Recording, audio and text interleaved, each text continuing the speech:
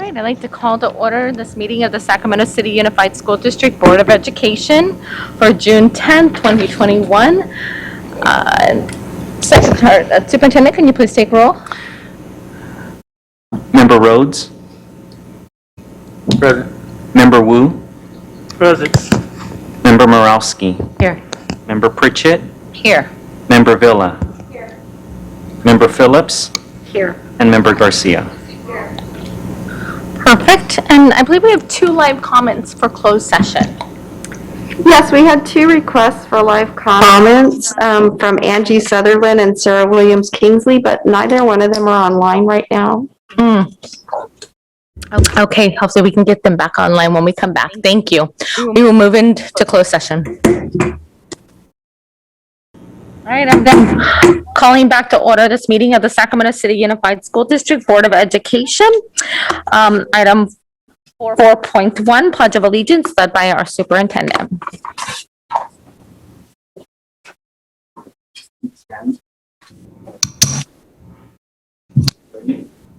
Salute. I pledge allegiance to the flag of the United States of America and to the republic for which it stands, one nation, under God, indivisible, with liberty and justice for all.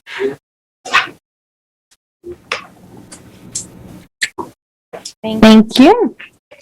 Student member Shake, broadcast statement. This meeting of the Sacramento City School Board is being recorded in its entirety and will be cablecast on Metro Cable 14, the local government affairs channel on Comcast, Consolidated Communications, and AT&T Uverse. Today's meeting will air Monday, June 14th at noon and Wednesday, June 16th at 10 p.m. It is also webcast at metro14live.saccounty.net and can be viewed on Metro Cable 14's YouTube channel. The public has been given the opportunity to address the board through public comment, either by submitting comments, which are posted on our website, or by speaking during the meeting. Members of the public who wish to speak submitted a speaker form by noon today and were sent a link to participate. When it is your turn to provide comment, we will call on you to do so orally. Your video will not be on. Please always limit comments during public comment to items that are not on the agenda. If you do comment on an item that is on the agenda, we will ask that you please defer your comments until your item comes up. Thank you. Item 4.3, Stellar Student. Our Stellar Student, Destiny Griffin, is unable to make it tonight, and we will be bringing her back at a future board meeting. Item 5.0, announcement of action taken in closed session. Good evening, President Pritchett. There is one announcement coming out of closed session.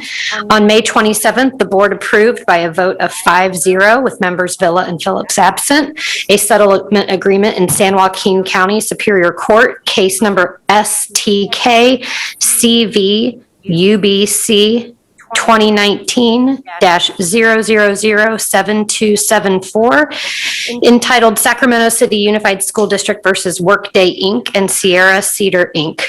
The settlement agreement has now been finalized and executed by defendants.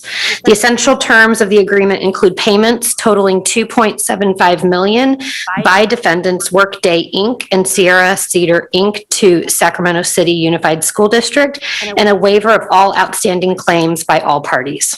And that is it. Ms. Collins. Item 6.0, agenda adoption. Before I ask for a motion, we have 1 live comment. Yes, we have a live comment from Terence Gladney.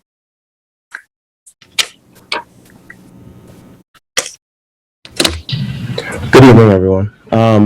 I just had a quick, well, I guess not a quick question. It's a quick question and a longer statement. I was just wondering, what is the reasoning for the agenda shuffling? Recent board meetings prioritize public comment and stakeholder communication, but it appears this agenda item or this agenda prioritizes special presentations and board workshops. While I personally was able to navigate the agenda and plan my evening accordingly, I feel that others that are new to this process and this environment might be lost in the murkiness of a shuffled agenda that's inconsistent with previous meetings. Additionally, the public comment process is not engaging or considerate of stakeholders. There's a 3-step process to submit your intent to live comment and only a 2-step process to submit a written comment. So it seems pretty inconsistent or perhaps intentional. In addition to that, on the form for tonight, there were like 10 plus unused options for basically the radio buttons to select agenda items, but none of the communication items were available for selection. So when I comment later, I had to, specify in the other section that I wanted to comment on communication, which was 10.0, 10.1, and so forth.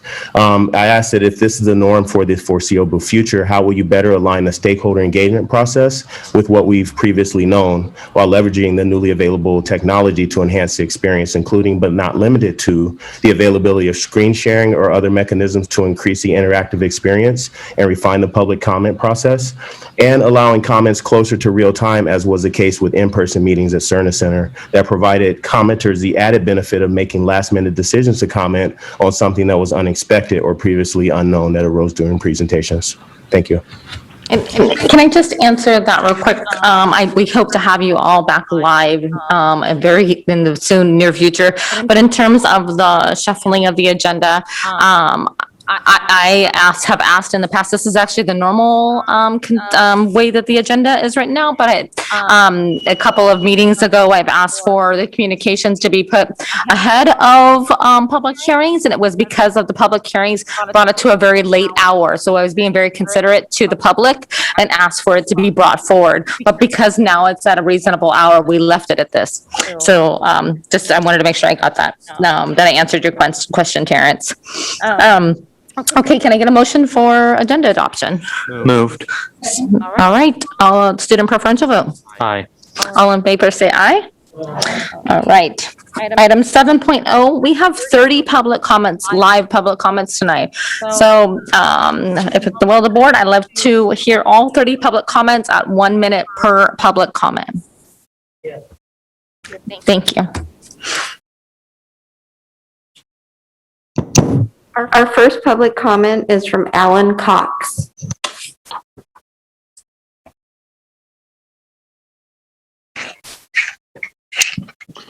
Hello. Yes, hello, Mr. Cox, go ahead. Okay, thank you.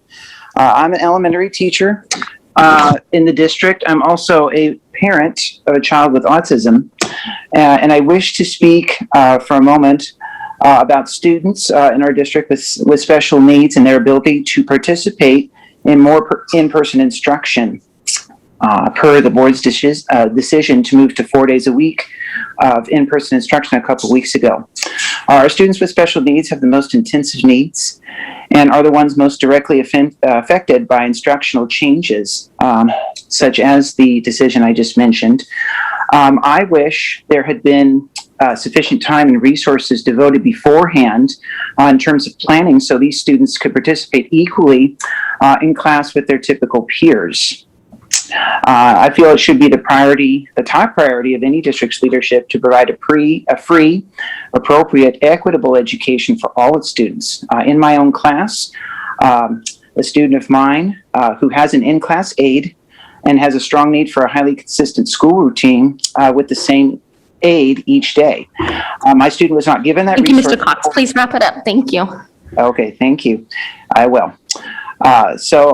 In the future, in the fall, I would like to see this changed, and all of our students with special needs and typical peers to be given the same routine, same education for 5 days a week in a dedicated class environment, whether that be in the classroom or in a virtual academy. Thank you. Thank you. Next comment, Ms. Marty? Yes, our next speaker is Angie Sutherland, and she's combining time with Grace Trujillo. Thank you. Good evening, Angie. Hello. The coalition, I just want to say that the coalition supports our superintendent. He has made continuous efforts to right the wrong that's been happening in our district for decades. But unfortunately, he's been unfairly targeted and villainized by the Sacramento City Teachers Association leadership. Despite his many transformative accomplishments and putting students first, Renee Webster Hawkins posted a written comment on behalf of the coalition on item 3.1 about the no confidence vote. I just want to read over some of the tactics that SCTA has been doing. It's not new. It's been going on for a long time. It's like clockwork every year. Their press release is full of lies. They've also scapegoated and bullied past superintendents and board members who've made a difference for students. Contrary to their claims, Superintendent Aguilar has a track record of positive efforts and results. SCTA even blamed him for the failures to appropriately teach students with disabilities. But we know the truth. Back in the 90s, SCTA negotiated Appendix D, which unlawfully gave them the option of whether to teach these students and support the IEP plans mandated by their federal civil rights. But in 2017, Aguilar and his team and former board president Jesse Ryan and other board members insisted that the illegal and immoral right be dropped from the collective bargaining agreement. It was Aguilar and his team in fall 2017 that committed to supporting the Community Advisory Committee with translators to help more families access the presentations and engage with other parents of students with disabilities. It was Aguilar and his team. Yes? Good. If you could please wrap it up. Thank you. Oh, I think I'm also combining my time with Renee. Yeah, but it was at 1 minute. That's why. Oh, 1 minute only? Yeah. Oh, well, that Renee and Grace. Oh, okay. So you have 1 additional minute. Yeah, it was Aguilar and his team who designated and launched the Dyslexia Intervention Pilot Program, despite SCTA's resistance to its members participating in a district-wide intervention program. It was also Aguilar and his team who have implemented a district-wide early literacy and math assessment program. It was also Aguilar and his team that designed the MTSS system that will support all students and serve students with disabilities. It has also been Aguilar and his team that reopened and collapsed cohorts, bringing as many kids back as possible to school in person. In spring 2020, the CAC general membership approved a letter which documents all of these advancements by the superintendent and the district, not only to have them repeatedly thwarted by SCTA filing grievances or lodging other threats. Lest we forget, that SCTA insisted on a clause in the recent special education evaluations MOU to make it voluntary for its members, including school psychologists and resource teachers, to serve special education students during the pandemic. This is unconscionable, so we would like you to just stop it, please, SCTA. We ask the board to support our superintendent, who's been actively working to advance equity for all SCUSD students. We need his continued leadership now more than ever. Thank If you. you could please wrap it up, Angie. Thank you. Thank you. We appreciate it. Thank you. Our next speaker is Charnay Moore.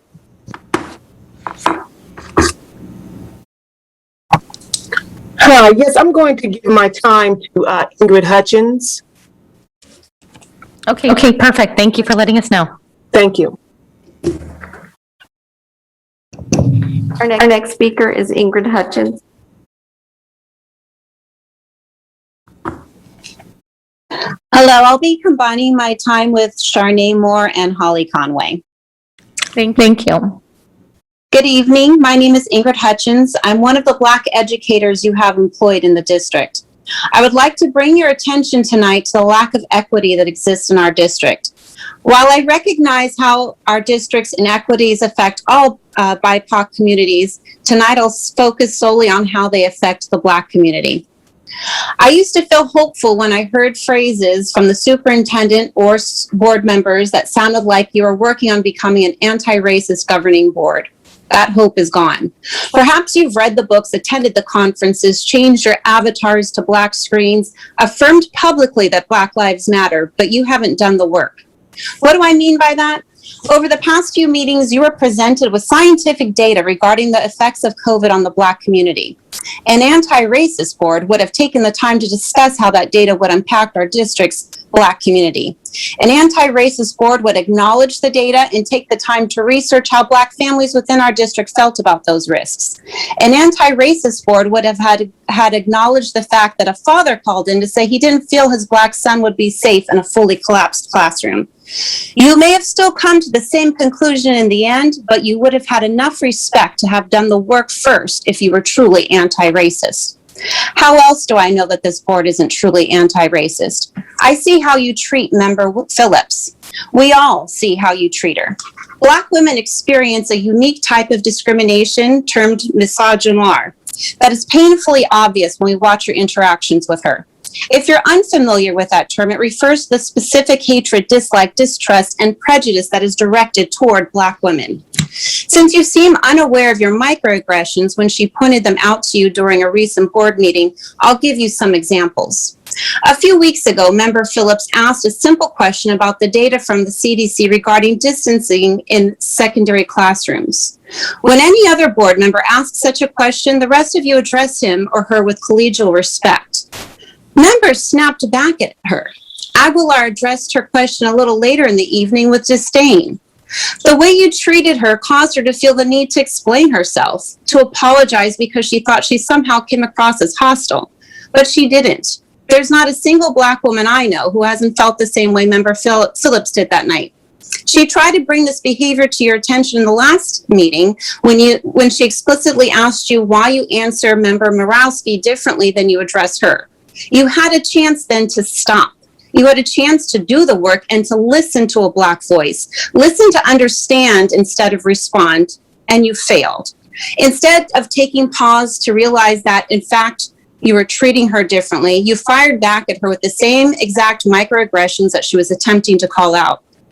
Representation is important in all aspects of life. Member Phillips represents not only Area 7, but she also symbolically represents the Black students, families, teachers, principals, and classified staff members in this district. We can't trust you to make decisions to fight the inequities, biases, structural racism, and privilege in our district when we can't even trust you to treat one of your own members with the same respect that you extend to the rest of the board. Thank you, Ms. Hutchins. Can I have just another second? Yes, if you could just please wrap it up. Thank you. I most certainly will. I just want to quote Dr. Kamika Royal, and she says, "You cannot fight for people and demonize them at the same time." Aguilar, board members, you need to do the work. We are waiting for your actions to match your words. Thank you. Thank you. Our next, Go ahead. our next speaker is Damian Harmony.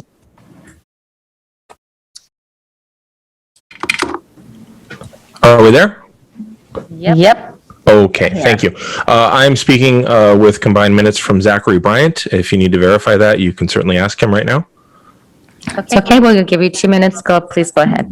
Thank you very much. Members of the board, on March 4th, the SCUSD Facebook page, you claimed, quote, "We're going above local, state, and federal requirements to ensure the highest levels of safety for our students. We've thought of everything. So we, the public, will take you at your word. Let's take stock of what that means. 161 positive COVID cases since the reopening in late March. Almost immediately, you chose to shrink the distance to 3 feet and collapse cohorts. You thought of everything and decided to implement that change once people were back for a week. 128 students have contracted COVID since our reopen.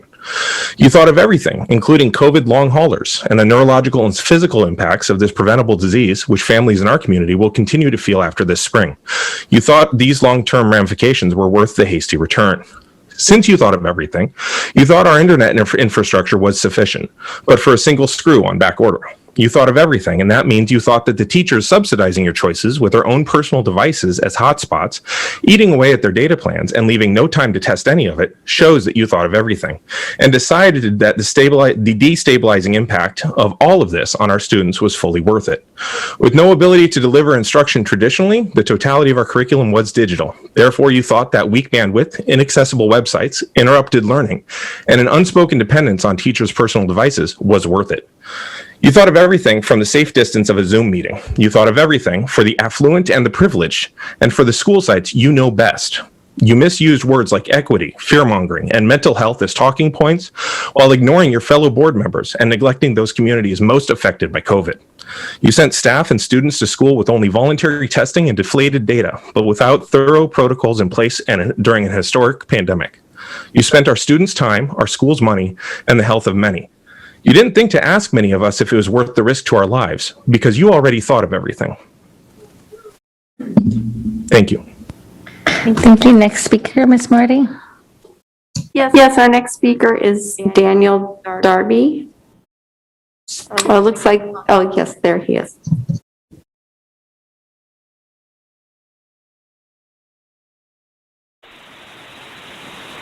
Good evening, Board and Superintendent. I would like to follow up the comments made by a prior speaker. I believe his name was Mr. Gladney, in that it has come to my understanding that there's been a couple of board meetings that were, I don't know, I guess you guys call them special or emergency board meetings, and yet there was little to no announcement of those meetings.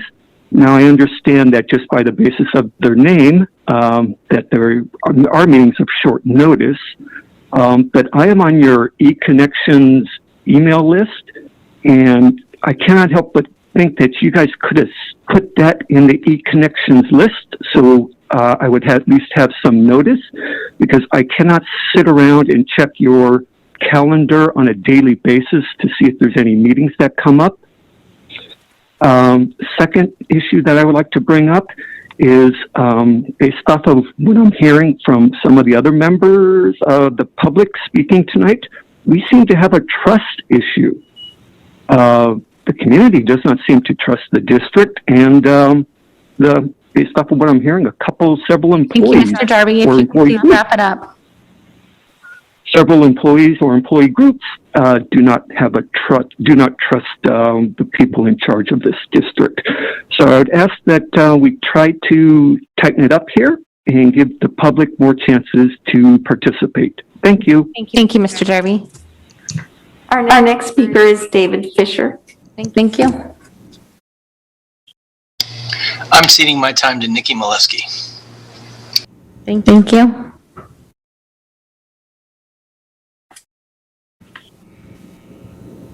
Our next speaker is Nikki Malevsky.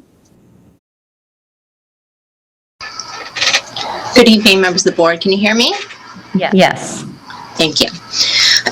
This past Tuesday, we presented the district's bargaining team with SETA's Back to School Better framework for returning to in-person instruction in the fall.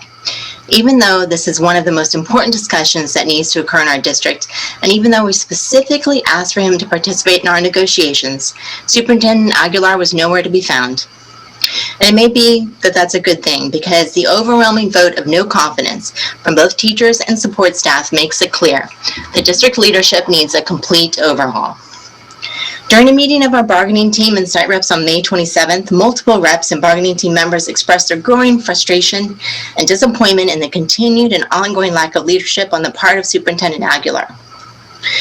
Many site leaders commented on the school board's inability or unwillingness to hold the superintendent accountable for the multiple failures and broken promises over the past years. Members of the team expressed a desire to do more than just file a PERB complaint of the 16 we've already filed, and felt it was time to make a strong statement from all of our members. When one site leader suggested holding a vote of no confidence, others expressed strong support for the idea. The results of that are clear and unambiguous. SCTA and SEIU represent over 95% of the district employees, and over 96% of those voted in a very high turnout have said they have no confidence in Superintendent Aguilar. We look forward to the resumption of in-person instruction on September 2nd, 2021, the commencement of the 2021-22 traditional academic school year, with the ongoing increase of state funding that raises money from approximately $11,000 to $20,000 per student, with the addition of $313 million in state and federal funding related to COVID mitigation. We have once-in-a-generation opportunity for the Sacramento City Unified School District to make significant advances to improve student learning. Educators overwhelmingly have expressed that they have no confidence those opportunities will be realized with the current superintendent. Thank you. None of you were at the negotiations table, nor was Superintendent Aguilar. We will share with you later tonight and with the public those ideas that we have presented in our Back to School Better framework. Thank you. Next speaker. Yes, our next speaker is David Gonzalez.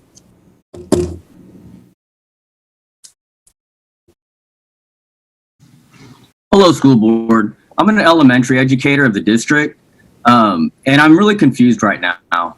Even though the MOUs of labor partners are in full effect for the remainder of the school year, I'm trying to understand why Aguilar deceived you, the school board, into unlawfully violating agreements with labor partners. Since when was it acceptable for laws to be broken? And also, I'm really confused, and I'm trying to understand why Superintendent Aguilar deceived school site administrators into unlawfully violating agreements with their labor partners. And as a result of Superintendent Aguilar's disdain for bargaining, administrators this year were continually pressured by district leadership into violating working conditions that could have been worked out. But Superintendent Aguilar refused to sit at the table with labor partners. And by the district acting unlawfully and violating their MOUs, the district reduced the safety standards to the absolute minimum of the required guidelines, when we know elementary children are not vaccinated. Thank you, Mr. Gonzalez. Please wrap it up. Okay, I'm done. Thanks. Thank you. Our next speaker is Aaron Dark.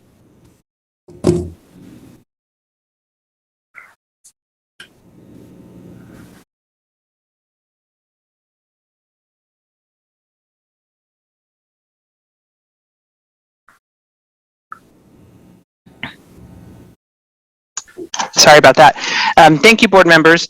I'm a 7th grade teacher in our district, and I would like to speak about my union and our bargaining team. We are not a group of 3 leaders, but a group of close to 100 dedicated educators. And as a group, we represent teachers at our school sites and advocate and fight for what we believe is best for our students.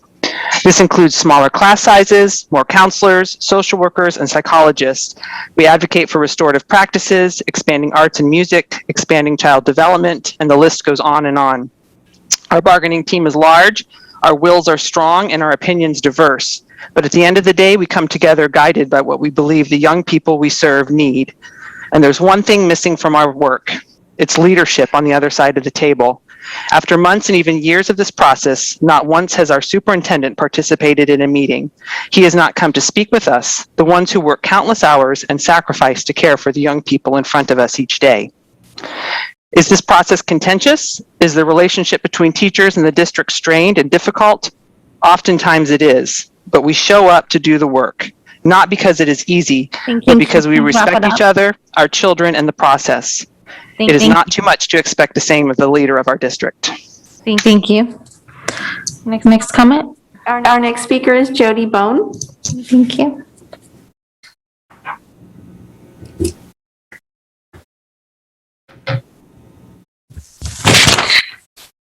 Good evening.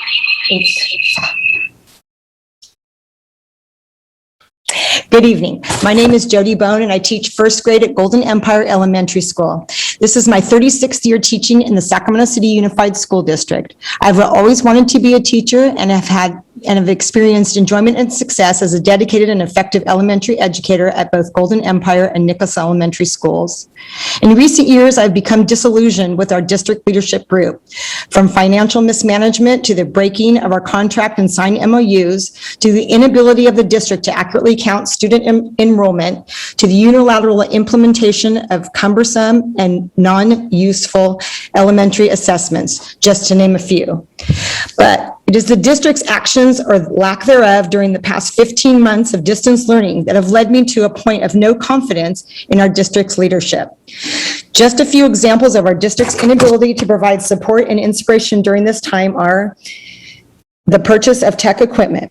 I purchased a monitor, adapters, and a second laptop in the spring of 2020. The district bought equipment for teachers, but not until the spring of 2021, a year too late. The promised Ms. Bones, please wrap it up. in the spring of 2021 was non-existent. Boxes of equipment sat on the classroom floor until we set it up ourselves. Distance learning tech training was missing, as was appropriate internet when we returned to in-person teaching. I've taught concurrently from my phone multiple times when the internet failed at school. Materials were purchased, or teacher purchased, teacher prepared, and teacher distributed. Ms. Bones, please wrap it up. School entry, lining up in the playground, recess, snack, and dismissal procedures, and preparation of boxes for materials for students to work in were put together by the school staff. The only thing I noticed that was provided by the district was the safety placards posted around the school. The room capacity sign on my door still hangs empty with no number limit posted. Everything I do in distance learning, I learned because of the resourcefulness and hard work of school personnel, both classified and certificated. I will continue to provide effective, inspired, and challenging experiences for my students, but would certainly prefer to do so with the confidence of knowing I will have the proper support from our district leadership. Thank you. Our next speaker is John Doe.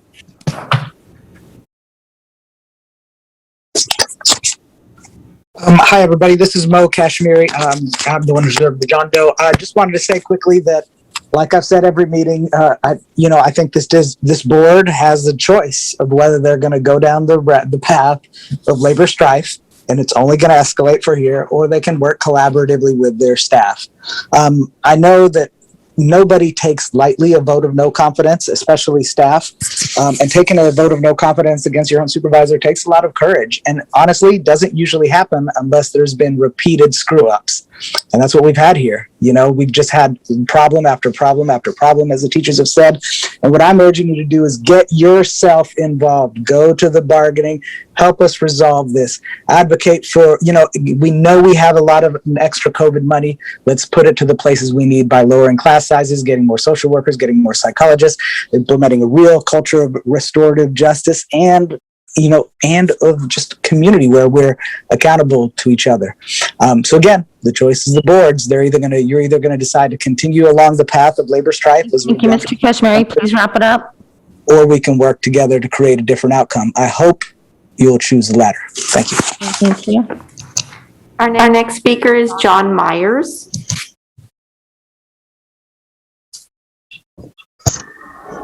Yeah, good evening, board and superintendent. This is John Meyers with Open Sac City Schools. It's been about 2 weeks since most kids went back to school, up to 4 days a week. And just want to, for our group, really want to say thank you. Thank you to all the teachers and staff. And thank you to the board and superintendent for making this happen. Hopefully we can commit to never let kids get in the middle of labor negotiations and labor bargaining again, like what happened here. But we are very happy to have the kids back. And I have a request. We're entering into the summer. Can the board commit to put together a timetable for negotiations with labor? We're hearing a lot of the negativity here tonight. We know it's going to be a tough summer.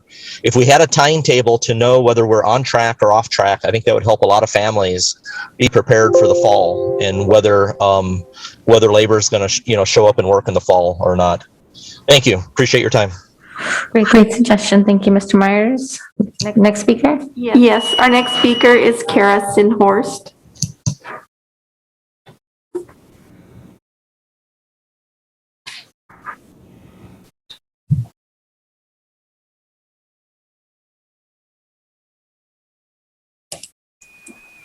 Hello.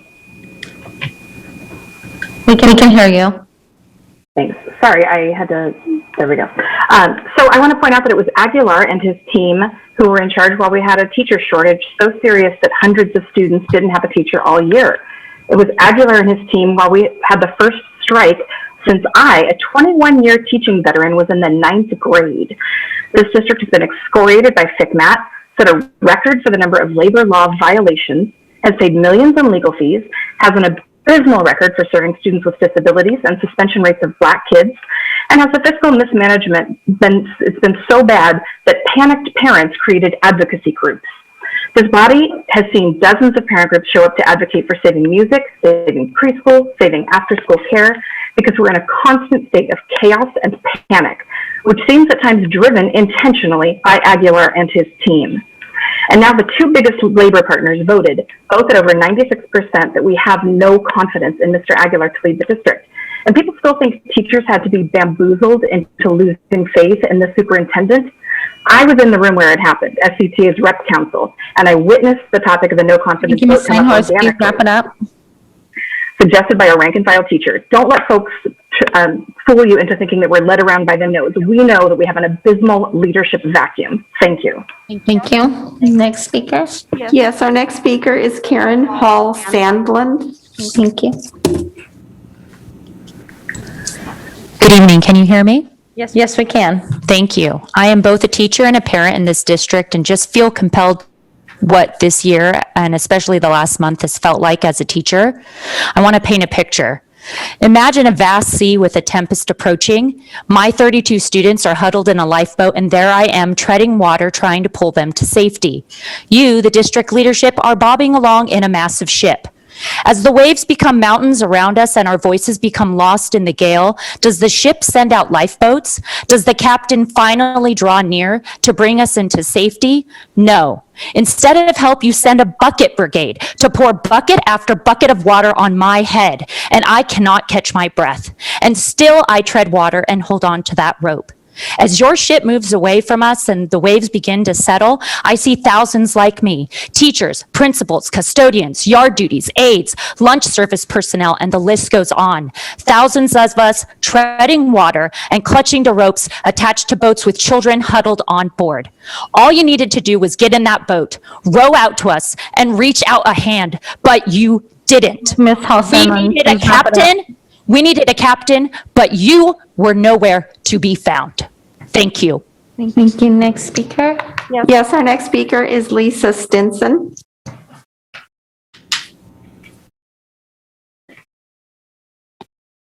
Hello, my name is Lisa Stinson, and this is the first time I've attended a board meeting that I just needed my voice to be heard.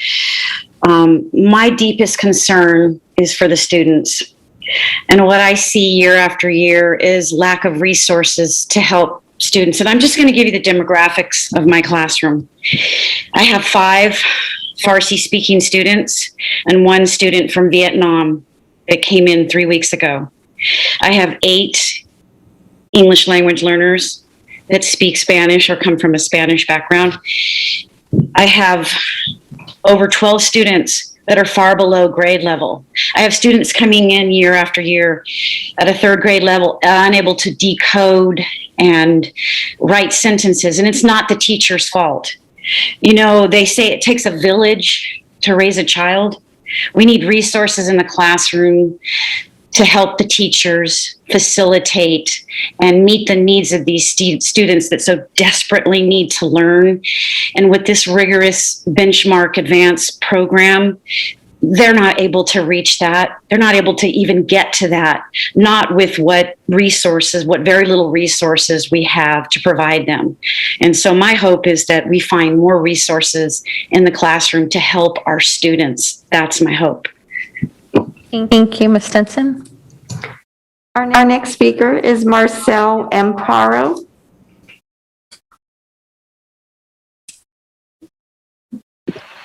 Hello, good evening. I haven't been able to come to a board meeting because arranging my life in the evening at home has been difficult. And it really is frustrating that it's okay for 24 or 3 feet apart, about 20 kids to be in a classroom, but we can't meet in person, so I don't have to inconvenience my whole family to say what I'd like to say. It's really hard to understand why there's so much dysfunction in so many different areas in our district. And I joined the bargaining team this year. I've been trying, and the person who makes a decision or brings it to you doesn't come. Sometimes there's not one educator there. And it's really frustrating because nothing gets done. and the public is told, oh, well, SCTA, they just won't back down. They want money, money, money. Thank you, Ms. Amparo. Can you please wrap it up? I have to say this though, other districts, the superintendents come to the bargaining table. It's normal in San Juan and Twin Rivers. It happens as a norm. And when I talk to people I know there, they can't believe that our superintendent doesn't come to talk to teachers because Please wrap it up. Thank you. Thank you.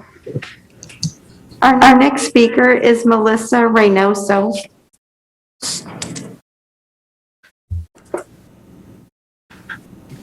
Good evening. I was listening to the district's plan last week at the board meeting for the plan with the COVID relief funding. And I wanted to say that I appreciated the district's inclusion of MTSS foundations and mental health support and increased technology. However, I was surprised that the plan to strengthen academic achievement consisted predominantly of added district administrative positions and neglected class size reduction. Furthermore, I was appalled when I learned about the district's plans to use some of these COVID dollars to increase legal services. With counsel from their outside legal firm, Sac City has lost a number of grievance arbitrations and PERB litigations. It seems to me that the district isn't getting a good return on its nearly $3 million investment in the outside law firm. I urge the board to reconsider using CARES Act dollars to fund lawyers that fight with teachers. I also encourage using this relief money on lowering class sizes where children would receive direct and immediate relief. Thank you, Ms. Reynoso. Our next speaker is Renee Webster Hawkins. Hi, I am donating my time to, I believe either Angie or Sarah. Yeah, I believe it was Angie Sutherland. Thank you, Renee. Thank you. Our next speaker is Rich Vasquez. Good evening, Rich. Good evening, Superintendent, Board President Pritchett. Again, appreciate the opportunity. But again, I'll just come up here and talk about, I was sophomore over at Hiram Johnson. And again, the facts keep going on the table, and the facts and the numbers are the same, right? The highest suspension rate, the highest number of English learners, highest number of students with disability, high chronic absenteeism, long-term, highest number of long-term English learner, quarter of our school at least. And we talk about the LCAP and the COVID funding. I want to see it as a parent. How am I going to see this money coming to our students? Again, we have one of the highest need schools in your district. These are the facts. And do we care about them? What are we doing? Again, what are we doing? Please. I mean, I've been to all the school site councils, all these meetings, and, what is it to show for? Again, start letting us see this. Navigating this system has been exhausting. I'm exhausted. I don't even have any, will to fight anymore. I mean, start showing us something. Again, a lot of work's being done over there. We got a lot of good leadership, a lot of good teachers, but again, we need support from the district. We need the funding. This was the last year of a school improvement grant. We couldn't even implement that effectively. So again, please just, we got all this extra money and I want to see it at the table at our school. Thank you. Thank you, Rich. Our next speaker is Sarah Williams Kingsley. Good evening. Good evening, Board President Pritchett and Superintendent Aguilar and members of the board.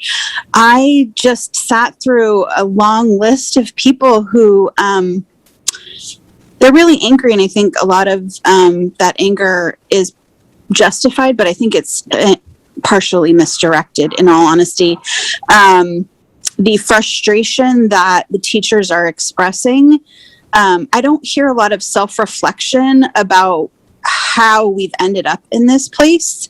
The suspension data, as Rich just mentioned, for example, the board and the superintendent and the district staff are not suspending anyone. If there's a suspension problem, it comes from the classroom and from our school sites. And we know that there's a suspension problem.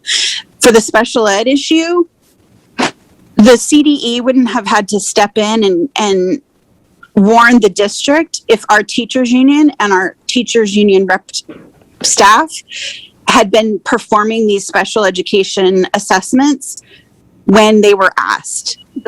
superintendent brought this to the attention and had a proposal in October, and it didn't get signed until February. And that was Karen, because please wrap it up. I'm so angry that this has all devolved into this place. And I want people to hold themselves accountable for the mess that we're in. And that includes the board. If the teachers union is mad about 3 feet, the board should be very loudly taking responsibility for the fact that they directed the superintendent to do it. Thank you. Our next speaker is Scott Chase.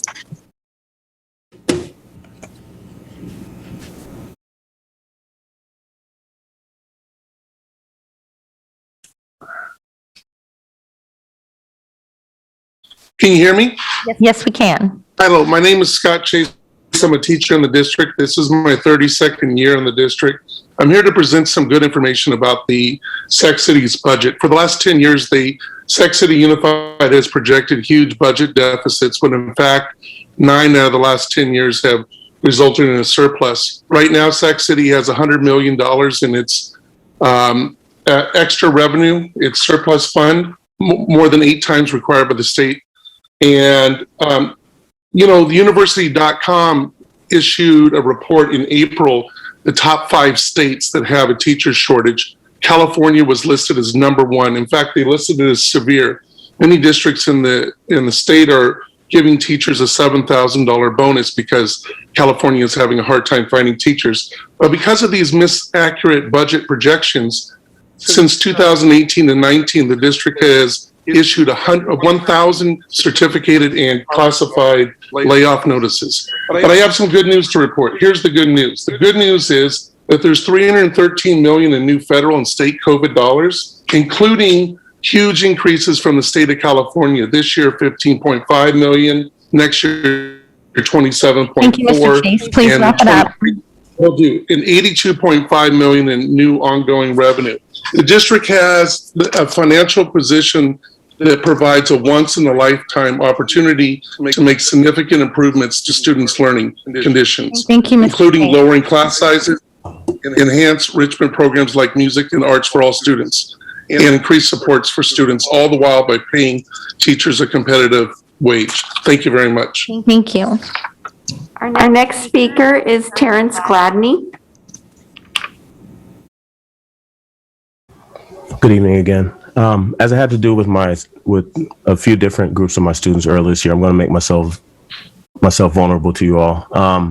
Following recent board meetings, I honestly was in a place bordering on defeat, an uncertain place, a place of fear, and honestly on the verge of tears. I witnessed selective application of quote unquote science, selective response in reference to public comments, proclamation of the necessity to tie expenditures to student outcomes, and the demand for data to make those associated decisions, but yet they were followed by blind acceptance of a salary increase, for example. I saw a presentation on equity in facilities expenditures, immediately followed by a question on how we make sure each school gets something, which is not equity.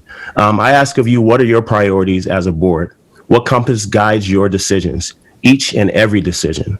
You each have your own personal experiences that you bring to this body, but collectively, what do you as a board, as a body, stand for? What pushes you to have difficult conversations, but returns you to a place of respect, bonded by a common cause?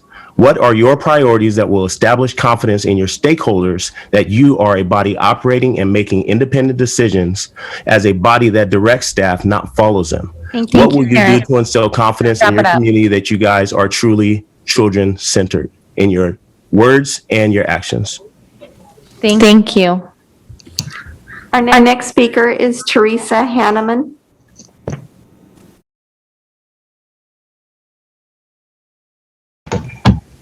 Hi, can you hear me? Yes, we can. Good evening, board members. My name is Teresa Hanneman. I'm a second grade teacher at Parkway Elementary. I've been in the district for 20 years. I am one of the many employees in this district who just voted no confidence in our superintendent, and I have serious concerns about this district's lack of a plan for our students who thrived in a virtual learning setting or whose families won't feel comfortable sending them back onto campuses next year. All of the surrounding districts are offering virtual academies for their students. At our last bargaining session, the chief academic officer confirmed that our district had not filed to do so. Why is that? Does the district really care about equal access to a quality education? While you were thinking of everything, why didn't you take the time to create an alternate learning environment for those who desire it? This looks like another example of the complete disconnect between the school board and the community and its needs. Based on past practices, my guess is that this district will try to force teachers and these students into another concurrent learning year, where neither the students in the classroom nor the ones on the other end of glitchy Wi-Fi are getting quality learning time they deserve with their teachers and peers. Hanneman, if you could please wrap it up. What is your plan? Our students and families deserve better. Your employees deserve better. Thank you. Thank you. Our next speaker is Julie Ketchel. Can you hear me? Yes, we can. Okay. I am a parent as well as a teacher in Sac City Unified School District. I went to Sac City Unified School District, and the concern that I have is about the use of COVID funds.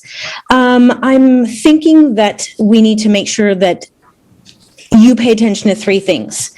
That resource teachers that we want to have at the schools maybe should be turned into actual teachers of the classrooms and have lower class sizes. I will be teaching a split grade level for the third time, which that shouldn't happen for kids at school. I think that I'm pretty good at it, but they shouldn't be forced in that situation, going from 24 kids in primary to 33 in intermediate. Also, there's a huge reserve fund. I don't think that we need to have that made any larger. And those extra monies from the COVID funds should actually go to school sites. They should go to buildings. They should go to students. They should go to tech upgrades. They certainly should not be going toward paying any more administration, and they should not be going toward paying any attorney fees. As I've said, if you could please wrap it up. As I've heard other people say, you guys are our board and you are in charge, not the superintendent. And I wish that you guys would listen to your constituents. Thank you. Our next and final speaker online is Tracy Adams.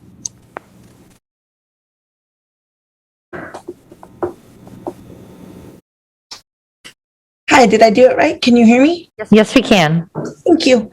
My name is Tracy Adams, and I'm proud to say I am a product of Sac City Unified School District. So were my children, and I chose to work at Sac City when I had other districts surrounding me, because I really believe that our district, being from the capital, should be the most awesome, sought after, and productive district in the state. I'm very excited that we have this opportunity to return even better to the 2021-2022 school year. While I agree with a lot of the comments made about past choices and actions our district board and even, union have made, I really want to focus forward. So for the next 30 seconds, I would really like to stress upon this district board and all members to really be using this opportunity to make up for the learning loss that has happened in the last year and a half by eliminating split classes, reducing class size, and hiring intervention and resource teachers at every school site. Split classes are not, even in a normal year, a great way to educate children. Thank you, Ms. Adams. If you could please wrap it up.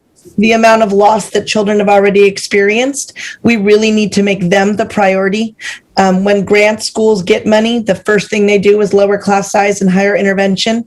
And that's because research shows that's what works. So I beg upon you, I plead with you guys, moving forward, that needs to be a number one priority for our district. We need to put our students first and their education first. Thank you. Thank you.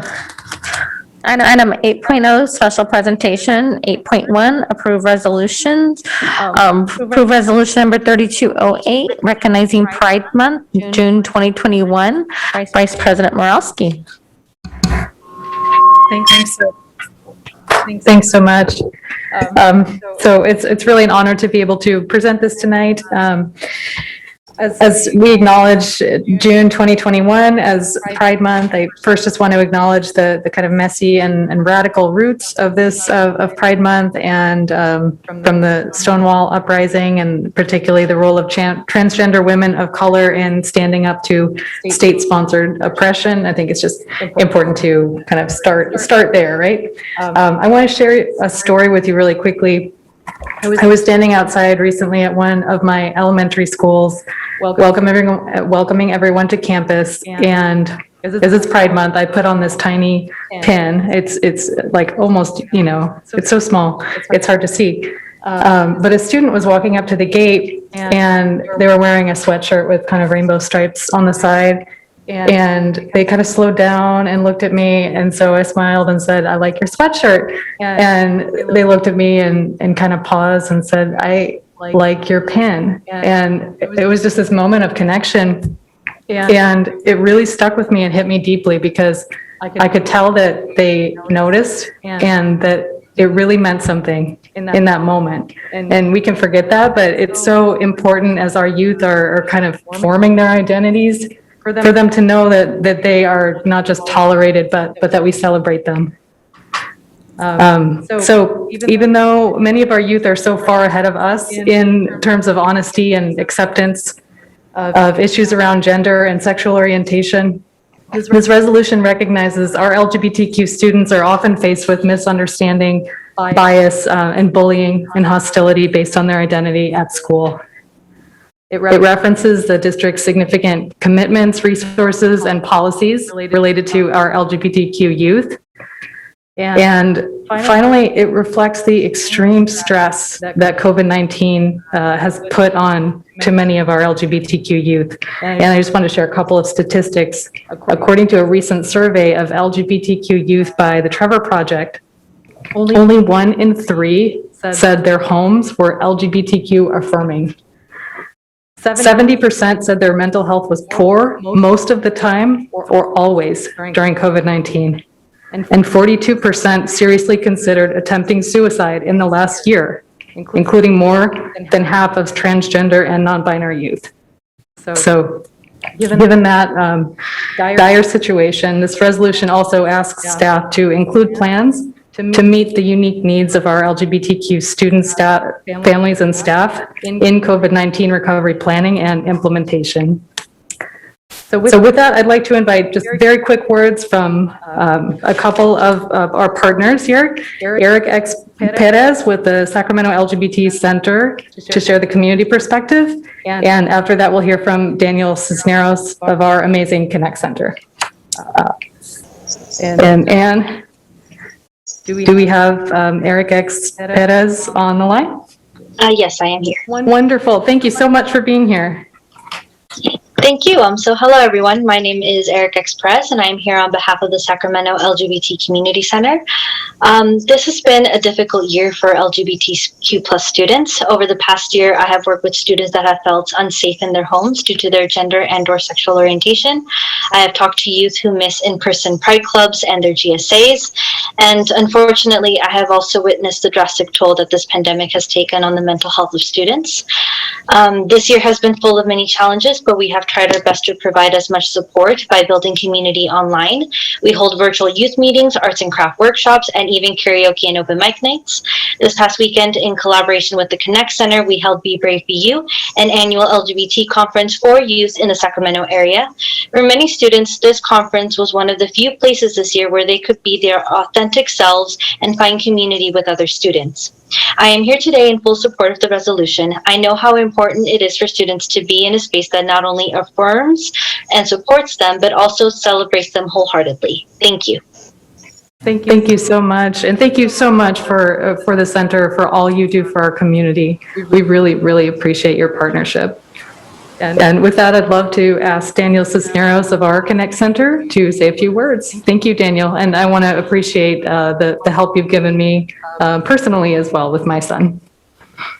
Thank you, Board Member Morawski, and good evening, Board Members, Superintendent, educators, families, and students. My name is Daniel Cisneros, and my pronouns are he, him, and I'm the Mental Health Coordinator of the Connect Center. Y Buenas noches, familias y comunidad. Mi nombre es Daniel Cisneros, coordinador de servicios de salud mental con el distrito. So I've worked for different school districts locally, and I specifically wanted to come to Sac City because of the LGBTQ Connect Center and the inclusivity that we have. At the Connect Center, we specialize in LGBTQ plus support and staff, including trainings. This year, just like Board Member Murawski was talking about students being homebound and the difficulty, we know our students struggle with that. So we were very intentional about creating collaboration with all of our GSAs. We had monthly Netflix watch parties where we brought community with students. It was very, very important for us to be able to do that. And like Eric X mentioned about the conference, I'm actually wearing, I don't know if you could see the visual, but this is a sash that was created for all the students. And in collaboration with the conference, all of our students virtually were able to dance together, be together, and it created a really important space for those, especially who are homebound, and for those who don't have supportive family members at home. I know firsthand what that could be like. I grew up in a very rural south of Fresno where I wasn't able to be open. And I know that factor for students, just the fact like Board Member mentioned, someone having a pen or someone having even a sticker makes it a safe place. And sometimes educators are the only safe places. So I appreciate the invite and happy Pride. Thank you so much, Danielle. I really appreciate you both and all of the staff who work so hard with our LGBTQ students. So I just want to say to all of those students and staff, we see you, we celebrate you, and just respectfully request an aye vote on this resolution. Thank you. Thank you, Member Murawski. I believe we have 2 public comment on this item. There is one public comment from Renee Webster Hawkins. Hello, President Pritchett, members of the board, and especially Member Murawski. The Coalition for Students with Disabilities gives our deep, deep appreciation and gratitude for your leadership and support of this resolution. I am speaking. Angel Garcia should be speaking. She is so much better at this than I, but she didn't have time because she was working to sign up. But I will say a couple of things.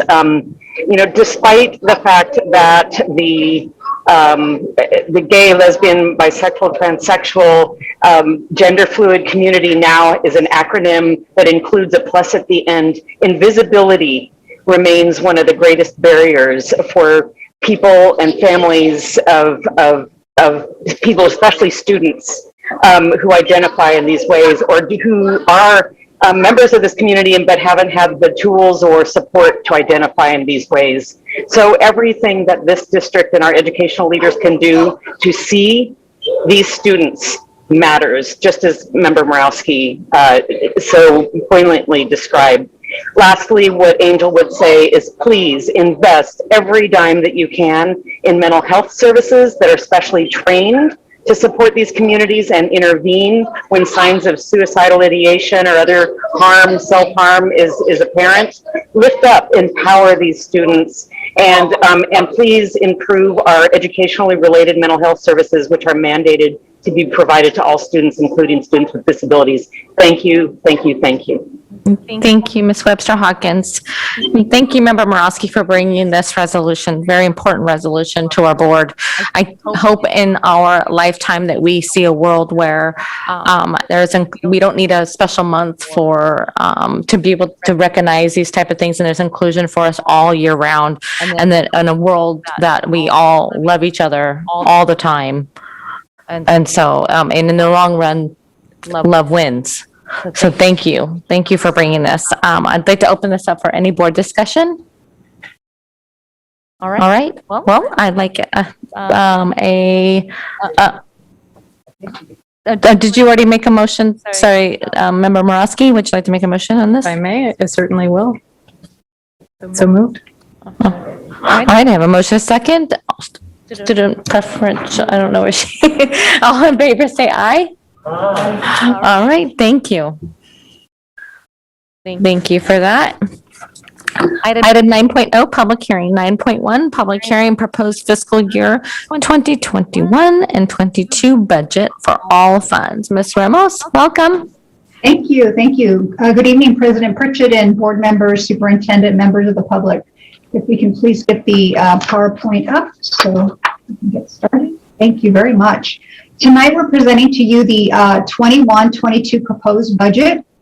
We have also presenting with us Adrian Vargas, our Assistant Superintendent of Business, and Jesse Castillo, our Director of Accounting Services. Next slide, please. Next slide, please. Thank you.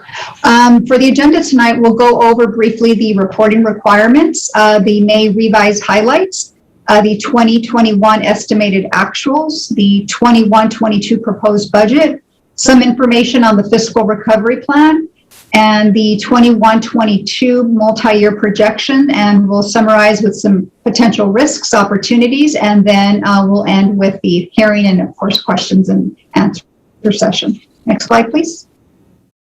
So the financial reporting requirements for districts, as many of you have seen, are that prior to July 1 of each year, districts are required to adopt their budget.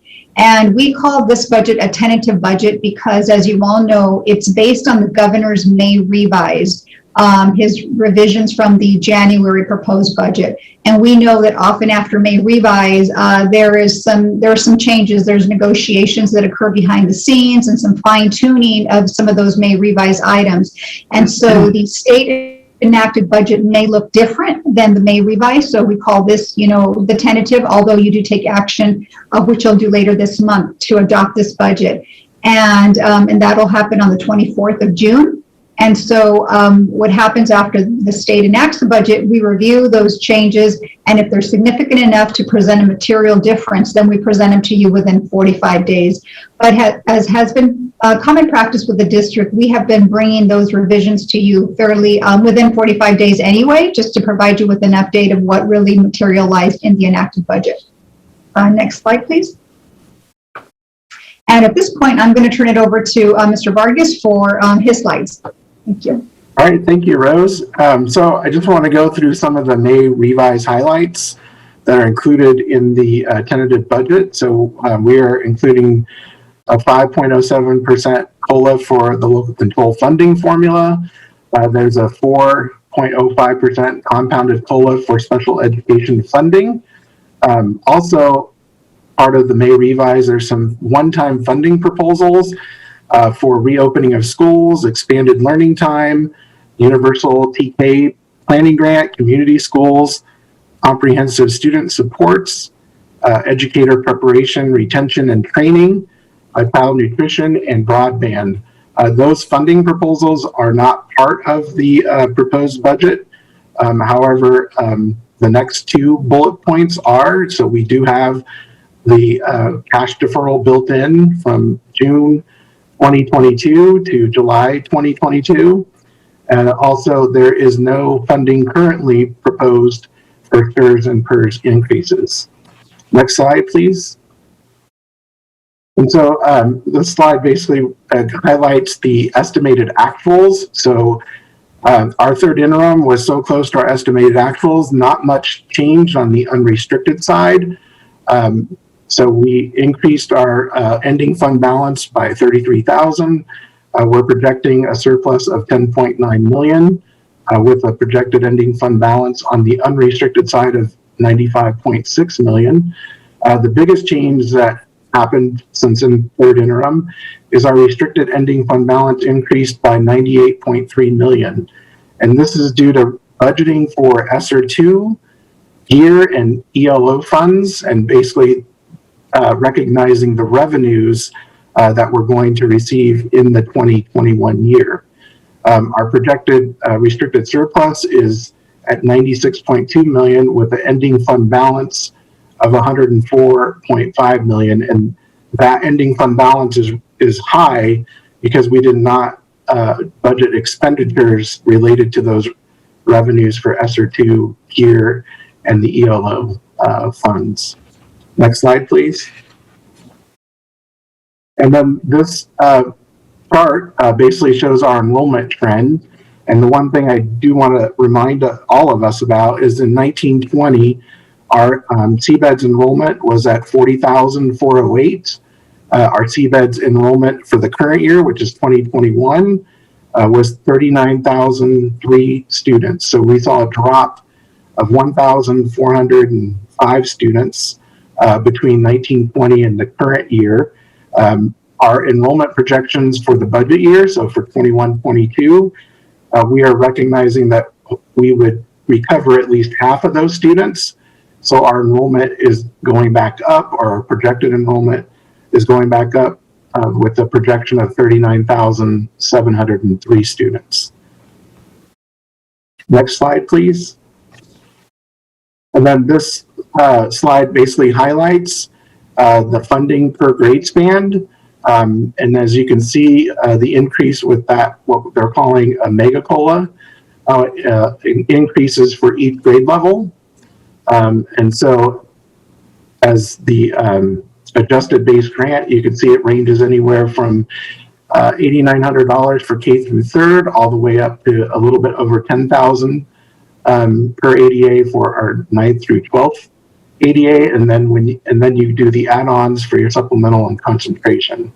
So supplemental grant is you receive 20% more, and then for your concentration grant, you would receive 50% more per ADA. Next slide, please. So with that information, our projected 21-22 LCFF is estimated at $430.5 million. And again, just a reminder, we're using the 5.07% mega COLA. Also, we're projecting that we'll stay at our 72% unduplicated pupil count. And also, because we did not take attendance in the current year, we would be utilizing the 2019-20 ADA for our funding purposes. Next slide, please. And so with that, this highlights our revenues on the unrestricted side at $443.8 million is our projection.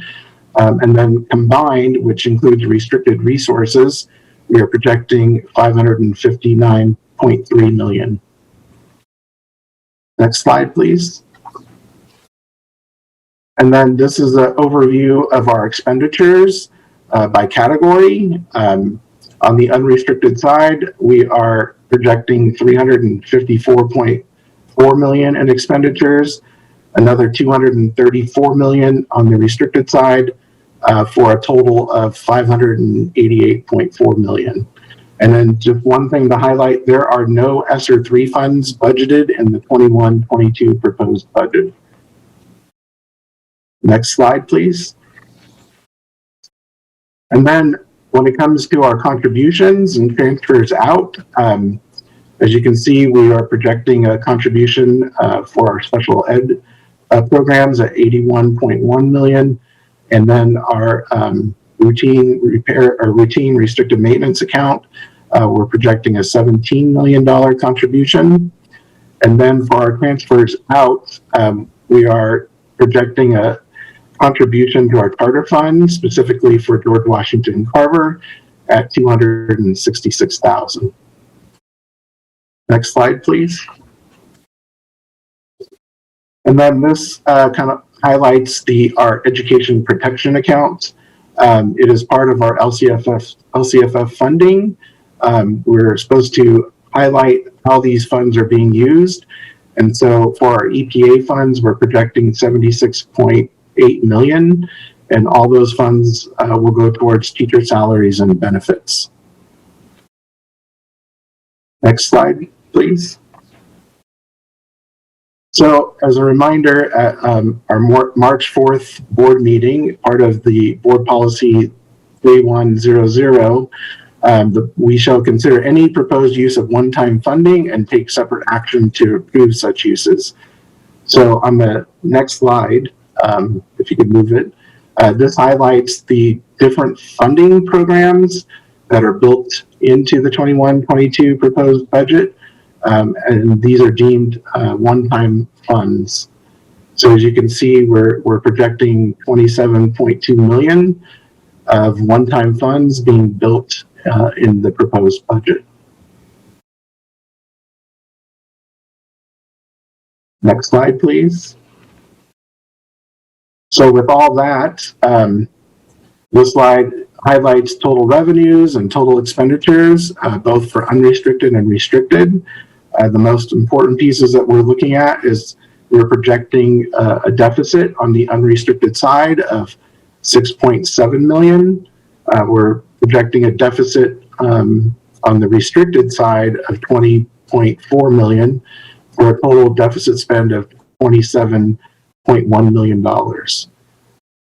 And the one thing that I would note is the majority of that 20 million is part of those one-time funds related to ESSER 2, ELO, and the GEAR funds. Next slide, please.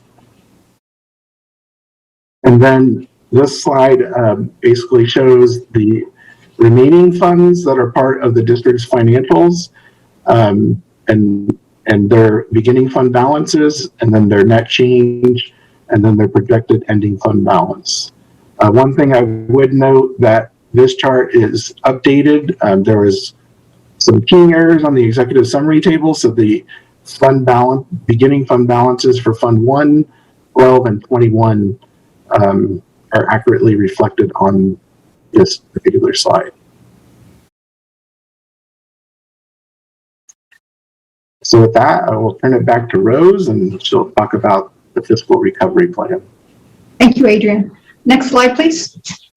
And this slide here, board members, you may remember this one from the February 4th, 21 board meeting. These items were part of the fiscal recovery plan that was presented to the board over the last year.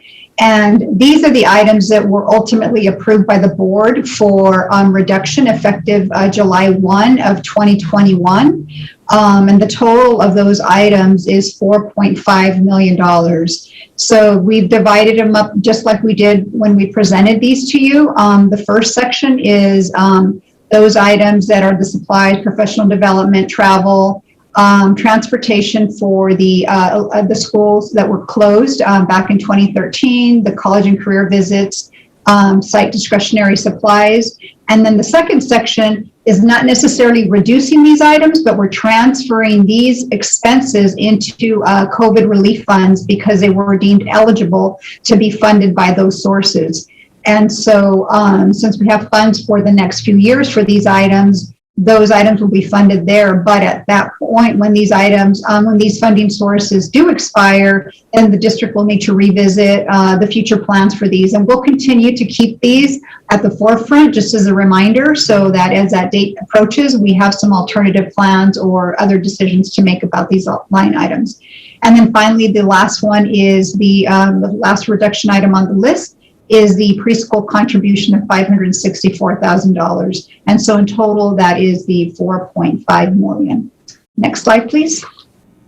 This is the other part of the fiscal recovery plan that were not approved for reduction effective July 1 of 21. But instead, the board did request staff to conduct further analysis in 21-22. These programs and school sites are those that require additional funding and FTE above their base due to the size of these programs that are much smaller. And so they're all listed here for you. And so this is what staff will be doing in this coming year and bringing back either recommendations for redesigning programs or just relooking at how these programs are funded.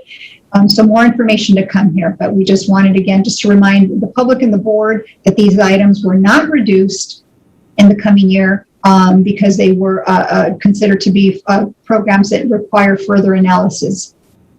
And with that, next slide, please. And at this point, I'm going to turn it back over to Adrian.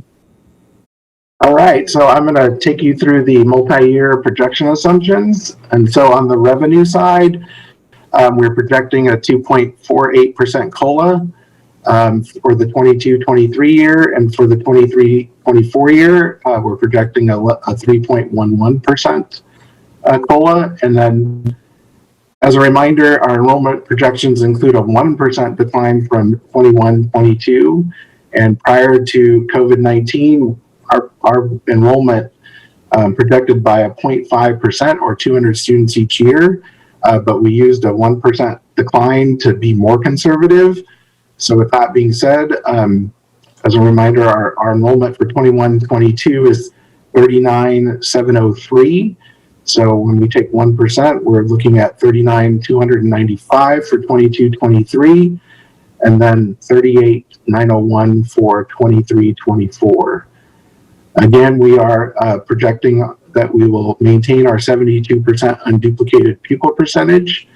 And then on the restricted side, we are removing one-time federal and local carryover funds in the 22-23 year, which is roughly about $6.2 million.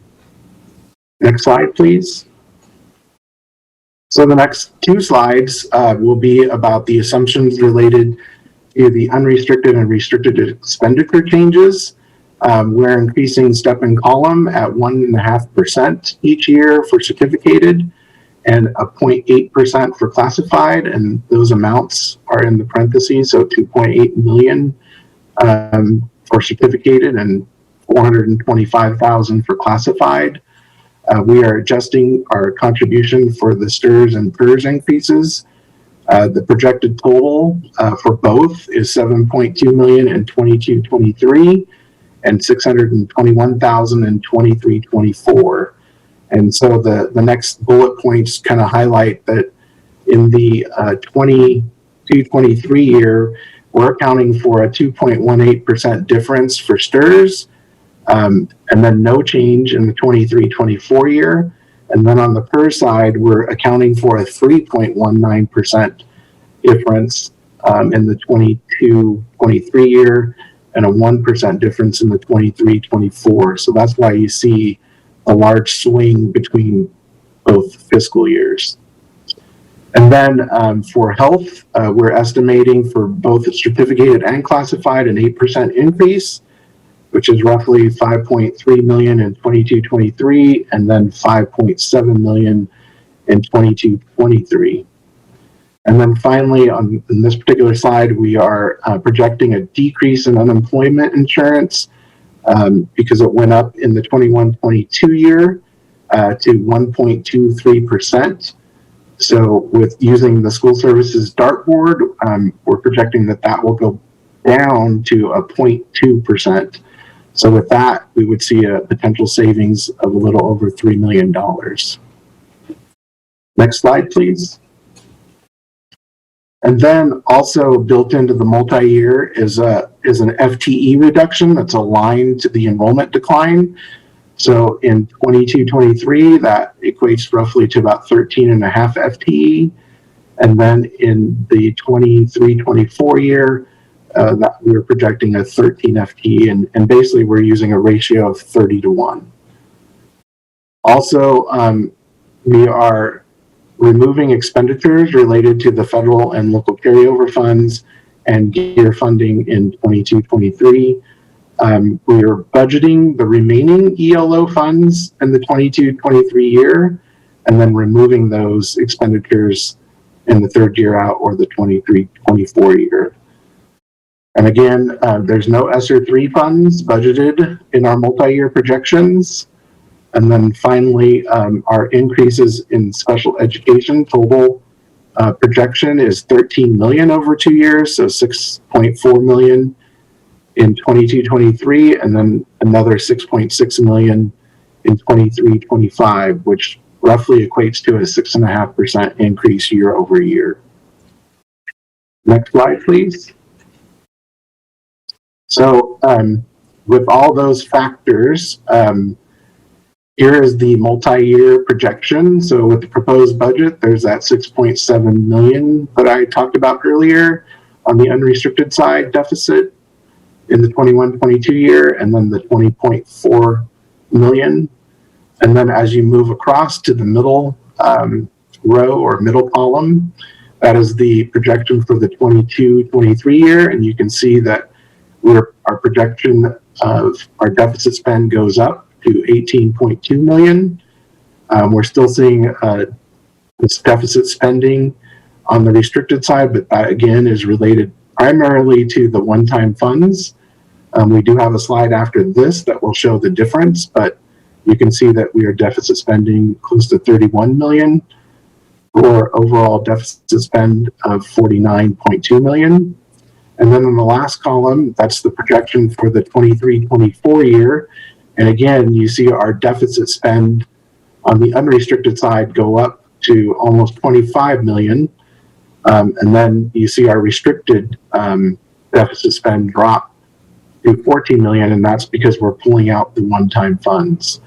And so for that combined year, the deficit spend is over roughly 39 million. So again, I'm pointing out that the multi-year projections show a continued deficit spend each year. And like I said, you can see it move from 6.7 to 18.2 and then to almost 25 million just on the unrestricted side of the budget. So with that, the next slide, we pull out the ESSER 2 funds, the GEAR funds, and the ELO funds. The deficit spend, as you can see on the unrestricted side, is relatively the same. It jumps to a little over 7 million in the 21-22 year. It's 18.3 in the second year, and then almost 25 million in the third year. So on the unrestricted side, it is pretty stable.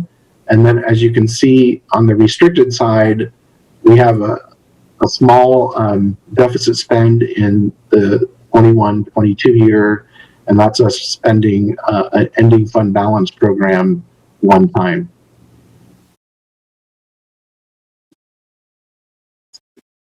So with that, I'm going to turn it over to Jesse, and he's going to talk about cash flow. Thank you, Adrian. Good evening, President Pritchett, members of the board, Superintendent Aguilar. This slide is an overview of our 2021-22 proposed multi-year cash flow projections. As you can see, as we move through each year, it's a pretty healthy cash flow balance. There's a couple of factors that went into this, one being that there's only 1 month of deferrals scheduled, as Adrian mentioned previously in the presentation, that being for June 2022 being deferred to July 2022. And another factor that's helping is that we will be receiving the funds that were deferred in the current year of 2021. We'll start receiving that cash as we move through 21-22. Next slide, please. This slide is an overview of our 2020-21 projected cash flow. So essentially a recap of where we were almost a year ago in July 2020. As you can see, it is a significant change from where we are today. This particular projection showing only 4 months of positive cash flows in all 3 years. And this is due to a number of factors. One, at this time, there's conversations around 0% COLA in the current year and the subsequent years, as well as multiple months of deferrals planned for 2021, as well as 2021 and 2022. As you can see, we wanted to include the slide because it's a great illustration of how changes in assumptions at the state level can have a significant impact at the local level with our budget projections. As you saw, as we move through the 2021 fiscal year, we provided updates on the changes in assumptions, and those were reflected in our interim reports. And fortunately, it has moved in a positive direction and have a healthier cash balance today than we do at that time. But again, just a great reminder of how that it is a projection, and it is based off of assumptions at the state that can and will change. Next slide, please. This slide shows an overview of our LCFF funding growth versus our expenditure growth on a per ADA basis. So if you take a look at the salmon colored column, it is our local control funding formula revenue, increase per average daily attendance. And if you look at the multicolored columns, that is a snapshot of a few of our expenditure categories and their increase per ADA in each fiscal year. As you can see in 2021-22, it's a $524 increase in revenue per ADA and a $506 increase in expenditures per ADA. And you can see how that flows through the 2 subsequent years as well. This slide is a good reminder that although it's great to have the mega COLA and see that additional revenue coming in, that we do continue to have the ongoing expenditures that increase year over year. As you can see in the 2 subsequent years, those expenditures actually outpace our revenue on a per ADA basis. So again, a reminder of the challenge to balance revenue and expenditures. And also keep in mind that this does not include other operating costs such as utilities, supplies, or other unexpected expenses that could occur in any given year. And it is exclusive of our COVID-19 relief funds. And with that, I'd like to pass it over to Rose. Thank you. Thank you, Jesse. We can just stay on this slide for just a second. If we can just go back to that one. This is a really important slide, board members and members of the public, because you've heard a lot of information out there about the state's economy doing much better, and a lot of that improvement being passed on to school districts. And while we're very appreciative, and this is great news for us, for several reasons. You saw Jesse's other slide on cash flow, what we were looking at just 1 year ago. It was a dramatic improvement from 1 year ago. However, for us, because we're such a large budget and because our expenditures, like Jesse explained, continue to outpace the increases in revenue, we still have this deficit that we're grappling with. And this slide illustrates that. You'll see, the first year it looks pretty decent, 524 approximately per ADA, and expenses are at 506. Assuming these were our only expenditure growths, we should be, generating a surplus. However, this expense column does not include all other operating costs that we do often see increasing, contract services and utilities, as Jesse explained. And so this is just the result of the mega COLA. Then we move on to the next year, and quickly you start to see how the COLAs are pale in comparison to our expenditure growth. And again, this is based on assumptions that are provided to us from, the state's proposed May revised budget, and from the STRS and PERS, and from our step and column. So it isn't information that we're generating just to come up with some numbers on what our growth is. These are based on actual trends and actual information that is provided to us in developing our budgets. So this is really important just to note that although the revenue is much welcome relief for the district, it does not get the district out of its deficit situation because our expenses are growing at a much faster rate. And with that, next slide, please. And so our risks, again, you've seen this slide before, are the ongoing state funding for K-12. Right now it looks very positive, but that can change. We are at, we rely on the economy, the state economy doing well, and whatever gets passed on to the state, and assuming that the state is also going to decide to pass on significant increases to school districts. So it's a risk. We have to wait and see what actually does come our way. And for us, another risk that we're facing possibly is this decline in enrollment. As you heard Adrian share earlier, we saw a decline of about 1,400 students. And put it in perspective for our public that may not be aware, we had been trending only a decline of 200 students. So that's 1,200 students less that we were not prepared for. So our budget is very optimistic in assuming that half of those children are going to re-enroll in the fall. And although we're held harmless in this coming year, the risk is that in the following year, we are not. And if we don't generate and we don't bring those students back, then we'll see a significant decline in not only enrollment, but revenue, of course, and which would worsen our deficit. So right now, it's really important for everyone to know that our budget is built with the assumption that we will recover half of those students. And we'll continue to monitor that as the year progresses and we get more information on actual enrollment. And then again, the other risk is the unfunded COVID-related expenses, such as health benefits. And talking to our carriers, our provider, Keenan, we are learning that our health benefits did not increase as much. And you all know this. I'm not sharing information you are not aware of. This is due to a lower utilization rate that happened during the COVID year because of shelter in place. Individuals were just not visiting doctors, and they were not going in for routine procedures and appointments. And so now that we are easing out of this COVID environment, our providers let us know that we should expect those utilization rates to increase substantially in this coming year and to be prepared. And so we're waiting for that information. And right now, we're just assuming the lower increased rate. And so we'll keep you apprised of that as well. And then Adrian did share the unemployment insurance and STRS and PERS increases because we still know that we have this unfunded liability statewide when it comes to pension accounts. The opportunities, of course, are that the economy continues to be as robust and do better, and then those funds are passed on to K-12 districts, that our enrollment is recovered, and that we achieve finally a fiscal recovery plan that's sufficient to restore the district's fiscal stability by eliminating this deficit. Next slide, please.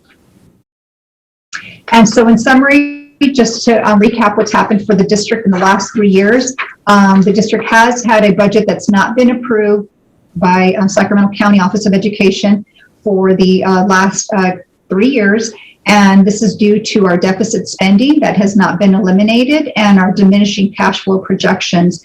Our cash flow projections in the past were so dire and grim that we were facing possibly a state loan. And this wasn't just projections that the district came up with on our own, as we have shared with you, and we want to continue to reinforce that.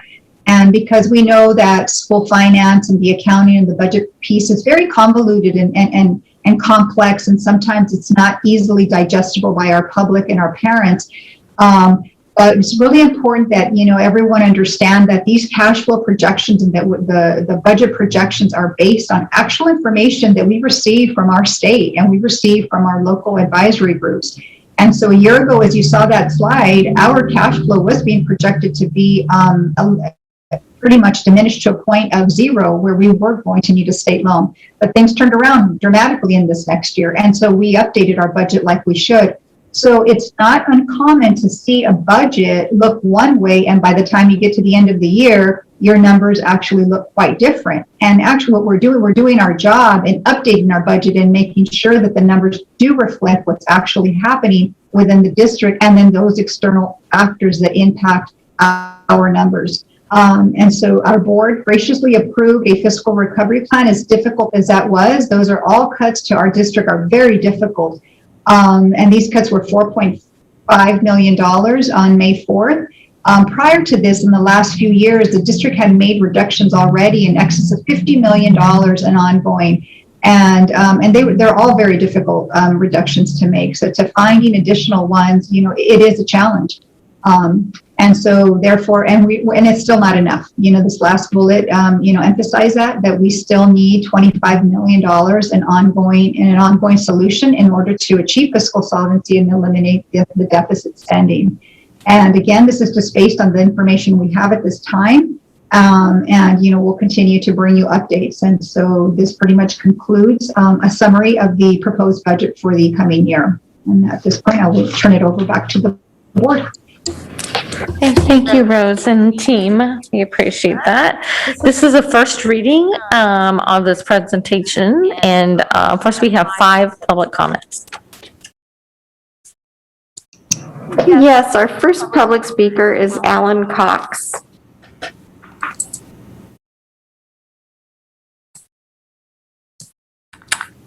I do not see him online currently. Our next speaker is Daniel Darby.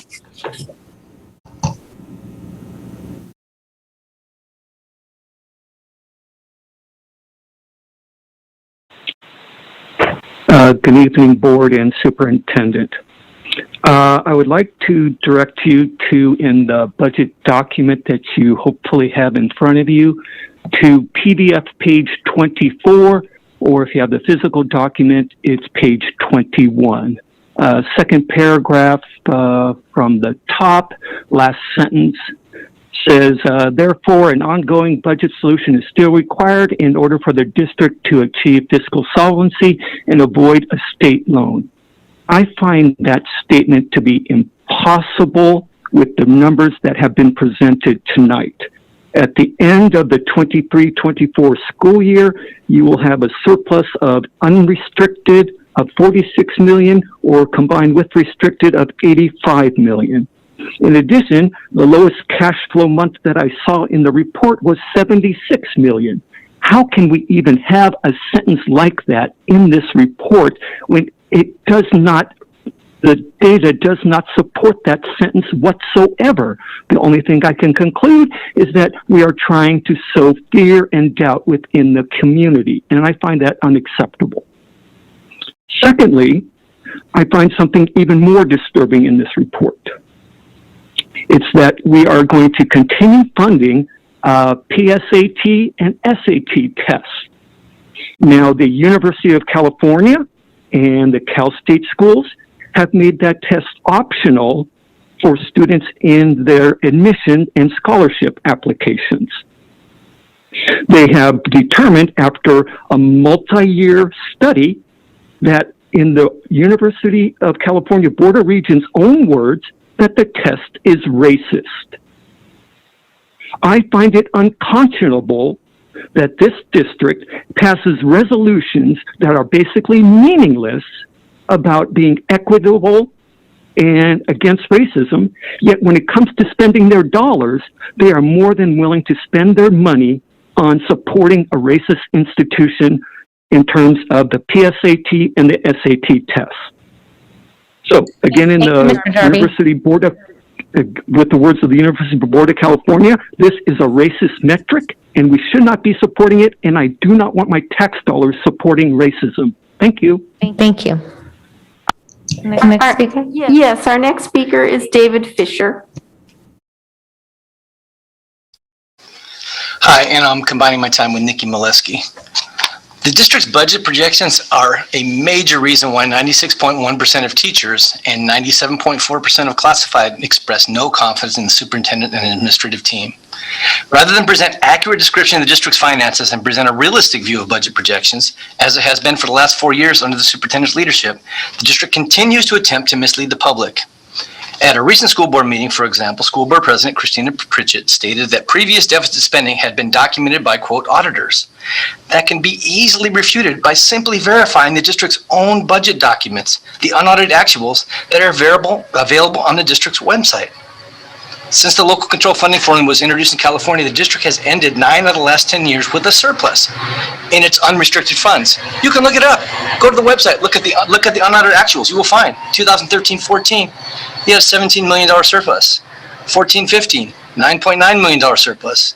15-16, $28 million surplus. 16-17, $4.7 million surplus. In 17-18, the district actually had a deficit, but only because the superintendent cashed out $6 million in vacation payouts for top administrators, added administrator positions, and other unbudgeted expenses. In 18-19, when the superintendent claimed the district was months away from fiscal insolvency, the district ran a surplus of almost $1 million. In 1920, again another surplus, this time $23.5 million. And finally, in 2021, after projecting a budget deficit of $75 million in its unrestricted fund, the district in its third interim budget projects it will end the year with a $10.9 million surplus. How does the district explain the growth in its reserve fund from $12.8 million in 12-13 to over $100 million if it's been operating a structural deficit? It's a mathematical impossibility to run deficits and increase your reserve fund. It's just impossible. And yet here we are once again with the superintendent and chief business officer, the only 2 employees in the entire district whose salary schedules have been increased since 2019, painting a misleading picture. Ms. Ramos admits that many of the significant increases in the district budget as a result of Governor Newsom's May revise are not in the district's 21-22 budget due to their timing.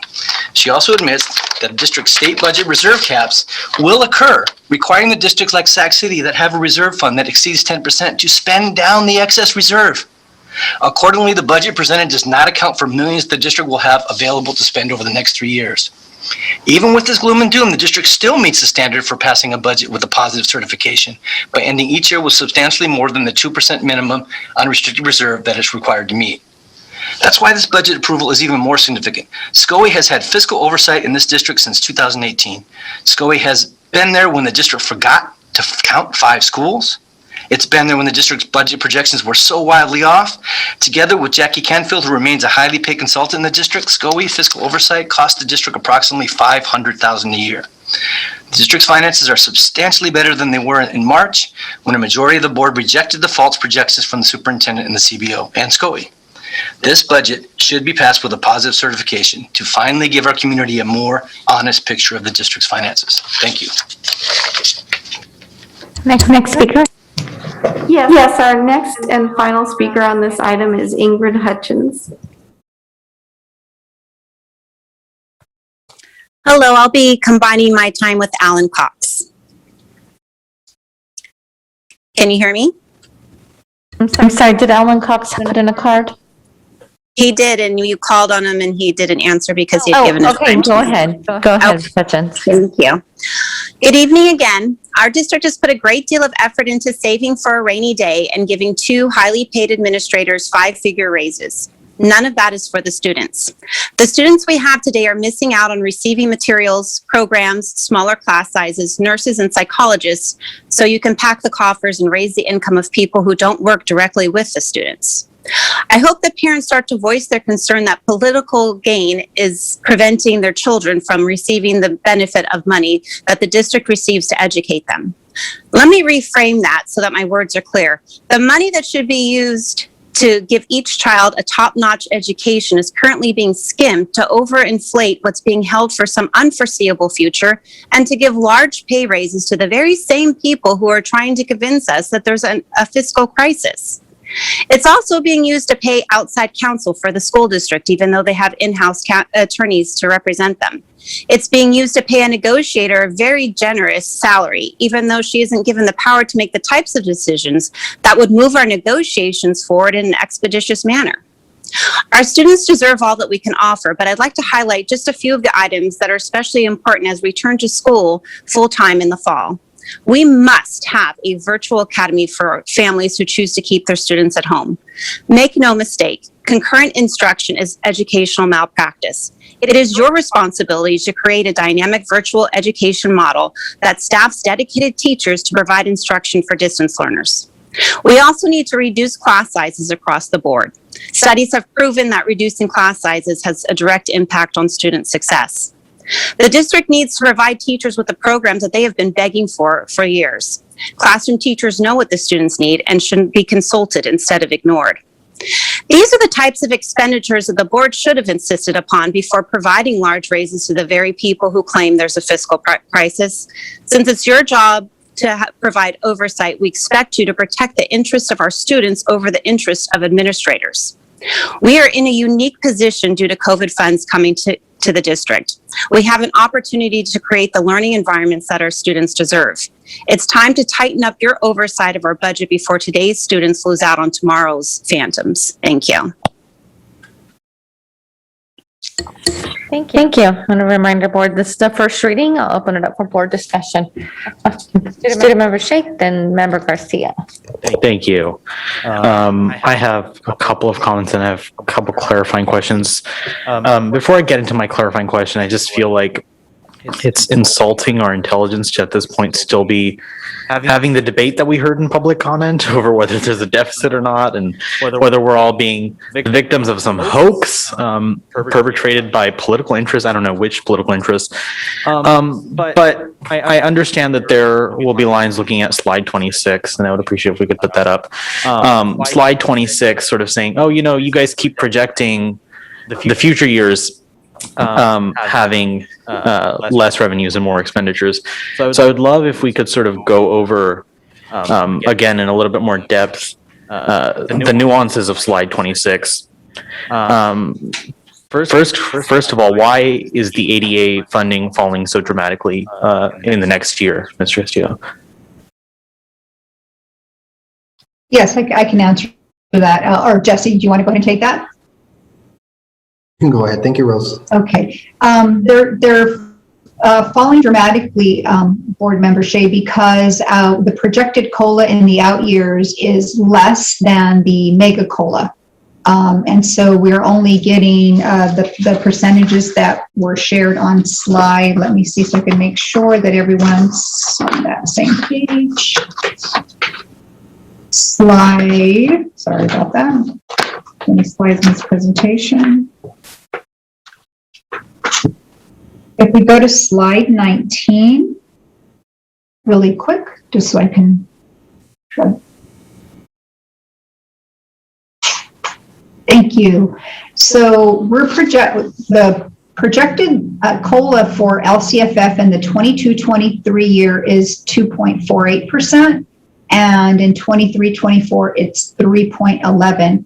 And as you might recall, this for the coming year, the May revise included a mega COLA of the 5%, the 5.07%. And so if we go back to slide 26, what you're seeing there is those COLAs in 21-22, that's your 5%, and then your lower percent of the 2.48 in the 22-23, and then a little bit of a bigger than the 2.4 of 3.11 in 23-24. So that's what those bars represent, is the increase in revenue per ADA for LCFF. And then the columns that are right next to those revenues, next to those salmon columns, those represent the cost increases per ADA in the major categories of expenditures for the district. It's not all inclusive of all expenditures, but it includes those big items like special ed. It includes our step and column, which are personnel costs, our PERS and STIRS, our pensions, and then our STIRS at the bottom. And so those are increasing at a higher rate than the rate of revenue we're receiving. So it's kind of like the equivalent of, let's say, your own personal operating expenses at home, your own personal budget, that you are getting, you're projected to increase your personal budget because maybe for whatever reason you're seeing an increase in your utility costs for your area, or the cost of food and gas has gone up dramatically and will be projected to go up over the next few years, but you're not getting any pay raises at work, or you're getting a minimal pay raise. It's not even enough to cover those cost increases. And so you're going to be short every month because you're not going to bring home enough revenue or income to offset your increasing expenses. And this is the equivalent. And so this slide really does tell the story of the district's deficit. This is what's happening with us. We might have a lot of surplus. It's like you can have a lot of money in the bank, a lot for a rainy day. And that's what our reserves really are. They are these balances that have been left there from unspent or one-time monies. But at some point, if you continue along this same model of lower increased revenues and increased expenses, at some point you're going to run out. And that just hasn't happened for the district. It hasn't happened in the last couple of years. We have been projecting to do so based on the information we had, but who was to know that COVID was going to happen and we were going to have this huge amount of savings and operating costs because we had to unfortunately close schools? Who was to know that we were going to get all this one-time money and federal dollars to address COVID? And so that's what's really shored up our reserves and made them look, substantially higher. And so I know I said a little bit more member shape, but I just wanted to kind of add a little bit of context to that. I hope that helped. And No, thank you, Ms. Rollins. That's exactly, I feel like this slide illustrates the structural deficit in a really, really important way. And so just to dumb this down, and you can let me know if I'm saying something wrong, but we have saved on operating costs the past 2 school years because of COVID. In addition to that, there's an unprecedented mega COLA, cost of living adjustment from the state's budget, may revise, that's giving us a lot more money this year than we can expect in future years. Is that correct? Yes, that's correct. Got it. And then just out of a little bit confusion, I see that our pensions, the PERS and STIRS, are minimal in the 2023 to 24 year. Could you just explain that? Yes, and those are the rate. That's the increase from 22 to 23, from 22-23 to 23-24 is not as great as the increase from the prior year to 22-23. And so that's why that bar is just a little bit, but it doesn't mean that represents our total cost. It's just the increase in cost from the prior year. Got it. So it's just increasing at a slower rate there than Correct. For the previous 2 years. Correct. Got it. And then I have a couple of other things. For one, on a personal note, I am going to college outside of this state in a little bit over 2 months. And a big part of the reason was that I was able to take a PSAT and SAT on the district's dime. And it streamlined the process. I didn't have to go out and get a waiver. It was already taken at school. And so as much as I have concerns about the College Board, and I do, I promise you, and I have problems with the way that the test is given nowadays, I did want to point out that Sac City students should not be limited to just going to school within the state, because our colleges are saying we don't need the SAT. And also the fact that numerous studies have come out in recent months pointing to the fact that when you're looking at these class and race metrics, the kids who have the privilege and the resources are able to have their essays hammered and picked at and made excellent, whereas these tests are a lot more helpful to advantage students lower on the scale of the socioeconomic ladder, because they're able to sort of objectively, with all the caveats, show their ability academically. And so I just wanted to say that I'm very grateful that that's part of our budget. Something else that I would like to revisit is the fiscal recovery plan, specifically the 288,000. I think that's the right number. It's not in front of me. The 288,000 number, which is the cut we made to college and career visits. With all the money sloshing in, I mean, we're hiring people to spend it, and we are sort of using one-time dollars as a placeholder for some of these items. I just wonder if there's any way, Superintendent or Rose or anyone, that we could preserve that item for the coming year and have the board take action to remove that from our FRP cuts. Well, this is certainly, Member Shake, this is the appropriate time for those suggestions and some of that guidance and direction to be provided to us as staff. So we will certainly look into that. Part of our challenge, as you know, is that we would need to make sure that we have the right resources from a human resources perspective as well, to make sure that those are organized, that they're done with fidelity, that we can ensure that all students are given an opportunity to sign up, make sure that kind of just from a logistical perspective, all of that is done. What we found is that, you know, our schools are very busy, and we want to make sure that we would be able to have something that can centrally support our schools, so that it's not all being done at the school site level, organizing campus visits to businesses, tying it to college and career readiness, for example. We know that it does take some effort, so we will certainly look into that based on your request. Thank you, Superintendent. I just feel as because we're heading back to normal, or hopefully better than normal, this is a really important part as the country opens up for our students to be out in the world, seeing what their options are post-graduation. I know that's something we're going to be discussing on the LCAP item. And so that's something I really hope we can look at.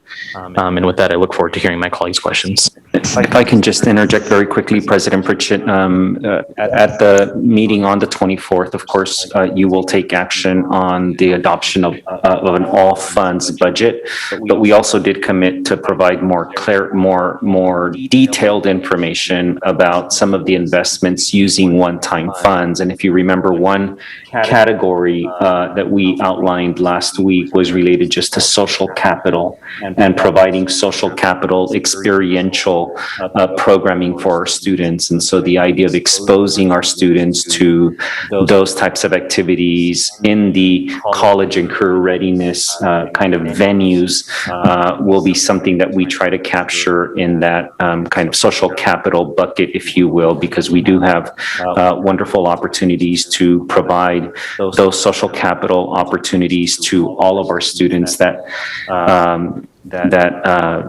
I've been very blessed to be able to offer my own children, but my parents couldn't offer to me. So I know the benefits of those kinds of experiences. And if I could just also say, Member Pritchett, because we were going through the presentation as quickly as we could, I do want to recognize that board members did ask for a multi-year projection calculation that included all funds versus one that removed those funds. So I'm hoping that board members will want to ask our staff for more detailed information of slides 22 and 23. Our staff did put a lot of effort into those two slides, and to Member Shake's question related to slide 26, I do think that slides 22 and 23 deserve some discussion done by our board so that our community has a clear sense of the difference between those two slides. They are really, really critical. Thank you, Superintendent. Member Garcia and then Member Phillips. Yes, thank you. So I want to thank staff for the work, the detailed work in the presentation. I did ask for a separation of the multi-year projections, one with and one without. I think it's just really important to understand sort of what the net impact is between those two. But I will come back to that. I did want to ask staff maybe a general question. We know what is in the budget as you described it, but on multiple occasions you also mentioned that ESSER III dollars are not in this budget. So can you talk a little bit about why they're not in this budget and when we might see them included, you know, in layman's terms, if possible, and then just also wondering what else is not in this budget before us. Yes, we can. I mean, I'm going to let Adrian talk about that. Adrian, do you want to share that information, please? Sure. So ESSER 3, there's a couple of things. One, ESSER 3 came out in late May, and so actually just kind of looking through ESSER 3's setup, we have a plan or a template that needs to be developed, but also just even tracking the resources or the technical piece of it. There is a code, but it's not even available to look at on the CDE website. So with that being said, that is one of the reasons why it's not in there. But the other one is just to have the spending plan related to that. And so as we go through the budget, I would anticipate that we would at least reflect that with our unaudited actuals, because we're also going to have to recognize the revenue of, I believe it's somewhere in the range of 150 million for ESSER 3 in our 2021 fiscal year. So that would be my anticipation of everything flowing through our financial statements. But of course, if we have expenditures to budget, we could put that in maybe at a 45-day revise, but most certainly with the unaudited actuals, because we are going to have to recognize that revenue in our year-end closing documents. Okay, that makes sense. But I just kind of wanted to get an idea of why it wasn't included and when we might see it included. I also wanted to talk a little bit about the fiscal recovery plan slide. I think it's, I printed my slides in a weird order, so 18, here we go. 17, 18. So along the lines of Board Member Shake's sort of thought process in terms of, what is in the fiscal recovery plan that could take a second, that could potentially be reconsidered, is the preschool program. I know that this budget, just for confirmation, does not include the $564,000 general fund contribution that it has required in past years. Is that correct? Yes, that's correct, Member Garcia. Okay, so I think it's also my understanding that if this contribution isn't made, that essentially it decimates the program. Is that also correct?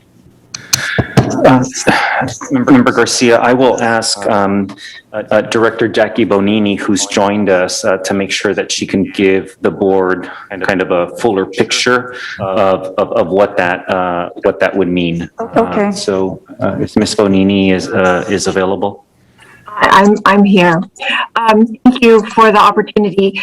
Yeah, that not decimate, but it pays for some significant and important members of our staff.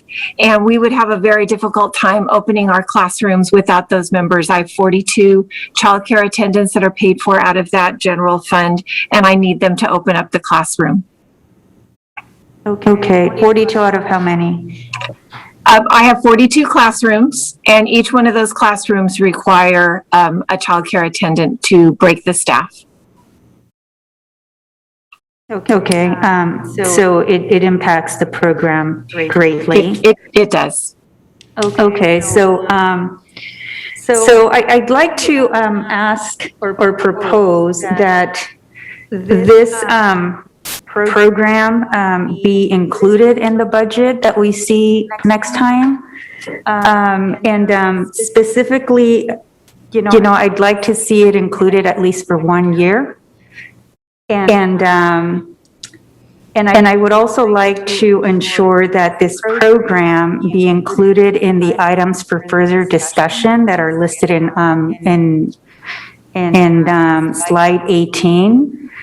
And because the state is having a very interesting conversation, the state is moving in the direction of funding transitional kindergarten. And I think in the past, we've talked about a needed conversation of a more comprehensive early childhood education program or plan, the strategic plan for the district on how the district might be able to serve both 3 and 4-year-olds. And I just don't think that conversation has happened yet. So I'd like to make sure that that we include the preschool contribution into the budget that comes before us in a couple of weeks. And that this essentially will buy us 1 year to have this conversation about how the district might be able to serve both 3 and 4-year-olds, recognizing that the program as it's currently structured is not fiscally solvent. Right now, it is too expensive to run, and this program is a reimbursement program. The state just doesn't reimburse the district at the level that it needs. So I just want to make sure that I state that as well. I also wanted to ask on slide 18 on all the programs that are on this list for further analysis that will now include preschool. What is the timeline for those programs or that analysis to come back to the board? Yeah, thank you for your question, Member Garcia. We are going to be putting together that work group over the summer. There's actually some other areas that we've also thought about that are very relevant, I think, and that we should be proactive in addition to those lists. And I can include, for example, dual immersion. There have been continued calls for us to think about how to look at a K-12 dual immersion program. And I always recognize districts that are committed to dual immersion, and most of the time they are thought of as a program that goes through 6th grade, and that's generally what we have here. And so we are thinking of putting together a work group over the course of the summer with individuals that oversee currently some of those programs and have a lot of ideas. Of course, we would, in terms of the timeline, it's going into the budget adoption process as quickly as we can.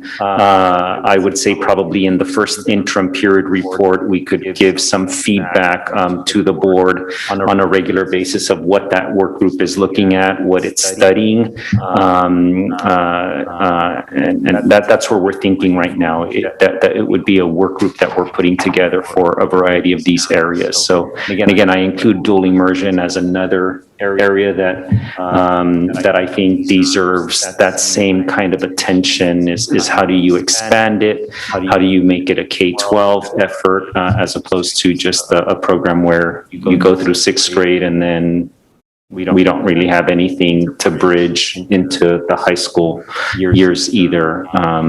Not because it's part of the FRP, but because we're going to continue to have those calls from our community because we should have thought about it as a K-12 effort. Right. Absolutely. I think that makes a whole lot of sense. And I look forward to hearing that. It also will enable more of our students to graduate with the seal of biliteracy. So goes hand in hand. I have a couple more questions. I also wanted to ask the question about, we know that this what's before us is based on the May revise that's going to change. The legislature will adopt their budget by the 15th of June. And so we're going to hear we're going to adopt our budget on June 24th. So I'm wondering, when do we get to see what the net positive impact of our ongoing unrestricted general fund budget looks like? I'm trying to get an idea of how much more the district will have on an ongoing basis, especially as the district enters into successor negotiations with multiple bargaining teams. I'm just really trying to understand. I'm really trying to wrap my head around a number. Do we know when that type of information will come before us? Is it next on the 24th, or is it for the material revisions? If I can ask Ms. Ramos, especially just being sensitive to the fact that we have 3 new board members that are going through this process for the first time, Member Garcia. Remember, Ms. Rose mentioned it very quickly at the beginning, but Ms. Rose, if you can just explain, I know that we're also joined by partners at SCOE, and just kind of explain a little bit more the opportunity of coming back 45 days after budget adoption and why that's a critical milestone for our community to understand. Sure, I definitely can, Superintendent, and I believe you said it briefly, and that's what it is. We have 45 days after the board adopts the budget to bring back to you material revisions to the budget. But of course, we will share with you any significant updates that are in the state enacted budget, and we're assuming that the state is going to enact it. There's nothing to say that they will not, but we have to wait and see what they are actually going to, what that date is. And I'm sorry, it's 45 days after the state enacts the budget. I believe Terry's on the line. I toggle back and forth between the date when we approve our budget. Because as you know, not that long ago in history, it would take the state sometimes a little longer beyond June. There were some years where they weren't adopting a budget or enacting a budget until July. So we would have 45 days after that time period. But we can certainly share information sooner. We will not have a formally revised budget for you until, roughly about 45 days, which would be in August and sometime in that time frame. Okay. Just needed to make sure that, I knew when we were going to see something a little bit more solid, especially as the district is, and, having these conversations on successor contracts. And then I also wanted to maybe ask, SCOE's on the line. Yes, Mr. Schweitzer and Ms. Ryland are on the line, Member Garcia. Yeah, so I don't know who gets to answer this one, but I mean, we did hear a public comment about this as well, is the budget before us is on solid footing. I mean, we do deficit spend. We have a lot in one-time funds, but I guess my point is that my question is it safe to tell our community that we're no longer in an imminent state takeover? That we are we still have a lot of work to do to close that deficit spending, but that we are not going to be taken over by the state in at least 3 years. Yeah, so this is Nick Schweitzer from Associate Superintendent, Sacramento County Office of Education. Yeah, so based on these numbers, the district does have sufficient reserves, certainly for the coming year and through the next 2 years to maintain solvency. Although just putting it out there again, as I know you've heard from me and Superintendent Gordon in the past, we remain very, very concerned about the structural deficit that the district is carrying. Okay, so I think that's important for our community to understand that, there's work to be done, but we are no longer on the verge of insolvency. So that the community, can have a little bit more certainty in terms of the direction in terms of our fiscal health. And then lastly, I did want to go back to another comment that was made about SATs and PSATs. I would love nothing more than to not have students take these exams, especially because we know that, they're not, they don't measure fairly. They're not necessarily exams for students of color. But the reality is that not every single college or university has done away with them. So it does limit opportunities for many of our students. Many of our students in California cannot go to a California college or university. It's just really hard. So they have to often consider out-of-state universities, just like our student board member. Not, I think, because he had to, but it's another option. Now, I do have this maybe thought in my head, and I hope that you help me clarify.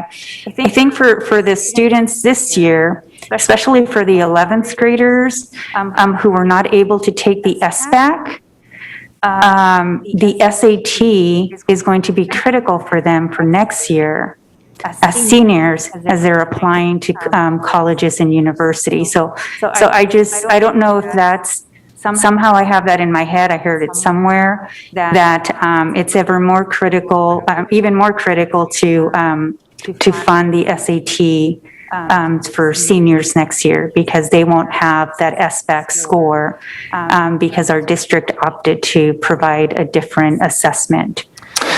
So I don't know if that's how many students will be in that particular situation in our district. I just want to make sure that I do agree. I wish we didn't have to pay for these, but right now it's just, it would be unfairly limiting the opportunities of many of our students, especially those that are first in their families to go to college.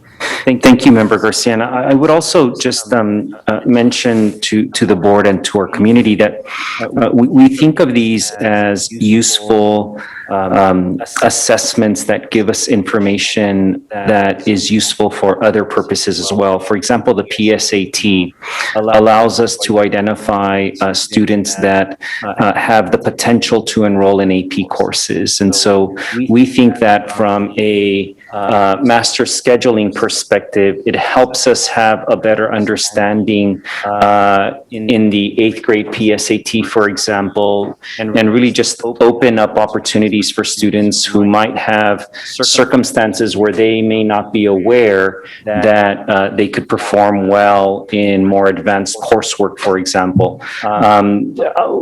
Would be very open to coming back to the board and bringing folks that have a deeper knowledge and can answer questions related to the degree of alignment between a PSAT test score and how they use that information to get back to us and let us know which students, for example, should be offered the opportunity to enroll in those advanced courses.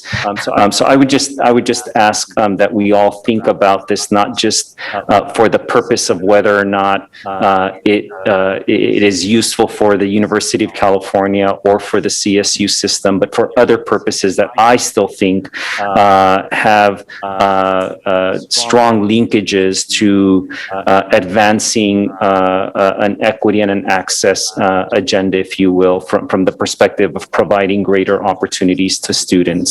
And again, I'm not talking about those of us who have experienced and went through that process and would do and would advocate for our own children to have those opportunities, but for many of our families who don't understand that those are also data points that are given back to us that they have access to, with the hope that they too will advocate for those same opportunities for their children.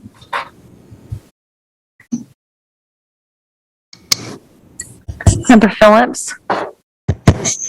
So the SAT and PSAT tests are, they do truly fit into the category of being racist. And even though, I mean, I hear what you're saying, Superintendent, is that it does provide opportunity, it does not provide opportunity for all. So even though we want to utilize it to find children who might go into an AP program, it's not necessarily equitable because it's not bringing it to those who may actually be able to benefit. So we have to be careful with those particular tests, but that was just a comment.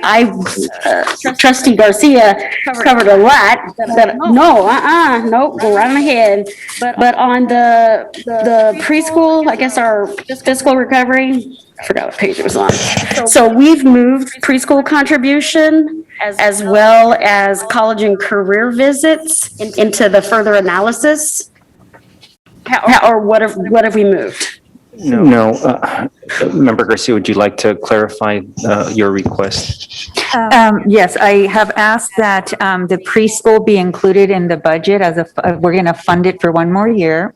And for the issue to also be included in the further analysis to find out how it can move forward beyond getting funded next year. Okay, but it's not specifically the fiscal recovery plan analysis on the next page. I see. Yeah, I think, Member Phillips, so you're looking at slide 18? 17 and 18. Yeah. 17 and 18, yeah. So one way of thinking about it, as we presented it, is that the programs on slide 18 are programs that will require us to do some further analysis so that we get to a place of recommending to the board a set of programs that don't require additional investment from our unrestricted general funds. And therefore, we're going to come back to the board with updates on what changes might we make so that we can reduce the need to invest from our unrestricted general funds. The child development contribution, Member Garcia is asking that we remove from the original decision that the board made to reduce the investment that we have to make to keep it going. And as I look around the room, we will then, over the next 2 weeks, include that investment basically so that that program can continue for the next year. Understanding that that will impact the multi-year and the structural deficit, but that's a decision point for the board to make. And then the college visit, I think what student board member Sheikh was saying was that he would like to see us provide those opportunities to students. I will say that on that one, we may include, if appropriate, as part of one-time funds, so that we don't use unrestricted general funds and extend our structural deficit. I will work with our staff to see if that's a possibility, because we would be able to do it for the next year and not have the same impact that we don't want on the structural deficit. So those are the two items as I understood them, and I'm open to. We want to clarify any questions so that our staff can prepare for the budget adoption in 2 weeks. Okay, so board member Sheikh asked that we or I'm asking if you did ask for the college visits to be added to the budget or to be figured into the budget so that we can see how that worked? Yeah, I'm trying to see if staff can find a way for us to pay for that for 1 year at least. Okay, so that's preschool and college and career visits that we're gonna look at in the budget to see if it can work. Okay. Correct. And, you know, I don't know. I look at all the fiscal recovery plan that we voted on in, I think it was March or February, I can't remember. February. When we voted on that, we found it very difficult to make cuts. So we're at the point now where we have millions and millions of dollars that we still need to correct in this fiscal, the fiscal budget issue that we have. What else are we supposed to cut? Where else are we supposed to cut things? How are we supposed to make this work? Because if we can look at our budget and say it might be okay for us to look solvent and then for the next three school years, but we know those numbers are going to continue to be adjusted. And if they're continuing to be adjusted, we're basically just kind of bailing our way out of every year. So, I mean, maybe there are some suggestions. I don't know what else we're supposed to cut other than, take over some austerity measures. Have we considered, some austerity measures to come down and have those been presented to the board? Because I know it comes down to basically benefits and salaries, but, austerity measures might not be able to bring it as low as we want without hurting the folks who are educating our children. So maybe there's a way that we could maybe have staff break into that a little, worst case scenarios, so that we can really see what we need to deal with instead of, putting Band-Aids on a gunshot wound, because it feels like that's what we're doing. I think that's a fair assessment, Member Phillips, which is why I think, again, that slide 22 and 23 are so critical for our board and for our community to understand, because on the one hand, both of those slides show pretty clearly that we are still going to be operating on a deficit. And were it not for these one-time funds, Member Garcia's adjective of imminent would not have gone away, basically. And so we've removed the term imminent because we have these one-time funds, but those two slides really do capture the amount by which we are still deficit spending. And I'm hopeful that, again, we just kind of spend time studying those two slides. Member Garcia reminded me that it was she who asked for this, and for me, those two slides are slides that I'm hopeful that our board will, and we're of course always prepared. We'd be happy to spend organized 2-buys so that we can kind of walk the board through this very, very carefully, so that you can explain to all of our families the significance of those two slides. So can we make sure that when we're having this reviewed with us, or when it is reviewed, that we're addressing the restricted funds? Because restricted needs to be what we're not focusing on, because those are our one-times for the most part. So it's almost like there's too much information here.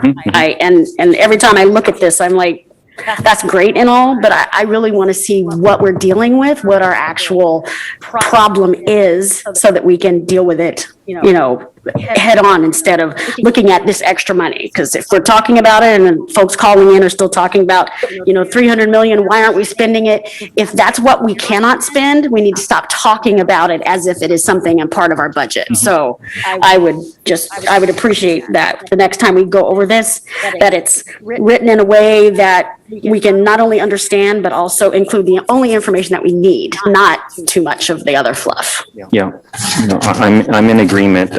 We will follow up, Member Phillips, on whether 2-buys might be the most appropriate venue, or whether we should just be talking about a different way of communicating all of these numbers, because I agree they are a lot of numbers. And I want to make sure that our board and our community in the end understands what you're referring to with respect to restricted and unrestricted, and where do we have flexibility, and where does it matter and where does it not matter at the end of the day. Right. And I also just want to ask, maybe if it's possible when presentations are given, that we have an opportunity to ask questions during the presentation. Storing them up until the end kind of takes them out of context when we're asking them. So I'm hoping, I'm not sure if, Ms. Ramos would be able to do that completely, but it would help if when we have the question, while we're in that slide, that we can ask that. Thank you. Thank you, Member Phillips. I just want to remind our board, we're about an hour, 40 minutes over. Superintendent, I do want to ask that you set up 2 buys with Ms. Ramos, with board members. And thank you for asking the question, Member Phillips, about, what else can we look at? Because I think we're all kind of wondering that same thing. And I think it's important to note of the 8% healthcare increase. We've been talking many, many years on this board about the cost of healthcare within our district. And I think that's not going to fix the big picture, right? But that's a large portion of it. And I think with COVID, we're going to see the cares, not cares, because let me back up. The people that received care because of COVID, we're going to see even larger increases in healthcare. So I think that's probably one of the biggest elephant in the room of what we need to speak about. Member Morawski, we're an hour and a half or hour and 40 minutes over. We'll do 2 buys. Thank you very much. I think it's important just because, and I'll try to be quick, but we have to adopt the budget next meeting. So I think we have to have this conversation tonight about a couple of these things. So I first, but also wanted to just sing the praises of Ms. Ramos and the team she's assembled. And, it's an absolute pleasure to work with all of you. And I just really want to address head on that I'm actually pleased that we could realign her salary to be commensurate with her increased responsibility. She took on essentially an extra high-level position in our district, which not only, we are paying a strong, competent woman of color the salary that her experience and job duties would command in the marketplace, which is competitive, and also saving the district money. So I appreciate Ms. Ramos, the job that you're doing. I would, be happy to do that again if it came up. And I just really want to call that out publicly because I think it can be very demoralizing to our staff to hear some of the things that get said. So I just wanted to set the record straight on that. So I appreciate your indulgence. I'll be very quick with the rest of it. Just wanted to echo Board Member Garcia's comments about the preschool contribution. I really do agree with the process, putting it into the further analysis bucket. And I do think, based on the way that program is structured, it is very difficult to find fiscal sustainability. We may just be talking about a phase out of the program in favor of some other model, but I think we need that year to look at it. And also with COVID and a lot of women being forced out of the workplace and, childcare really being decimated, I think this year is not the time to do that. So I do agree with putting that back in the budget for 1 year and just being explicit about that while we work on a transition plan. Also appreciate Member Shake's comments and look forward to seeing that explain more about what is actually in the budget. And that was the other kind of overall comment I had. I had a really difficult time understanding kind of the programmatic impact of the budget, like what all is in here, like what are we doing with the dollars. I know that there's some federal dollars that are in the budget. There's some federal dollars that we'll be accounting for later that will get into this next year's budget. So I really just did want to emphasize that as we discussed, I think we expect more detail on all of those expenditures with our one-time funds. And I did want to thank staff for, taking the one-time funds.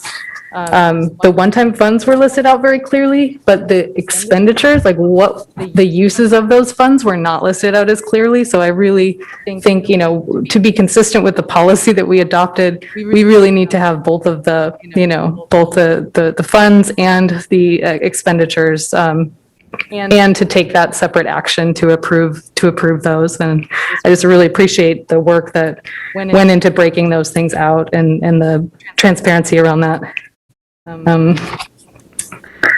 I guess one other thing I wanted to say about the one-time funds and the, we're doing a lot around addressing learning loss.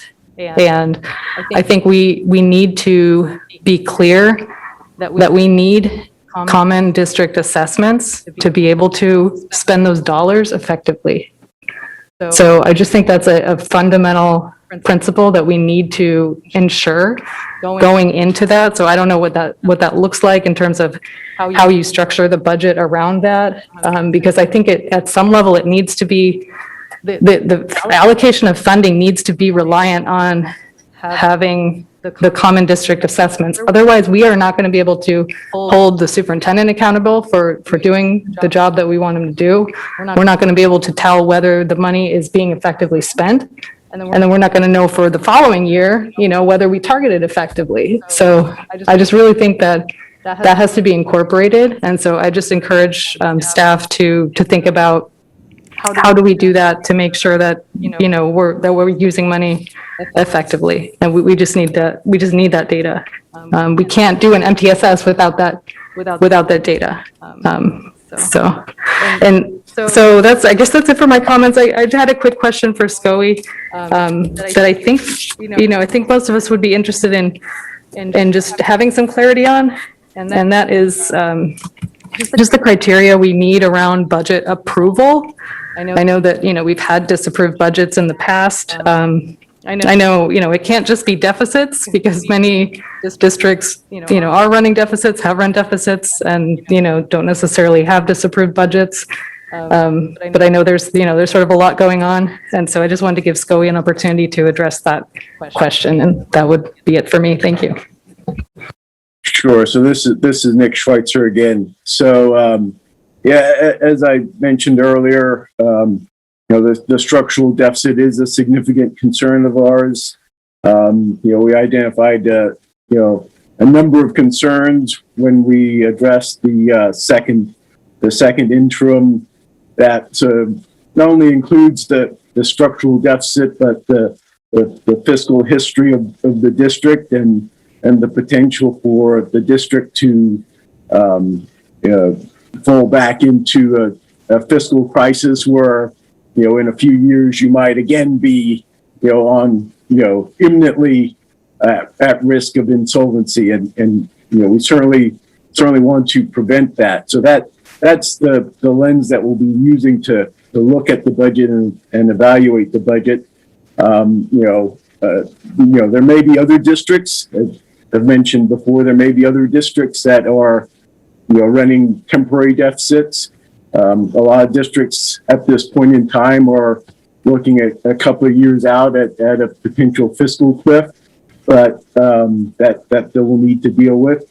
But all of those districts have, for the most part, been not running structural deficits for the last several years, and have not had to, make cuts recently as this district has to shore up its fiscal condition. So as I said, very concerned about the structural deficit and the potential of the district re-entering a fiscal crisis in a few years. We don't feel like we can, approve a budget that's going to have a long-run structural deficit and that's going to put a district, back, in potential fiscal insolvency in a few years. So we'll be evaluating this budget for that, and we may need to disapprove it as we've done in the past on that basis. Okay, thank you. I just wanted to make sure. Just want to make sure, you know, if that is the case, that we have very good clarity around what those factors are, so that we can, you know, if there are other factors, such as, you know, negotiations being outstanding, et cetera, like what all those factors are that would potentially lead to a disapproval, if, you know, along with the letter that SCOE will send, letting us know one way or the other. So thank you.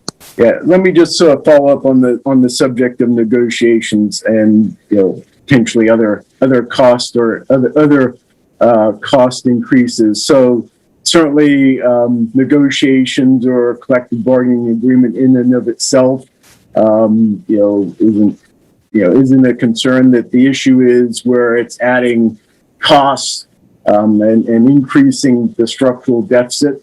You certainly will need to bargain with your labor representatives here for a successor agreement, but you've got very limited room to provide salary, if any room at all, to provide any compensation increases given the structural deficit, unless you're able to find some significant offsetting savings in addition to what you need to identify to solve your structural deficit. And so that goes for any other new programs or cost increases that you might want to do, such as continuing some programs that you're talking about just now. If you can't find a way to restructure them so that they're sustainable. So all those are concerns that we'd encourage you to think about and be aware of.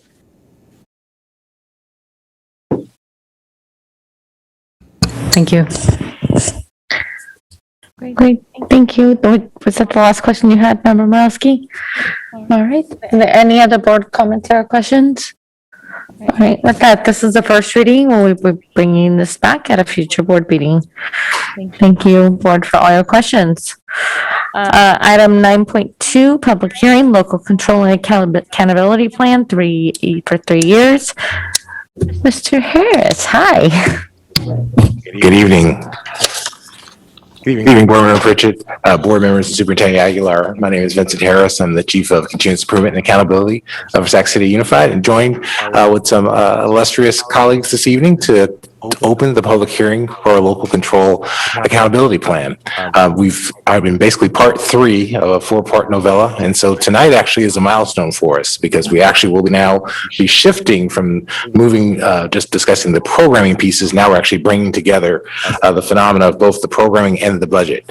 And so tonight is really a milestone in terms of now we've moved through the season of really gathering input, doing the needs assessment, creating strategies, and now we're in a position now to really present our first best thinking of what the overall local control accountability plan will look like. If we go to the next slide, please. So as we talk about what this plan is, it really is the artifact that documents the way in which we will actually apply the core value and fulfill the promise of the guiding principle. And it can be, glib to walk by this, but really as we do the work of the LCAP, we really are looking at ways, and this is in honor of not just our LCAP PAC, but actually many of the community groups we've reached out to. Many of them have called for us to take a bold stand in terms of looking to provide opportunities for everyone, every student, all students to grow, to learn and really achieve their greatness. And so that's really the theme to a large degree of what we are proposing our next 3-year LCAP. If we go to the next slide, please. And so our aspiration is really anchoring all of our decision making. It ties back to the presentation we were just had with our fiscal department to really think about our student needs being the foundation and the basis of all of our decision making. And so that ultimately is reflected in the artifact of both our district level planning through the LCAP, but then also at the next board meeting, you'll be adopting hopefully the school plans for student achievement, which really do have the same foundational base of looking at our students in their local context, developing action plans to resolve those places where we see gaps, and then having those drive our budgeting and spending priorities. If we go to the next slide, please. Now, this slide is new. And so some slides we'll go through pretty quickly because you've seen them before, but this is our first attempt building on the last few weeks of board meetings where we're trying to make meaning of all the planning that's happening. So on the far left, you see our LCAP goals. In the center, you see our CARES Act plan, which was presented to you last week. And then, of course, on the far right, you see our Expanded Learning Opportunities Grant. Now, I won't claim that this is how this artifact will remain because it's our first time striking it, but what we're really trying to do is really three things here. One is show that we've been intentional as a system trying to think about all these plans and how do we make meaning between the plans. So this is our first attempt at making meaning between the plans. The other piece of this crosswalk, which I think is really important for you to see, is this notion of in the last board meeting, there's a lot of conversation about how we're going to measure things. And so ultimately in the LCAP, you're going to see measurable outcomes. And so what we're trying to do is figure out what's the way in which we can consolidate the notion of measurement so that, as we think about the ELO plan, how we're going to measure it, think about the CARES Act, how we're going to measure it, really to a large degree, and this is going to be evolutionary over time, we're trying to make sure that there's a through line of measurement. And so we get concentration of plans, right? And ultimately, there may be many things that hopefully will move and improve climate. There may be many things that improve college and career readiness. And they're going to cut across plans. And so what we're trying to do is make sure we're thoughtful about being able to measure the impact of plans, but also have appropriate redundancy. So we're not creating separate measures for every single plan. And so that's the second theme of this. And then I just say the third theme really is our district ability to really say, how are we going to come back to you with updates? And so we're going to try to have kind of a through line in our updates, because obviously we don't want to have updates for each of these separately when we think that there's an element of concentration to them. So again, this slide is going to evolve over time because honestly, this is our first attempt to try and make meaning in crosswalk, but I think it's an encouraging slide because we really are trying to improve our systemness in these conversations. Go to the next slide, please. And so again, this slide we'll go through relatively quickly because you've seen the definition of the LCAP and the context of it. Obviously, we want this to be as much a community plan as possible and reflect in very specific ways our focus on student outcomes and concrete actions and expenditures to be implemented over the next 3-year cycle. And next slide, please. So as we talk about our students, we really are trying to ensure ways that we can see our students. And so this intersectionality graph is really meant to just give one way of looking at our students, both in terms of the student group, but also in terms of the ways in which they show up in other ways. And so, for example, you take the first line of African-American, as we work our way left to right, you see that African-American students make up about 13% of overall Sacramento City Unified student population. But as you look at kind of these programs, as you again work your way to the right, if we stop at foster youth, African-American students are just under 30%. As you look at homeless youth, African-American students are about 40%.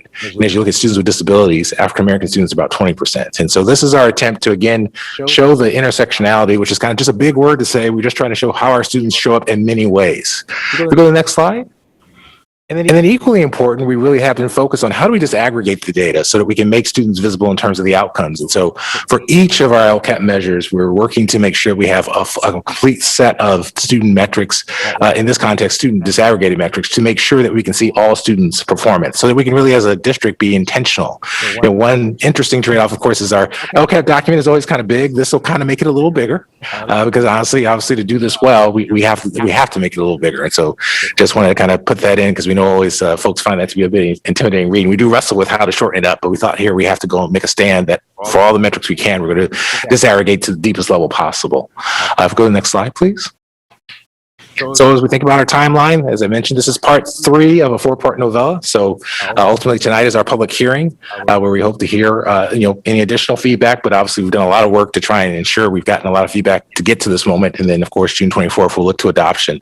I will say probably the most important part actually in many respects is our beyond measures here because we recognize that obviously there's a real opportunity for us to continue strong engagement in terms of explaining what the LCAP is, building on our partnership with our communications team, and then ultimately, of course, again, coming back to the board with ongoing substantial feedback and also outcome measurements on a quarterly basis to keep you on track with what's happening. If we go to the next slide, please.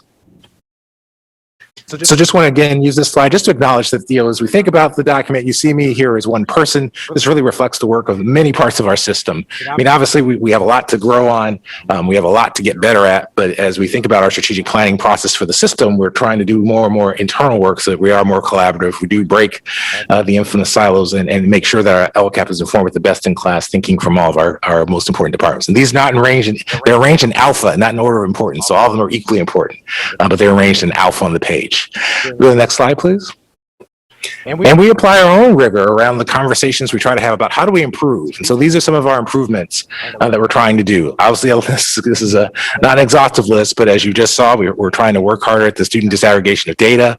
We'll make a point about sharing stakeholder recommendations, because that was actually probably one of our leaps forward, if you will. If you remember, for the first time in our cycle of LCAPs, we actually got to the LCAP PAC's first set of recommendations, preliminary ones in December. And then, of course, we had, thanks to your leadership, the March workshop together. So those are some of the examples of how we've tried to bring this process forward, where traditionally you didn't get the LCAP PAC's feedback until May.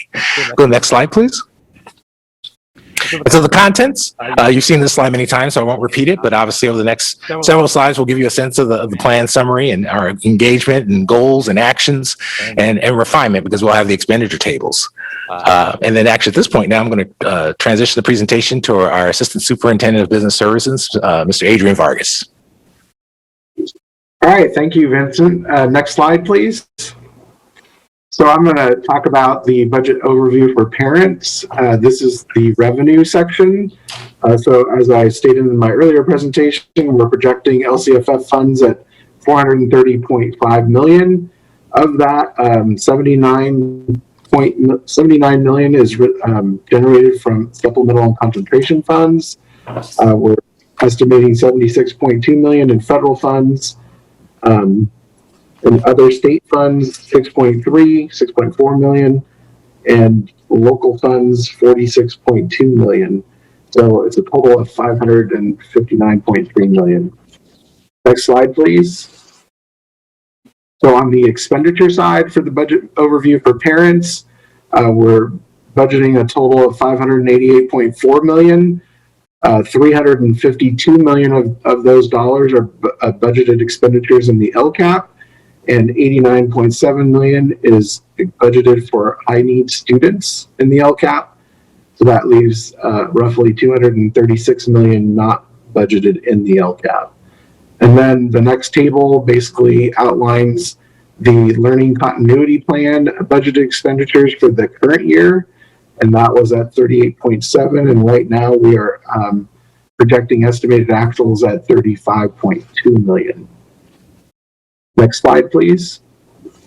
And then again, just on our LCFF supplemental and concentration grant funding, our projection based off our enrollment and our unduplicated pupil percentage of 72%, that we are projecting 79.2 million for 21-22. These funds are intended for low-income students, English learners, homeless youth, and foster youth. And then for the increased and improved section of the LCAP, we describe how services for high-need students are increased or improved. And for the 21-22 year, that would be roughly about 23%.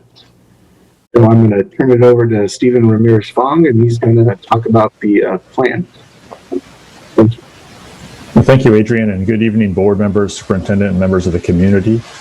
Next slide, please.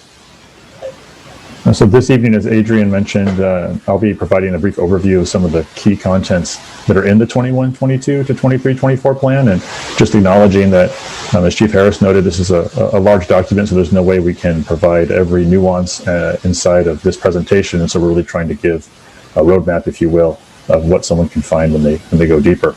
With regards to the plan summary, that's the almost like an executive summary of the LCAP, and the reader would find some general context about the district, some reflections on our recent successes and also our identified needs, and then also some highlights as to what's inside this year's plan. Here on this slide, we're sharing just some examples of focused topics you'd find in our identified needs section. And if you went into that section, you'd see some more detailed analysis of student performance results, looking at dashboard and other local data, being able to further describe, what are some of our needs, and particularly what are some of the gaps in performance we see by student groups, and what do we forecast as far as getting to address. Next slide, please. We've shared the goal areas, a number of times. Here, really the purpose of this slide is to remind the community of the new guidance the state provided us on types of goals. And so here you can see that we have 5 broad goals, 2 focus goals, and a maintenance of progress goal. And I think an important takeaway of this slide is just reflective of all the community conversation we've had MTSS is a foundational piece for the whole LCAP. If you look at our broad goals, those are all rooted in MTSS. And so the presence of MTSS as a focus goal really speaks to the very intentional work going on with the 3-year cohort training model, which is critically important to being able to build capacity and install MTSS. But it does not mean that MTSS isn't really undergirding all of those other pieces. And even after we accomplish that focus goal, MTSS will still be a backbone of this LCAP. Next slide, please. When Adrian spoke to the expenditures, the budget overview for parents document is relatively similar to what it's looked like in the past. The expenditure tables in the LCAP itself are quite different in this new LCAP template. And we've shared a little bit about this in the past, but as a reminder, the state really has put a stronger emphasis on the purpose of actions and a less of an emphasis on the resource or funding source of an action. And so you can see in this expenditure table that is an example of how it appears inside of part of our LCAP. You see it broken down by personnel and non-personnel, but then you also see it broken down by resource clusters. And so when you see LCFF funds, for example, that's LCFF base and LCFF supplemental and concentration grant funds. So the LCAP itself no longer differentiates clusters of resources in some cases. So what we're committed to doing in our district, because we know that it's an important priority of our community, is to provide an appendix to the LCAP. And so we just want to reiterate that there will be an appendix to our LCAP that shows the specific breakdown by individual resource. Next slide, please. This slide was presented last time in our stakeholder input summary, and we're just reminding the board that there's a lot of different ways that we've brought input in, and I'm really excited to be able to pass off for a moment to 2 of our student advisory council members who weren't able to be here. The student advisory council wasn't able to be here in our last meeting, and they're going to speak to some of those overarching themes that we've talked about in the past, really from that student perspective. So I'm again very honored to pass off to Isa and Sarah for the next slide. Thank you, Stephen. And so we're just once again going to discuss these overarching themes that have been identified from the input from our various African American Advisory Board, the American Indian Education Program, the Community Advisory Committee on Special Needs, the District English Learner Advisory Committee, and the LCAP PAC. Number one, as staff has identified a number of times and as shareholders have shared, the effective implementation of an MTSS for students to equitably be met where they are with the needs that they have. Furthermore, identifying student needs and individualizing supports based on what those needs are, meeting students where they are and sort of moving past the one-size-fits-all system that we've seen built for a certain type of student that hasn't accommodated for every type of student here. In addition, a focus on early literacy and developing a strong foundation in those essentials. This year especially, we've heard from staff a number of months ago seeing just the dismal numbers. We don't have enough assessment data. We need more. But from what we have seen, our younger elementary students are not getting what they need with regards to literacy, which is a fundamental skill for them as they go through the system, and for them to be behind at that early stage only sets them back for the entirety of their education and then further on. And with that, I'll pass it on to Sarah. Good evening, everyone. This is Sarah Footage from the Student Advisory Council.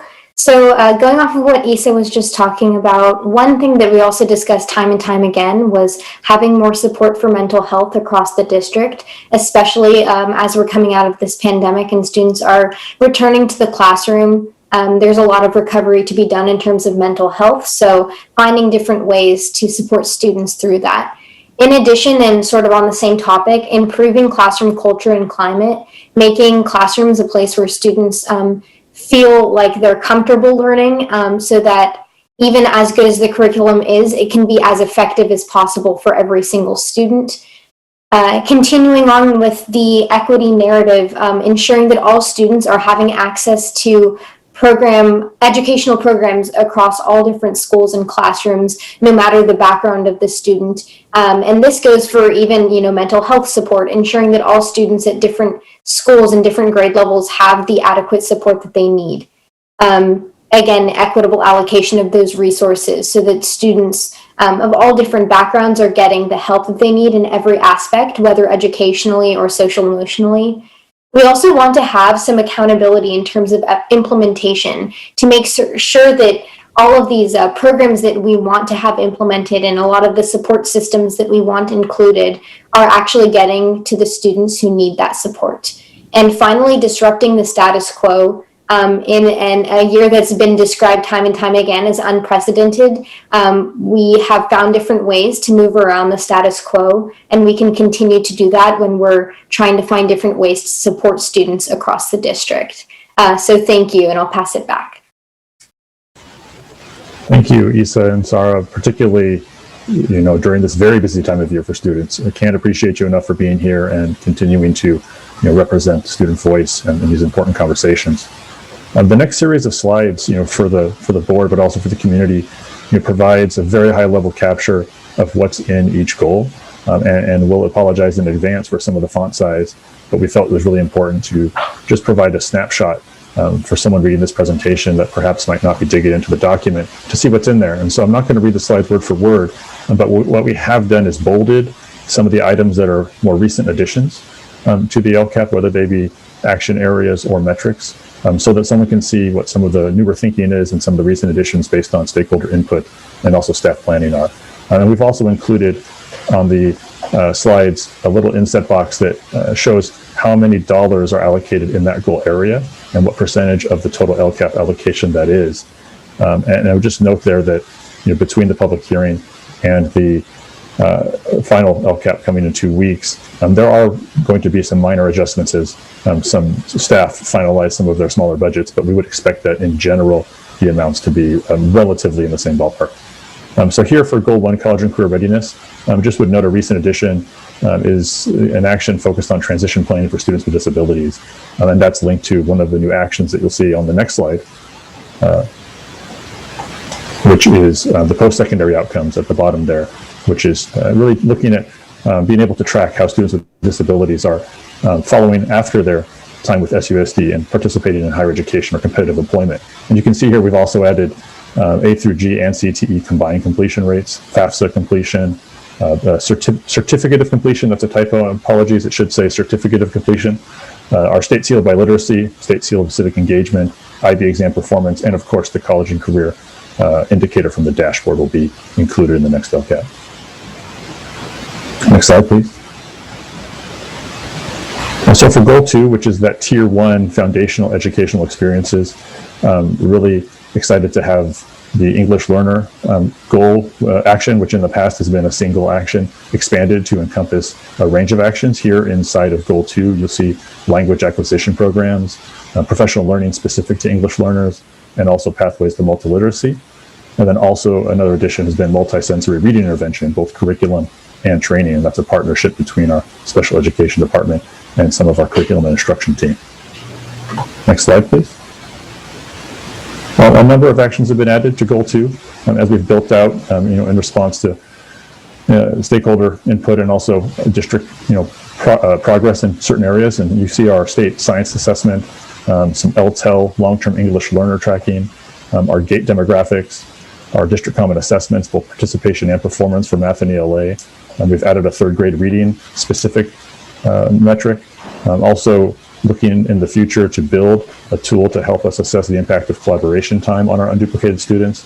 And then also most recently, a metric to align with our special education department's tracking of how much time is spent with least restrictive environment for our students with disabilities.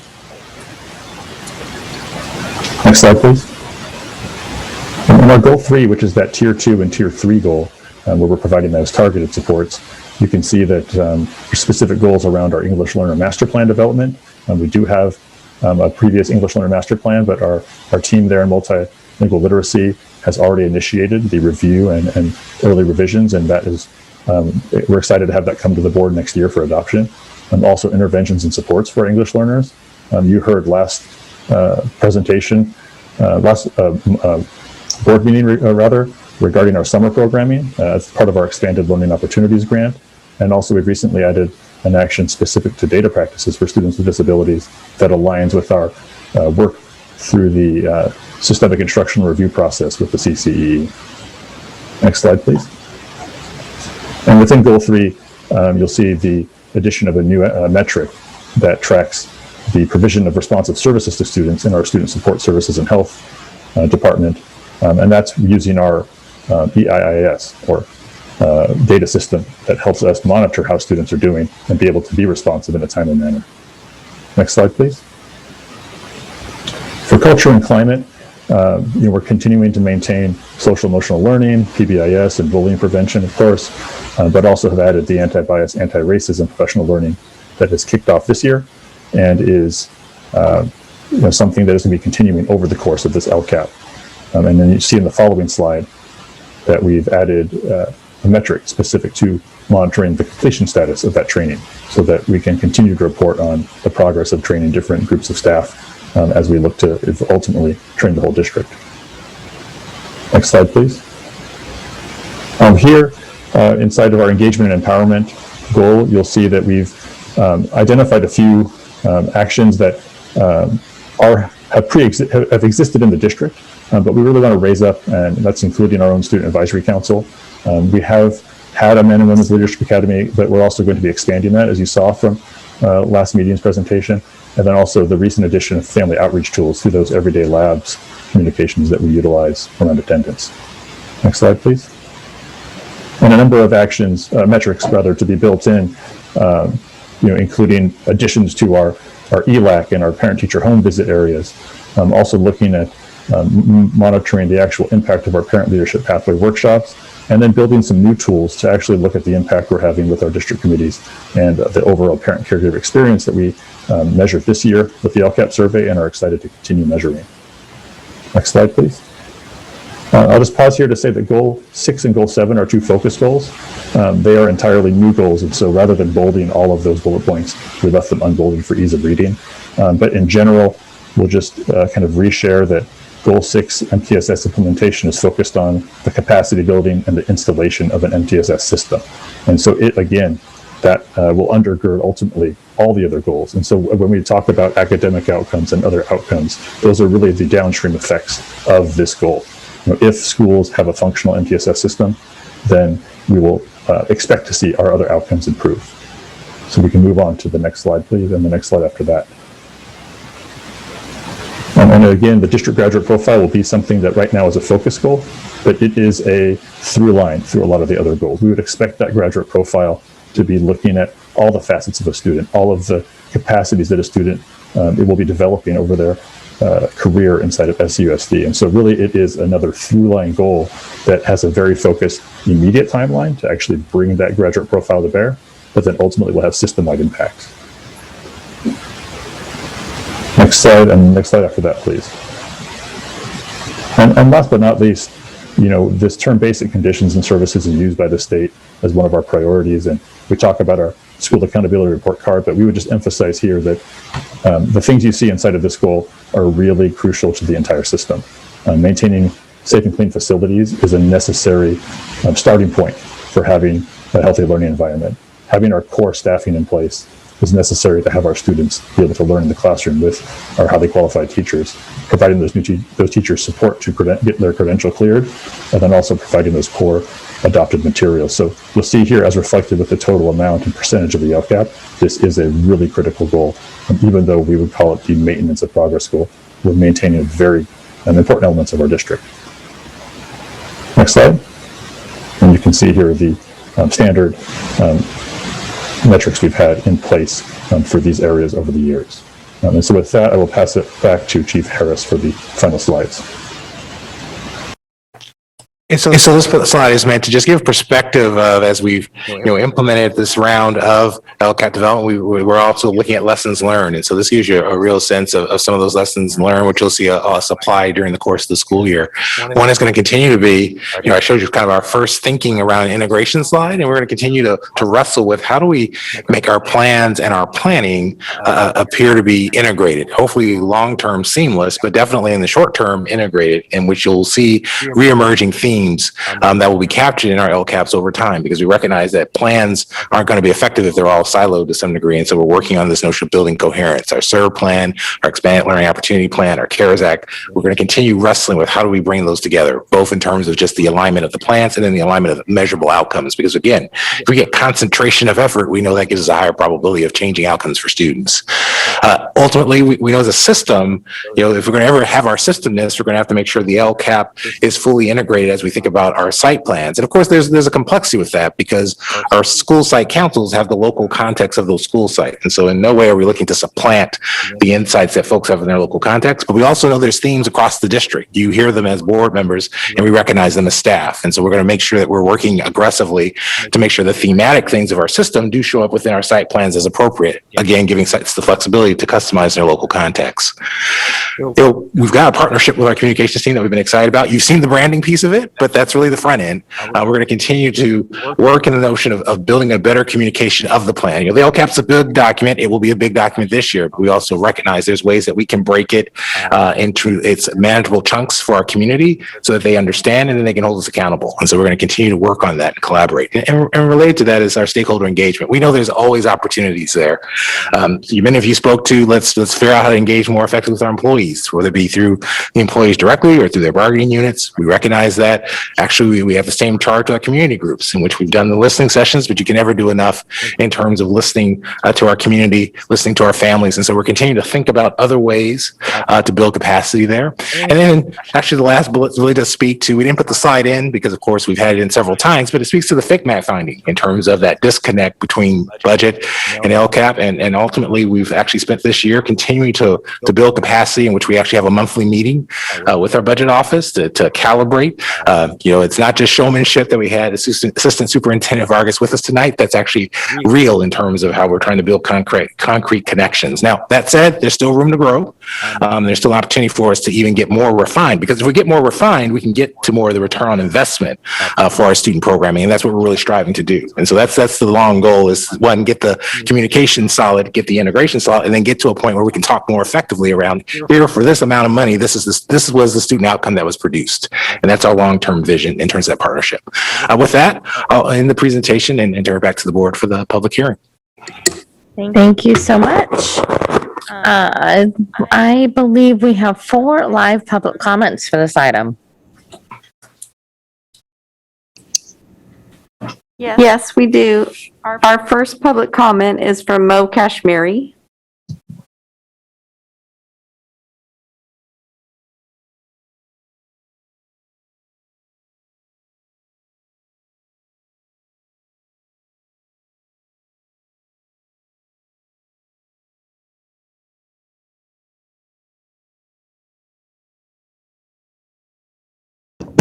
Looks like he's no longer online. We also have requesting to speak Renee Webster Hawkins. Thank you.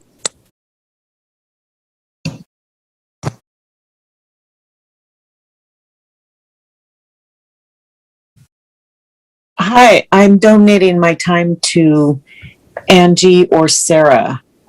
Perfect. Thank you, Renee.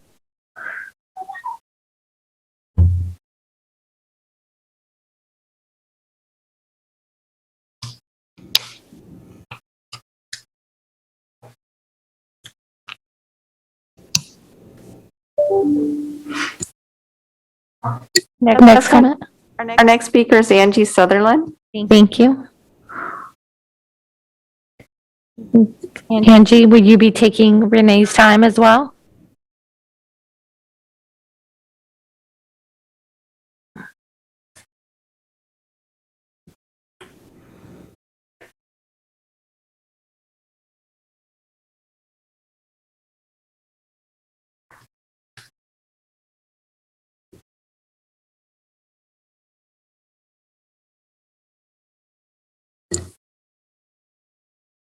Do we not have it, Ms. Sutherland? She is listed, but she's not coming online, it looks like. We can go to Sarah Williams Kingsley. Okay, thank you.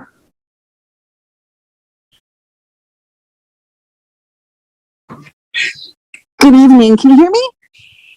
Yes, we can hear you. Great. This is Sarah Williams Kingsley, and I'm speaking for myself, and I'm using Renee Webster Hawkins' time as well. Okay, thank you. I wanted to applaud the LCAP PAC and the Student Advisory Committee and the District English Language Learners Committee and the Native and Indigenous Students Committee. It was a huge amount of work to put into this presentation, and the things I saw come out of it are really encouraging to me as a parent who's been involved in this work for a number of years. And I want to specifically call out that having specific items and money attached for expanding transition services and the multi-tiered system of support is so huge. I served on that committee for a while, and seeing it rolled out even at the delay is such a huge thing of encouragement that our students are going to be getting more of what they need when they do return to classrooms in this fall. And the multisensory literacy programs and the data practices for students with disabilities, and seeing the actual number of hours or minutes time spent in least restrictive environment data, all of that is based on input from parents and community members. And I want to really call out our community for stepping up and providing that guidance and that input and that push for our district to better serve our students. We've done the work, and now we need the board to listen to this community input and really implement this plan that has been put together with so many parents and community members and some really thoughtful people who care deeply about our students. Thank you. Thank you. Ms. Moretti, do we have any of the other, Angie Sutherland back online? Or Mo Kashmiri? It looks like Mo Kashmiri is now online. Okay. Hey everybody, Mo Kashmiri. Thanks again for having me. Just wanted to say, we know what our kids need. Our kids need lower class sizes. We need to end combo classes. We want to have more social workers and psychologists. I definitely see a lot of great stuff in this plan. But what I don't see is they're really implementing what our staff are asking for, right? I think we should be listening to the folks that actually know the names of our students and listening to what they want and putting that in there as well. So again, I don't see lower class sizes in there. And I think we need to work on long-term, if there's not enough revenue, then our job, your job as a board, and our job as a community is to put together a proactive plan to get the revenue that we need to build the education that all our kids deserve. Instead of talking about austerity and drastic cuts, we need to invest in our kids, invest in our future. We know that pays off, and it's up to us to do that. And I don't want to hear any more talk about austerity cuts. I want to hear leadership about getting the money that we need to make things happen. Everyone thought I was crazy when I said earlier that we should be getting more revenue to overcome our issues. And now look, we've done it. Now we just need to keep building on that and make those revenue increases permanent and go even further. So again, I want to encourage us to think outside the box. Instead of just the whole black and white, let's just cut. Austerity will never make this district great. We know that with 13,000 kids homeless out of our thing, there are big needs that need to be addressed, and we need to be doing the big thinking. And I don't see that happening here, to be honest. But I do appreciate that there's some movement on small issues, but we're still whiffing the ball on the biggest issue, which is whether we're giving our kids the support that they need and deserve. Thanks. Thank you. Our final speaker is Terence Gladney. Thank you. Good evening again. I want to thank Mr. Fong and Mr. Harris for including the breakdown of populations within the defined subgroups. I know there was a specific ask from one of the listening sessions I attended, and I think it paints a powerful picture to not just look at what the state tells us is going to be defined, but defining that, you know, for relevance within our own district. So to see those numbers, I hope gives you guys the ability to make more informed decisions, not at the higher level, but looking at who those students actually are and where they actually come from. I saw notated on the LCAP presentation and IB supplement. And if I were to cross-reference that back to the previous presentation on the budget, where we have programs that basically are, you know, being supplemented. I know that in addition to the two that were on slide 18 from the previous presentation, there's also Luther Burbank, which isn't on there. And I don't know if that's because it doesn't require supplementation or if it's just omitted. But that speaks to a greater need for we as a district to look at where are we supplementing programs, who do they serve, and are they students that are generating the dollars that tell us we need to actually supplement their education, right? So if they're from those subgroups like the one slide showed, then yes, if they're attending those programs, then we should be supplementing them. But if we continue to act without complete data, then we're really doing a disservice to our children. I did see George Washington Carver on there, which I believe is a great program. But I remember earlier when they were fighting for their charter renewal, a lot of students came and said that they don't even live within our district footprint. So again, it goes back to you guys to set your priorities to who are we serving, what are your priorities, and then that allows us to see continual, consistent decisions made within a framework that we all know before the decisions are made, and then those questions won't be coming back as to why did, you know, and it going again to another comment. You know, I did question Ms. Ramos's increase, but it's because it came without data. I know that there were additional hires within operations that may have taken some of those responsibilities that we assume she's assuming off of her plate. I know that we have SCOE support to do some of the CBO jobs. So if we're looking at it holistically and, you know, across the board, some of the things that maybe would normally be done by Thank you, CBO Terrence. Please are wrap it up. actually taken care of by an outside source that we're paying for as well. Thank you. Thank you so much. All right, that was the last comment, Ms. Marty. Yes, that was the last comment. Okay, I'll open it up for board discussion. Member Villa? I just wanted to touch on a few things. First of all, I think this is a fabulous roadmap that is not black and white that we heard. This is, to me, very robust. It's truly putting kids first. So you guys did an amazing job. I'm glad that all of the committees were a part of this.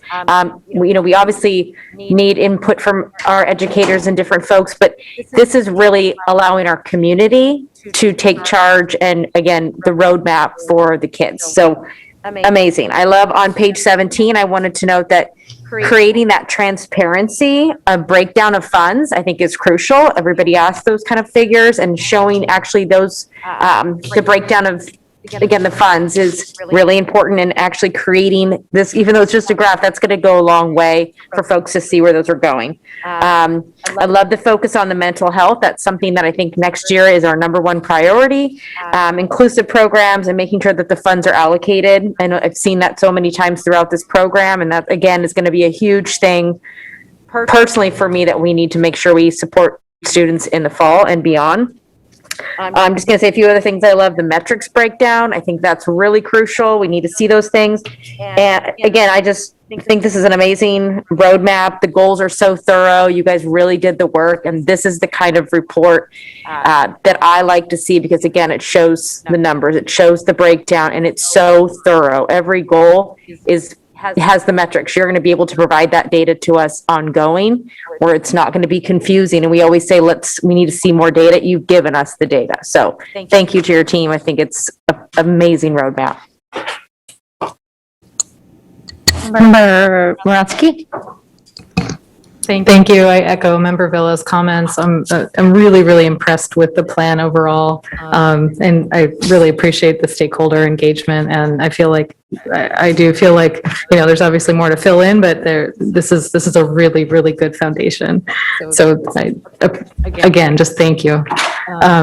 There's just a couple of things that I had mentioned last time that I wanted to follow up on. One of them is just kind of how firm is our goal around early literacy. I saw that, it was one of the key stakeholder items that was brought up, but in terms of how it's reflected in the plan, I didn't see as bold, I guess, firm goals around early literacy. So can you speak to that for a moment? Sure. I'll start and then defer to Mr. Ramirez-Fong. I mean, certainly, part of this was to clarify with the LCAP pack as well, exactly where they're targeting. So we've been working with the academic team to try and land in the right place. So I would say that's one of the goals that I would say is still formative to some degree, and probably we'll see a little bit, a nuance to it, or frankly, a revision probably by the time we bring it to the final adoption. But I'll defer to Mr. Ramirez-Fong in terms of, I know he has a direct conversation with some of the departments. Thank you.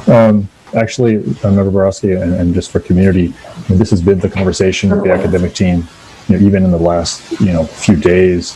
What we're doing right now is trying to actually build a new action around what I understand to be a 6-year literacy plan.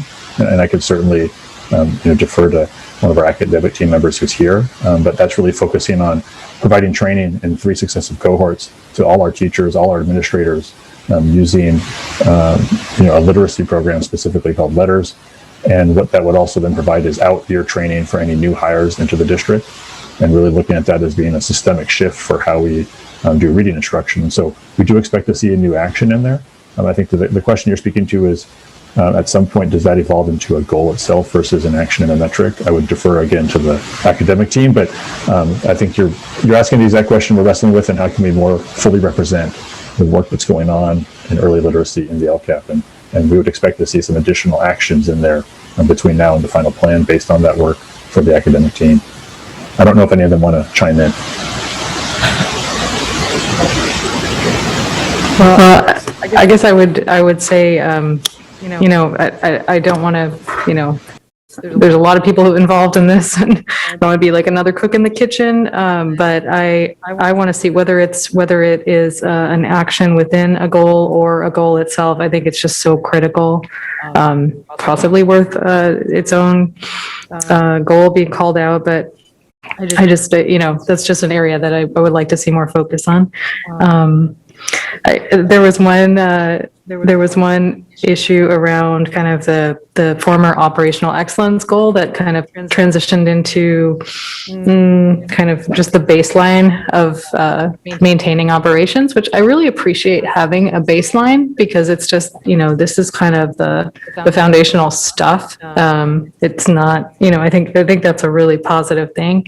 But again, it doesn't really address any organizational improvement efforts at all. So I don't know if maybe the LCAP is just not the place that lives, because it didn't seem to be a priority of stakeholders and so forth. So, it would be fine to me to see it explained or followed up on in a different format, maybe outside of the LCAP.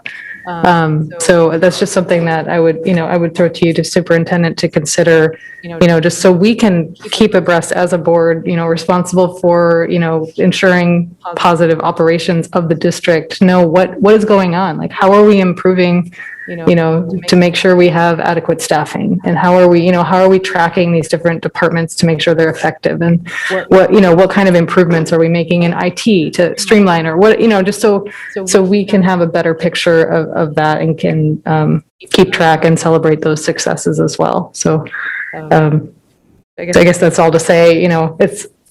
It seems fine not to have it in the LCAP, but I think it needs to live somewhere. The one thing I did have kind of a question about is the table in the back that shows all the expenditures. There's some actions that don't have an expenditure attached to them. So I'm just wondering about, is that just because it's not for the upcoming school year, but it will be done later, or just pulling out a couple, the anti-bias, anti-racism, professional learning, revision of graduate profile, expansion of theater arts. They don't seem to have a expenditure attached. I can respond to that briefly, Member Morosky. The first and the last example you gave would both be examples of projected expenditures we're still waiting on for individual department estimates. In some cases, we have a rough target, but we need to be able to understand how much is personnel versus non-personnel. And in some cases, we're checking on grant allocation. So for the anti-bias, anti-racism, professional development, as well as the theater arts programs, that would be the case. For the graduate profile actions, because of the way that's currently being conceived, those actions will be enacted by staff that are already detailed in other departments. So we're trying to avoid redundancy. It doesn't track well in this table, but in the LCAP itself, we've made that notation. So if someone was looking for the same answer, the same question, we're trying to give at least some breadcrumbs to show why we have zeros in there. Okay, I guess I would just ask it, it'd be, indicated whether it's a TBD or if it's, a budget neutral sort of activity, just that be made really clear. And also, I guess the other observation I have about just the way it's set up is it has to, it's hard to see like what's continuing versus what's new. So if there's a way to, I know that they were bolden in the PowerPoint, but kind of in the plan itself, it doesn't really distinguish. So it's kind of hard to know, what are the new initiatives that we're talking about that are new to this budget. So just a way to kind of designate those in the plan or, and I guess lastly, we talked about, you talked about and initially like having an accountability plan, showing how it's integrated with the other plans and efforts we have. So what are your thoughts about like when can we expect as a board and community to come back to see something that is like something that tracks all the metrics, that tracks all the activities, something more comprehensive that, could be like regularly updated. I guess how long do you think staff needs to kind of put together something like that? So there's a few complexities to your question, Board Member Borowski. So I'll answer it and I'll ask you to give grace on the use of the term all. I'll say as soon as the first quarter of the school year, we will start something. So to the underneath of your question, what I think is most likely going to happen is that those things that are most easily for us to measure, that we already measure, chronic absenteeism, suspension, we'll come to you immediately on those. I think the underneath of yours is those things like teacher collaboration, where we're building new tools and artifacts. You'll TBD in terms of finishing those, but probably some point during the school year we'll have the all done. But I can commit with very comfortably saying we can start a process of review starting the first quarter school year and commit to a quarterly process of review, because some of these metrics obviously we already have access to. I think the limiting factor will be the new ones because they require new staff work, and of course with the new metric there's a little bit of trial and error. And so with the new ones we may come to you and say it's this, and then we're going to say it's that as we learn a little bit more. Much like the crosswalk I debuted with you this evening, that crosswalk will probably evolve over time as we get a greater understanding of how it's better to delineate exactly the programming that we're doing and to how to group things appropriately. So we can say this metric is actually getting the concentration of these 5 things. This metric is getting the concentration of these things. So I would say to your question on all, that's probably going to emerge on the second half of the school year. But the question of can we build infrastructure to provide quarterly updates, I think that is immediate. That is the first quarter of the school year. Once we start the school system year, start accumulating the traditional data points, we'll start with those and add in the new ones as appropriate. So quarterly, I would say is the answer to your question. Of the all pieces has a little bit more ambiguity in that. I think that'll be the back half of the school year.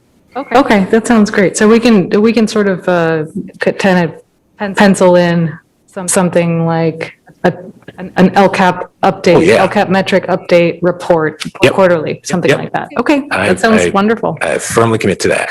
Thank you. Thanks for all your work. And Member Morosky, if I can just tie in a question that you asked at the last board meeting, I think, with slide number 4 that our staff presented today, and Mr. Harris said, this debuting, we have, of course, done a lot of work, and I just want to thank the countless stakeholders that have offered and been engaged in just countless hours of dedicated time to support the development of the LCAP plan. But as I said at the last board meeting, and you can see it on slide 4, there is a real need for us to start figuring out how to stitch together all of these programs and services and reports, some that are not even on here, like the Council of Great City School from 2017. As I mentioned, we are working with Carnegie Institute to help us with that effort as well. I mention it because as you're talking about accountability and metrics and KPIs, I suspect that the result of some of this stitching is going to require us to refine some of those metrics so that we don't have metrics for the SIR report and metrics for the LCAP and metrics for the Council of Great City Schools and metrics for every single thing that we're trying to stitch together, but instead figure out how to create greater alignment so that we have one set of metrics that are the result of a successful stitching of all of these things. And so it's a journey that we're on. And that's what I would prefer to make a commitment on, because we will start with those that are clear in the LCAP because we're obligated, and we should make a commitment to our community to monitor those. But eventually, in longer term, we're going to have to bring back and decide on one set of metrics that are the result again of a successful stitching of all of these efforts. Thank you. Member Shake. Super duper quickly. I know we're all getting pretty tired. I just wanted to ask for our community, sort of very simply, Mr. Harris or Mr. Ramirez Fong, when we take the vote later this month to adopt the LCAP, what does that materially mean? Does it mean that these are goals that are set out for the board to take further action on to live up to? Does it mean that some of the actionable items that are listed here, staff go straight to work to putting into place? Could we just explain the significance of adopting the LCAP? Sure. And certainly to your question, Board Member Shake, the reality of it is, yes, the board is committing the plan. Now, that said, it's an evolving plan. So there's elements of, this is the game plan we're starting with. And so this is how we will communicate to our stakeholders. These are our priorities. So this is the plan. Now wrapped in that, of course, is the notion that it's a 3-year plan. So we have elements of it that we may come back to and revise over time. And again, part of it will continue the stitching as the superintendent spoke to, and also I'll work with the fiscal team to make sure that we're funding things appropriately. But I would say the adoption makes a statement beyond symbolism. It does declare this is staff work that will be coming back to you and committing to revise and update. And then, of course, revise as we get feedback from community and board members. Does that get sufficiently to? Yeah, thank you.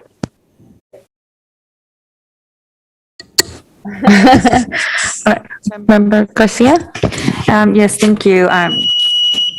Just wanted to thank you for all the work that goes into the development of LCAP and the entire ecosystem that it requires in terms of stakeholder input, all those meetings, et cetera. So I'm just very thankful to all our volunteers and staff.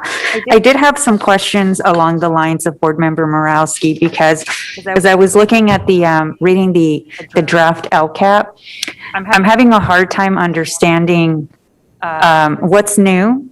So the presentation helps, but also what is it that worked and we're going to continue to fund? But just as importantly, what are we no longer funding? What strategies did we try that didn't work out? And we are now sort of letting go of those. I think that's really important. So I don't know if the in the updates that can be included. And I also wanted to, as I looked in terms of many of the actions, a lot on professional learning, and others as well, but those are the ones that come to mind now. Trying to figure out, breaking out what is contingent upon negotiations. Because if it's in this plan, but there's no agreement or whatever the agreement is, then what happens and to what degree and what doesn't happen. So I think it's important to also understand that, and maybe through the updates, we can get that type of information. I wanted to thank you for, I think, elevating the English learners, I think, issues that DLAC has brought up in the past, with really breaking out the long-term English learners, the Littels, and also making sure that we focus on, ensuring that the ELACs are being formed at the school site level. I know there's always a challenge, but just wanted to make sure that I recognized, that work. So, and I'll leave my comments as that because, I know it's late, but thank you. And I'll just add to your question, Board Member Garcia, I mean, one way we will approach your question too, there's an element of what we're no longer funding because we know it didn't work. And there's also an element of no longer funding because we couldn't measure it. So we'll try to get clarity on, bring clarity with those questions, yes. All right, not seeing any other questions. This is a first reading, and so we'll be bringing it back. Thank you to everyone involved in this blueprint. It'll be very, very nice to have this approved by our board. Thank you so much. All right, item 9.3, public hearing, a second reading of revised board policy 5146, married, pregnant, parenting students. Mr. Bozio and Ms. Flores.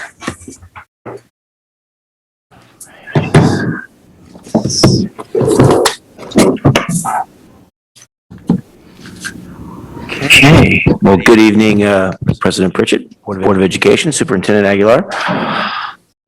We are here to bring you the second reading of the revisions to Board Policy 5146, married, pregnant, parenting students, and hopefully for the board's adoption of these revisions to the policy. I'm Raul Bozio, in-house counsel. Can we go ahead and go to the next slide, please? To recap what was presented to you at the last board meeting, our recent FPM review from CDE noted that we did need to make some additions to bring this policy up to current requirements from Ed Code. The policy itself does a lot of important things. Initially, following Ed Code 221.51 prohibits discrimination of students who are married, pregnant, or parenting students. Our policy already contained strong language in that regard, but has updated language to make sure that is a clear right and protection for these students. The other really important piece that we needed to update is to comply with section 46015, and that provides pregnant and parenting students their entitlement to 8 weeks of parental leave.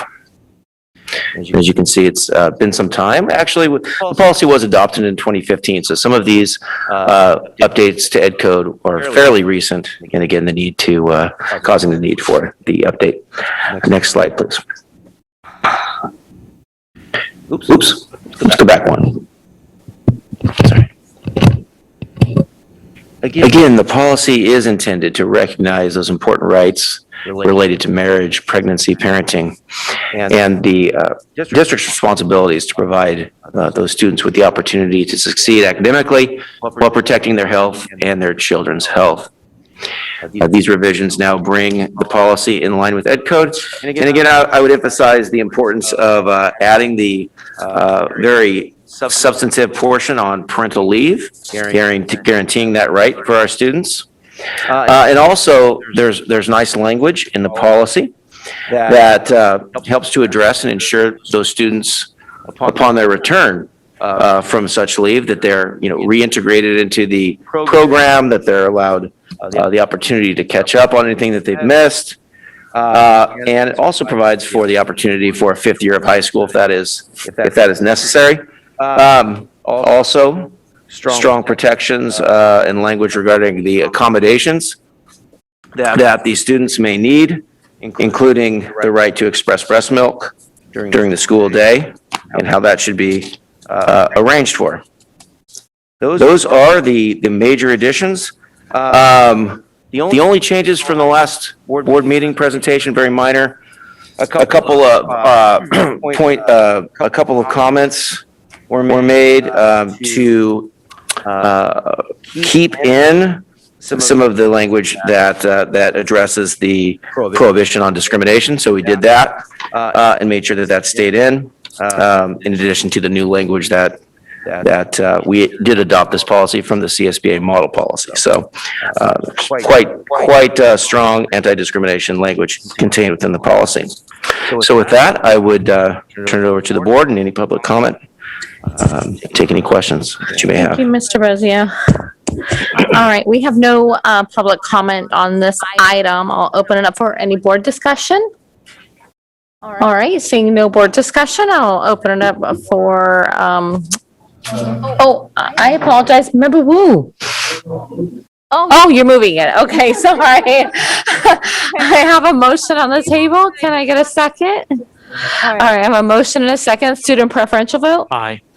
Thank you. And superintendent, roll call.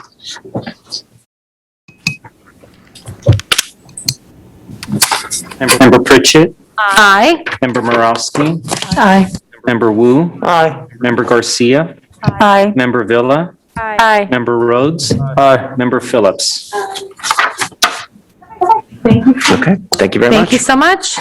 All right, 10.0 communications, 10.1 employee organization reports. SCTA per Article 18.12 has 15 minutes. David Fisher will be reporting on behalf of SCTA. Good evening. Don't worry, we'll not be taking 15 minutes. Before I go into my prepared remarks, I just wanted to just let you know that, as we were talking on the budget and hearing about the deficits and some comments, I went back and looked at the district's actuals. So, you can look at them. I don't want people to have to believe us, but look at the unaudited actuals, go to capital letter E, look where it says net increase or decrease in fund balance in the unrestricted side. And if anyone sees numbers that are different than what we're seeing, we'd, be grateful to point it out to us. But just based on, we don't deny that there's a structural deficit in your projections. It's just you unless there's documents that we're not looking at, which I'd be very grateful to be pointed out, then your actuals show that you don't run deficits. Again, I challenge anyone or anyone listening or any board member to take a look, and we can see if we're looking at the same numbers. Speaking of numbers, 96.1% and 97.4%. The numbers, pretty astounding, and the virtual unanimity is unprecedented. As Nikki stated in her public comments earlier, the drive to conduct the vote came from the growing frustration that the educators have with Mr. Aguilar since he began in 2017. Comprehensive overview of the track record can be found on our website at sacteachers.org. As a school board, you can no longer ignore what many educators have expressed and felt numerous times over the past few years. The district needs to move in a different direction.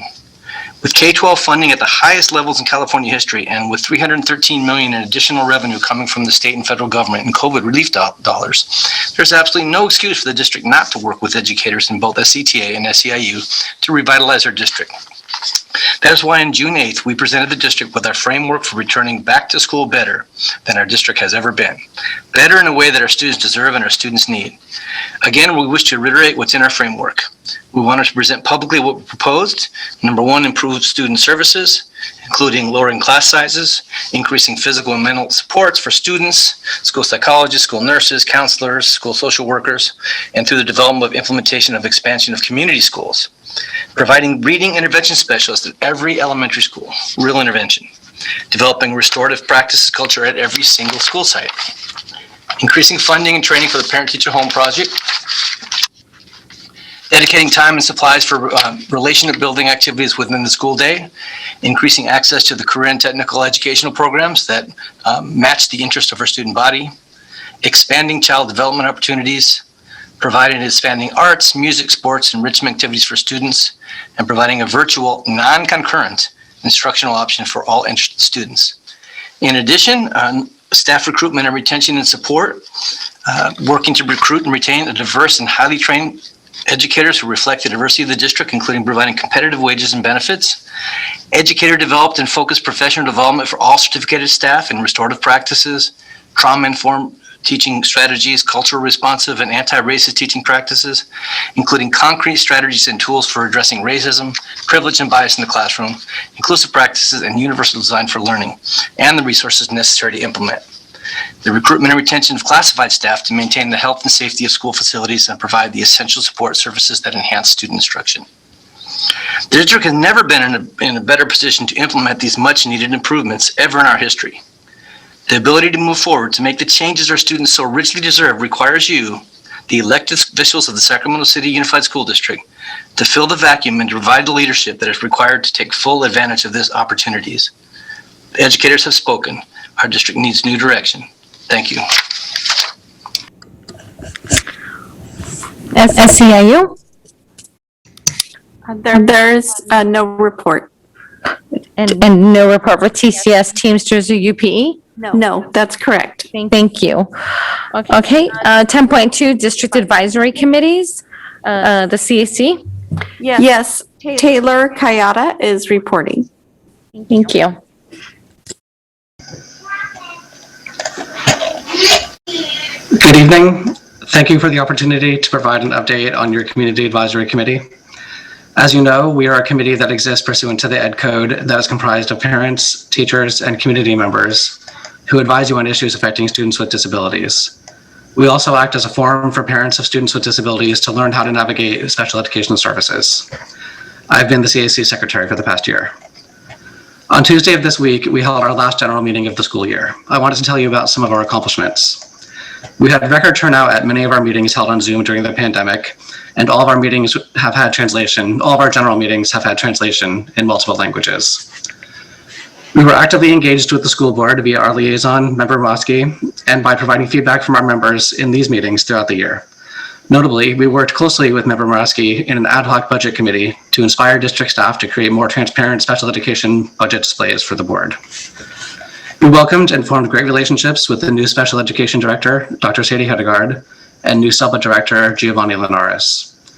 We invited SCTA to provide updates to our members, which allowed us to hear their perspective on special education issues and engage in direct dialogue. We hosted a number of informative presentations for parents on issues including MTSS and UDL. We will soon be planning for the 2021-22 school year and look forward to continuing our good work. However, our work for this year is not done. First and foremost, the district has not yet completed the special education backlog issue. The assessments need to continue, including during the extended school year. The district should plan now to be ready to resume assessments in the fall and take seriously the need to engage in child find activities in the fall as more children return to the classroom. We are disappointed that the district seemed to have missed the opportunity to work on individualized IEP goals during the extended school year. Students with disabilities have stagnated during the pandemic, and some need intensive efforts to get back on track. Business as usual will not be enough. We encourage you to take seriously the need to work out the details on learning options for students when they return to virtual or classroom instruction in September. Our students need to know what opportunities are available to them and how their IEPs will be implemented. Finally, we would like to recognize Superintendent Aguilar for attending some of our meetings this last year and offering to work closer with the CAC going forward. We hope to continue this relationship. Thank you. Thank you, Taylor. The District English Learner Advisory Committee? No report. Local Control Accountability Plan Parent Advisory Committee? Yes, Renee Webster Hawkins is reporting.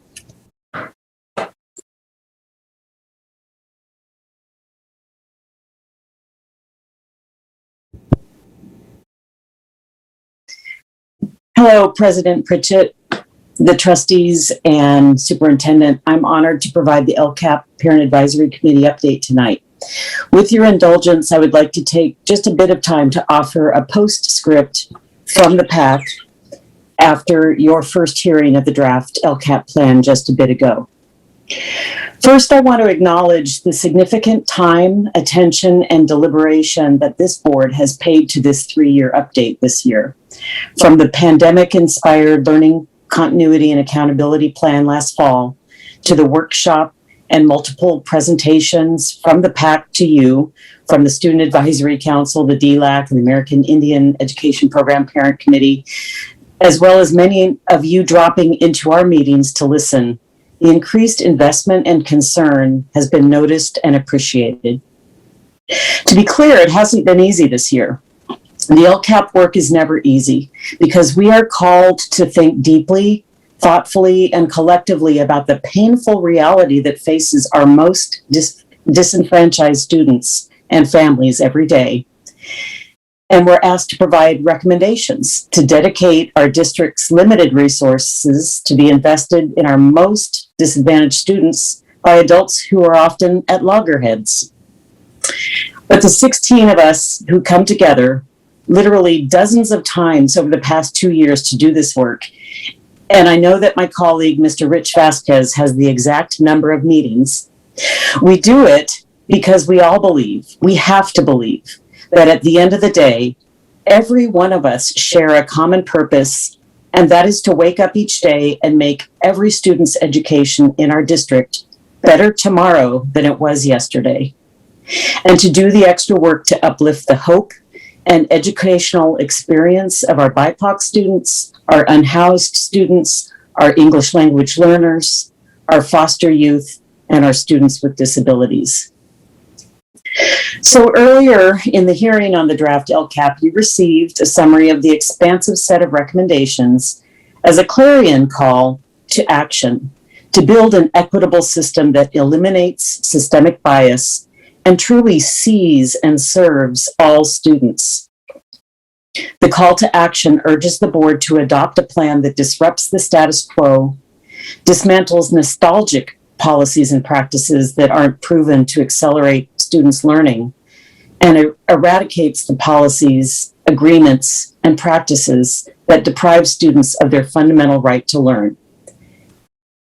The call to action urges your leadership to build up and invest in system-wide professional development, in improved academic and cultural responsiveness for every adult, not just teachers, but every adult that serve our children, and expects that these adults apply this advanced learning with fidelity in a robust and inclusive educational environment driven by a multi-tiered system of supports.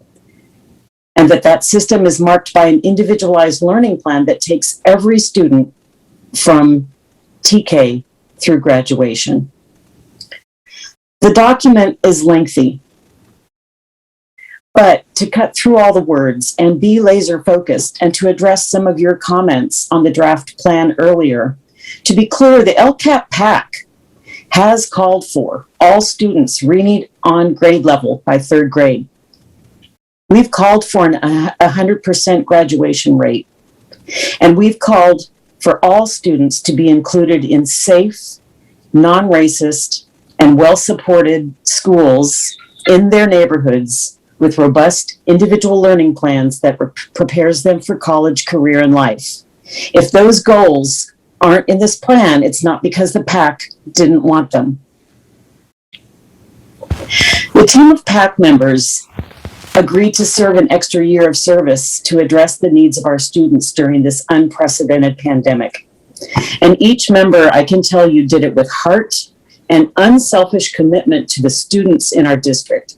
And I would just like to applaud the service, professionalism, and support from Mr. Stephen Fong Ramirez and Mr. Vincent Harris, even when the PAC members got fussy and railed and lamented about inertia or entrenched politics that make us feel that our efforts might be futile. The result is a very good plan. And as Stephen and Vincent have said, it is intended to be a living document and will always welcome improvements. But however, now that the blueprint has been drafted, it is up to all 7 of you to ensure that every decision you make, every penny you approve, and every policy you adopt or update are in full-throated support of this LCAP plan. I would wager that the collective leadership and advocacy of these 16 parents that have been serving this district on behalf of our students is unparalleled in California. So please do not squander it. As a board, I hope you feel you're indebted and have deep gratitude for each member on the PAC. Bittersweet, this will be my last update to you as an LCAP PAC member as my term is concluding. And with that, I will submit our stakeholder comments. Thank you, Ms. Webster Hawkins, and thank you for your service. Student Advisory Council? I'll address that in my report, so we can defer that. Okay. African American Advisory Board? There is no report, but Terence Gladney has. We have two live comments, correct, on Community Advisory Committee and African American Advisory Board? Yes, it's Terence Gladney for both. Okay. Excuse me, that's incorrect. We do have a report. Oh, I'm sorry, excuse me. Julius Austin is reporting on behalf of the African American Advisory Board. Okay, perfect, thank you. All right, thank you. Good evening, Superintendent, board members, and community members, along with district staff.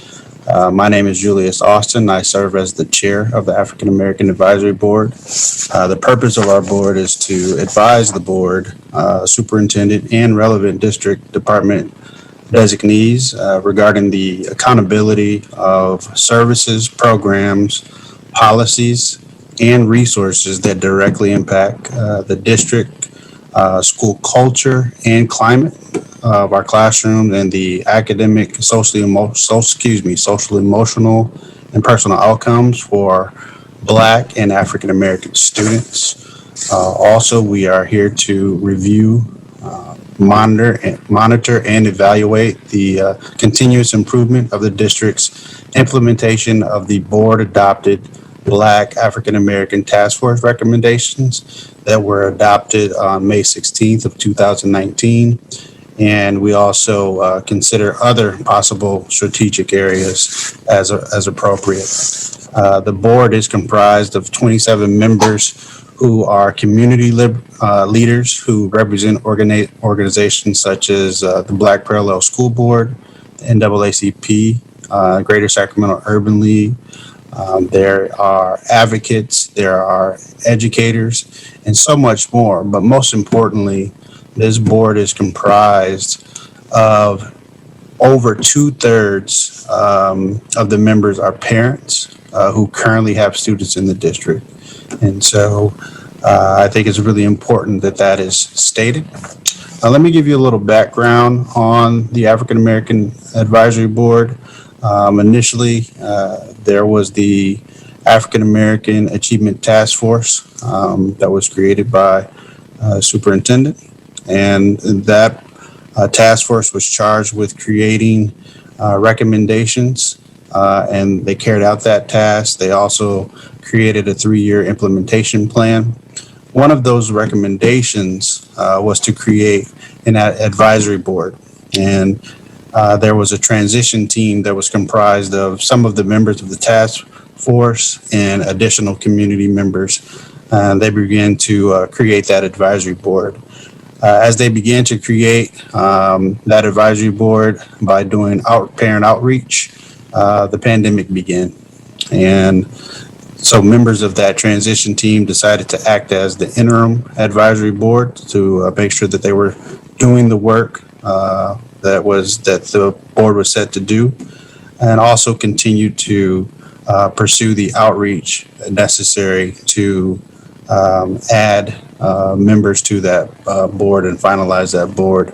Ultimately, 16 parents were added to the board through community outreach and application process and interviews by a selection committee.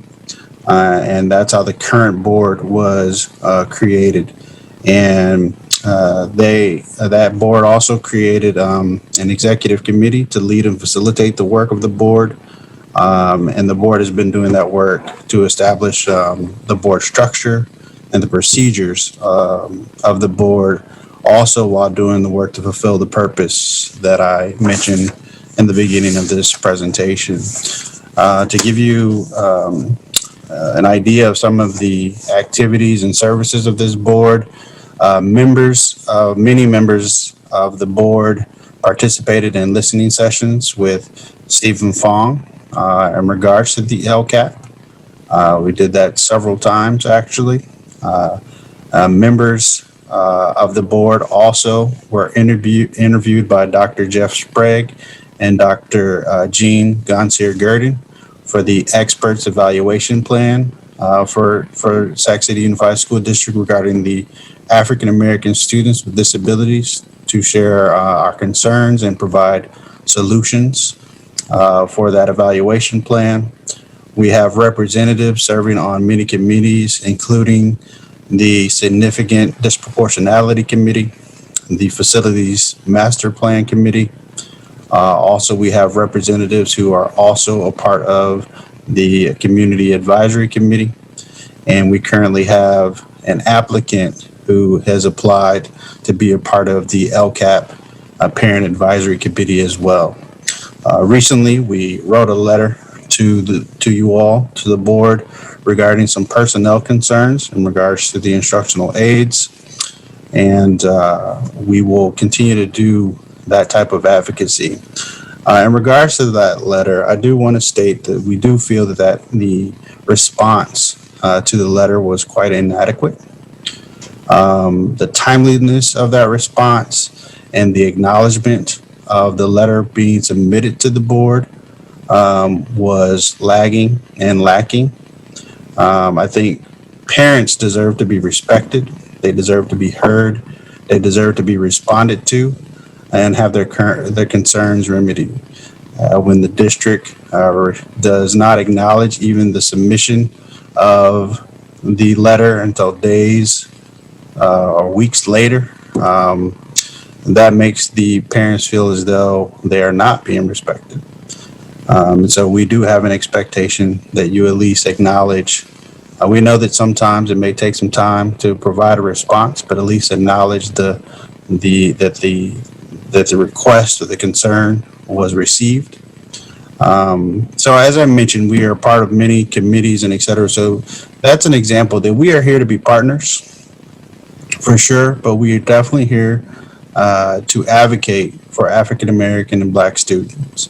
And we are most definitely here to hold the district accountable to the recommendations and also to other factors and matters that are important to increase the outcomes for African American and Black students.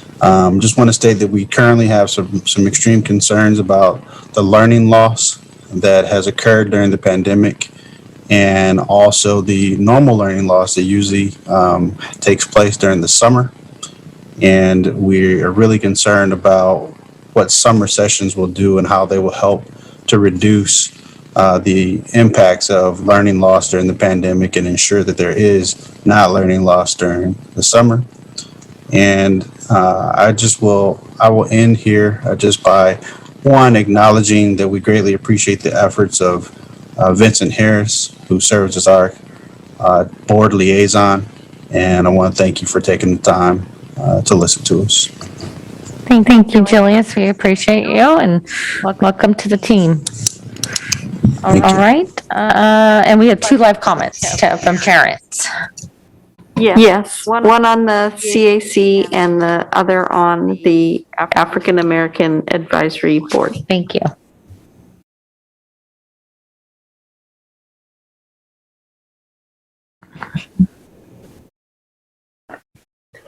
Regarding CAC, I just want to publicly just applaud CAC just as a pipeline of leaders and advocates. I've worked directly with many of them previously, including Angel and Angie, Bonita, Grace, and the current iteration of Renee and Allison. They are always present, and that is most important. They make sure that their voice is heard.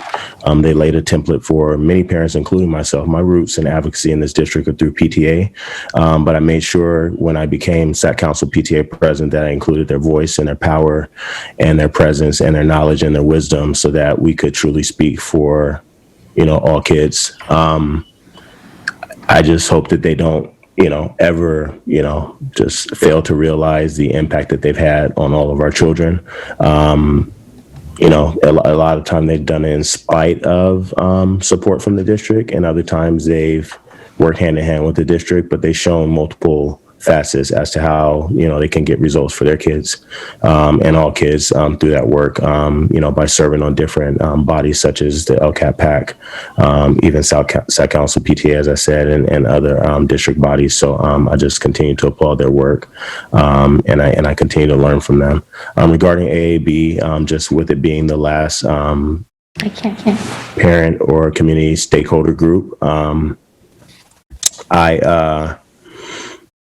I just hope that, again, just for transparency's sake, for establishing precedent. I know that typically when you guys make your choices for the LCAP PAC, it is with an intent to be as balanced and fair as possible. But it goes a long way just by seeing those numbers, for example, in the previous presentation as to who the students are. We know people that are involved know, but to see it on paper, to see numbers, to see it represented in print or, electronically, does something else for those people who might not otherwise be engaged. So if you guys state before you make those decisions what your intent is, what process you're going to follow, and even if it's subsequent to the decisions, it goes a long way in establishing or reestablishing trust with stakeholders like myself, because it leaves no questions unanswered. So I hope that you guys do intentionally include representation from each of the parent groups or the community groups, and then you guys will still have the liberty to have at-large choices of your own, from each trustee area, from each board member. So again, I just look forward to you guys' I don't envy your choice, because I know that there's a tremendous number of qualified applicants, and it always is, which we really are a blessed district to have so many active parents and stakeholders from so many different facets, and we don't always agree, but each of us through our own lens are really speaking for children, including you all. And I just hope that we get to a place where we can just collaborate a little bit better and move the needle a lot further forward than we have been. Thank you. Thank you, Terrence. All right. Item 10.3, Superintendent's Report. Thank you, President Pritchett. I will be very, very brief here. I just want to say thank you to all of our staff across the district, as I have visited many schools over the past couple of weeks. In particular, if you remember, we presented a video in a recent presentation about noise, and certainly we have seen more activity and more students interacting and engaging. And I just want to thank all of our staff who have continued to remain committed to the health and safety protocols of ensuring that we remain safe despite all of the challenges that we continue to face, to our parents and our families for their commitments as well to support us in as we finish off the school year. And finally, I'll just mention that as we enter the final days of our academic year, and today at a school site, I saw some of our students presenting their final presentations, and I've seen students, my own children included, presenting their final projects, and other students having final exams and doing their end of year assessments, promotions that will be starting, graduations, of course, that have already started. We were able to attend the New Tech graduation, and today I certainly want to apologize to our American Legion community that we had a board meeting on the day of their graduation, but we were there in spirit. And then over the coming days, tomorrow, excited to be at our first comprehensive high school graduation, two of them at CK McClatchy, Rosemont, on Saturday at Burbank, as well as West, and then over the course of all of next week during the evening hours, spending time with our families, celebrating with them this important milestone. And as a parent myself, being able to participate in drive-through promotions for my own children, I know that it is not ideal, nor is it what we would have wanted, and I acknowledge because I have received a lot of messages from families that would have wanted something different,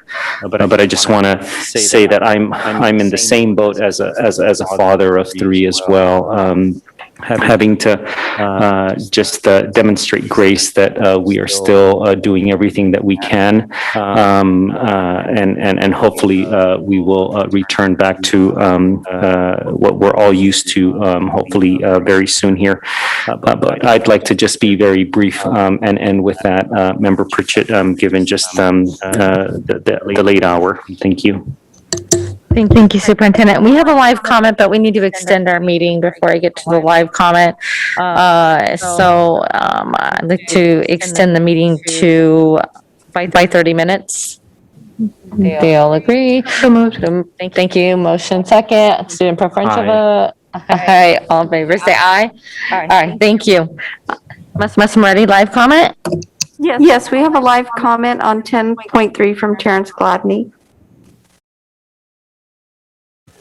Don't worry, I'm getting tired too, so I promise this is my last one. I want to share a story real quick. When I was SAC Council PTA president, Lily Williams and I, we were developing a really robust system of programs and services. But what we felt we encountered a lot of times was decisions with the people that we were engaging with within the school district. We had a great relationship. We came up with decisions and we were moving things forward, but we always felt like those people that we're engaged with didn't have the authority to act on behalf of the district or the superintendent. So we had to sit down with Superintendent Raymond. I'm just going to say really quickly, I wish I had my camera off or my screen off so I didn't have to see people's reactions when I speak. But anyway, I sat down with Superintendent Raymond and he delegated someone who did have the authority to act on his behalf. And what we found was that it was remarkably empowering. It alleviated him from having to do additional responsibilities. And I'll speak for myself as a community member. I feel like right now we are in a top-down structure. I see a lot of interjections during school board meetings when staff have done a phenomenal job of making a presentation. And that doesn't speak well to a system of empowerment. It's almost like, let me put my stamp on it. So just being honest and just being completely transparent, that's what I see. I know that other people see it. But we have a tremendous staff, a lot of people who, have been here longer than any of you board members, myself as a parent or a superintendent. And we have a great community of CBOs, business leaders, and just people who have had, some presence in the district. And if we lean on each other collectively as a village, then we can better raise our children. Thank you. And good night. Thank you, Terrence. All right, item 10.4, President's Report. I just wanted to congratulate all of our seniors this year. I know that we've endured a difficult year and we were able to get you all to graduations, which is the most exciting time of the year for me, seeing you all, being able to cross that stage and receive your diploma, and a special congratulations to our very own student member Shake. So that is all that I have for my President's Report. I just wanted to make sure I said that. Item 10.5, Student Member Report. Thank you, everyone. This is my last student board member report. Unfortunately, it's not going to be hugely special because I'm very tired and I think we all are. So I'm just going to briefly run through a couple things. Congratulations to the American Legion class of 2021 graduating tonight while we're here. And the New Tech class of 2021 who graduated on May 28th. And all the classes that'll graduate in the next couple days and over the next week and next Thursday, the class of 2021 of the Met. I just wanted to raise something that I heard in a public comment earlier tonight from Mr. Damian Harmony from Kennedy, which is he was speaking about the internet troubles of having teachers use their personal hotspots. And this is something I've seen 1,000 times at the Met personally. And we've talked about in the context of collapsing cohorts, how every minute counts. And so with the district's latest internet security program, as much as I think that was well needed and maybe far too late in its implementation for students being safe during distance learning, it has really put a roadblock on high schoolers being able to actually function in class. I have a film appreciation class, which required the teacher to rent out a film on YouTube or Amazon Prime, et cetera, et cetera. None of these websites would function at all without him having to take out his iPhone and use his personal data to show the movie. We couldn't do a DVD player because Zoom wouldn't let you share from a DVD. lots of minutes lost, a number of films that we couldn't watch because we spent so many minutes each class period figuring that out. And so I do think that staff needs to look at maybe making our internet security protocol a little bit more workable for upper grades. The strictness on the elementary school kids is good because they're using those few websites. But when we're looking at on campus and we're looking at staff, I think there needs to be maybe keys, workarounds, or just a loosening overall. In addition, I do want to reiterate the need for so many of us to know what's happening in the fall, whether that's calendar, which is hugely important. I know the superintendent shares my concern about perhaps changing the calendar or just having a calendar at all, as well as for us in the public to know what is happening. I know that LA Unified, I think tonight reached an agreement with their shareholder, their union, about fall, and I just think for us to have that headline would bring peace to a lot of people's hearts. And so with that, I'd like to report from the Student Advisory Council that we have completed selection of the new incoming cohort of our council. It's very exciting because it was tough getting people to apply in a pandemic. You know, so few people had seen the impact of the council on their campus, as opposed to in a regular year, you see these events happening all the time. You see your council member in the hallways that you can talk to all the times. This was tough, but despite that, we've have new representation from schools we've never seen represented, like SES. And so I'm very excited. Some very, very qualified and incredibly talented students applied. We took direction from the board and the superintendent that was given to us 2 years ago very seriously, in that representation and regional equity was important to this board. Prior to me, we had 10 student board members, 70% of them from West and 3% of them from CKM. And you can imagine the CKM students were all in that one magnet program. And so as much as we had fantastic applicants from West and CKM, we didn't make them finalists. And we actually have our incoming student board member on the line with us on Zoom for a little surprise hello. So Jacqueline Zhang is a incoming junior at John F. Kennedy High School. She's on her ASB. She's originally from Hong Kong, and I'll let her share some more about herself. Welcome, Jacqueline. Thank you. Hi, my name is Jacqueline, and I am the student board member of the upcoming school year. I was born and raised in Hong Kong and had moved to Sacramento at the beginning of my freshman year. The past 2 years of living in this community has opened my eyes to the reality of living in the US, where it's supposed to be this melting pot of different cultures. My identity as an Asian woman also made more apparent the struggles that minority groups in the US face in their daily lives. This inspired me to be more involved in my community, both locally and globally, in order to amplify the voices of my peers. So locally, as said, I was part of the student government in Kennedy High, which gave me an insight as to how your school experience can differ based on your identity and what groups you belong to. And globally, I am part of an organization called Dear Asian Youth that strives to celebrate Asian voices whilst raising awareness for Asian struggles.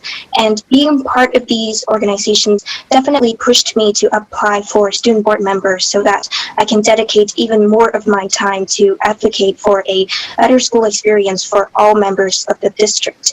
And I'm especially honored to be the student board member as a rising junior, and I'm very excited to see what we can accomplish in the following school year. Thank you. Welcome aboard, Jacqueline. Congratulations. And with that, I would just like to share something the superintendent asked I share, is that this is all will be shared in board communication tomorrow, and we're not taking anyone by surprise. And so with that, I'm going to share a lot of my final thoughts for my outgoing presentation on the 24th. I'm looking forward to getting that apple. But thank you all so much. Thank you so much, student member Shake. All right, item 10.6, information sharing by board members. Before I get to, let me take this off, before I get to my colleagues, we are aware of press releases regarding a vote of no confidence in our superintendent by SCTA and SEIU. The board would like to make the following statement.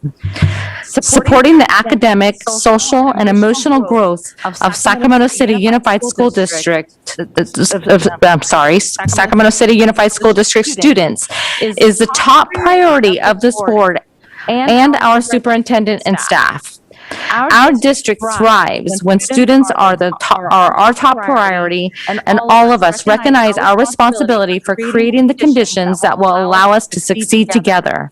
After shepherding the Sacramento City Unified School District Board of, the Sacramento City, I guess I'm really tired tonight. Sacramento City Unified School District through the most challenging years in the district's history, we remain laser focused on the needs of all Sacramento City Unified School District students, especially those who have suffered the most through this global pandemic. As we prepare for another school year with a focus on addressing the impacts of the pandemic on our students' learning, our board members, parents, students, teachers, and staff throughout our district must not allow ourselves to be distracted from helping all of our Sacramento City Unified students meet their educational goals. Thank you. With that, are there any other board comments? Let's see where we at on here. Oh, yeah. Member Villa? I wanted to echo too, at last week of school, enjoy it. We won't obviously see you next week, but enjoy this last week of school for all of our students. Enjoy your summer, and we'll hopefully see you soon. Member Garcia? Yes, thank you. So I just wanted to point out that in our consent agenda, we have the school calendar for next year. I plan on pulling it. Pardon? I'm planning on pulling it. Oh, okay. I'm getting a lot of emails on this particular topic, so I'll table that. And I just wanted to share that I've had the opportunity to visit some school sites this past week, and I've seen a lot of happy kids, a lot of happy teachers, a lot of very happy parents, that their kids are going to school more days a week, so 4 days a week. And just as a parent, I'm seeing happier students at my own household, even when they're testing. So somehow that is still much more fun than doing distance learning from home. So anyway, I just wanted to share that. And looking forward to the graduations next week. Thank you, Member Garcia. Any others? Okay. Item 11.0 consent agenda. I'd like to request to have 11.1D pulled from the consent agenda. If I can get a motion to approve the remaining of the consent. Second. All right. All in favor, student preferential vote? Yes on all open session items. Thank you. All in favor, say aye. Perfect. All right. Item 11. Now we can hear 11.1D. Ms. McCarn? Thank you for joining us. Absolutely. The calendar before you is the traditional school attendance calendar. So important to note, it is not the employee work calendars, which continue to need to be negotiated. What you see here for the 21-22 school year closely mirrors what the current year and the past few years have been, with the first day of school being Thursday, September 2nd, and the last day of school being Thursday, June 16th. So while I know we've had over the years a number of conversations around maybe moving the calendar up to a time closer to mid-August that is more closely around aligned with surrounding districts, or in order to do a number of things, right? This one very closely mirrors the current situation. While I do want to say we would love to in the future continue to work towards that movement for lots of reasons, right? Be able to not only be better aligned, but to give students the opportunity, the advantage to take advantage of summer enrichment opportunities, jobs, classes, college classes. We end so late, that's traditionally hard for them to do. And another really big one is the the semester breaks. So right now, as you'll see on the calendar, the semester ends at the end of January. So students have that 2-week break, and then they come back for a month and finish up learning to end the semester. Moving the calendar up would certainly help with that, as well as give them more instructional days before having to take things like an AP exam, right, the advanced placement.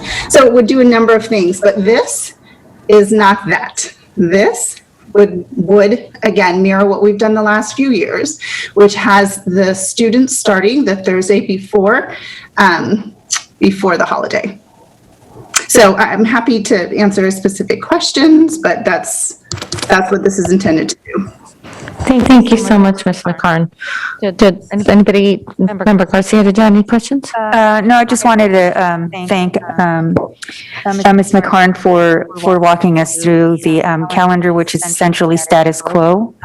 So I know that we've been interested in having a conversation about starting earlier for the reasons you've stated. I'm also interested in adding more instructional days, especially as we tackle the next few years to mitigate learning loss. So I think that's really important. But I just want to know how does this get communicated to parents? I know I've been receiving quite a few emails asking for, the first day of school, and I've been pointing them to this particular item in the agenda. But I'm just wondering, how do we, as a district, communicate that to all our parents? Yeah, Member Garcia, we will make sure that we communicate to all of our families. We'll make note of the action that the board takes, assuming that you approve that, and also make sure that we dedicate one e-connections article just to this, as opposed to include it as part of a larger communication to our families, so that it's clear that the board has taken action and people can put on their calendar the first day of school. Thank you. Thank you, Superintendent. And I'm assuming that includes social media, correct? And is there a possibility to do a Connect Ed Home on? Yeah, we can do all of those things. Typically we do send communications to our families, and then we post on our social media platforms. But we can also make sure that before the end of the school year that we do an all call to our families, just to make sure that they can make a note on each of their calendars for the first day of school. Fantastic. Thank you so much. All right. With that, I'd like a motion to approve consent agenda item number 11.1D. I got a motion, a second. Student preferential vote? No. We don't need a roll call on this, do we? We do need a roll call. Superintendent? I'm sorry, I did not do a roll call on the original consent. Member Pritchett? Aye. Member Morowski? Aye. Member Wu? Aye. Member Garcia? Aye. Member Villa? Aye. Member Rhodes? Aye. Member Phillips? Perfect, thank you. Item 12.0, business and financial information reports received. 13.0, future board meetings, June 24th, 4:30 for closed session and 6 o'clock for open. Item 14.0, adjournment. Can I get a motion to adjourn? Move. All right. A motion and a second. All in favor, say aye. All right, thank you, and good night.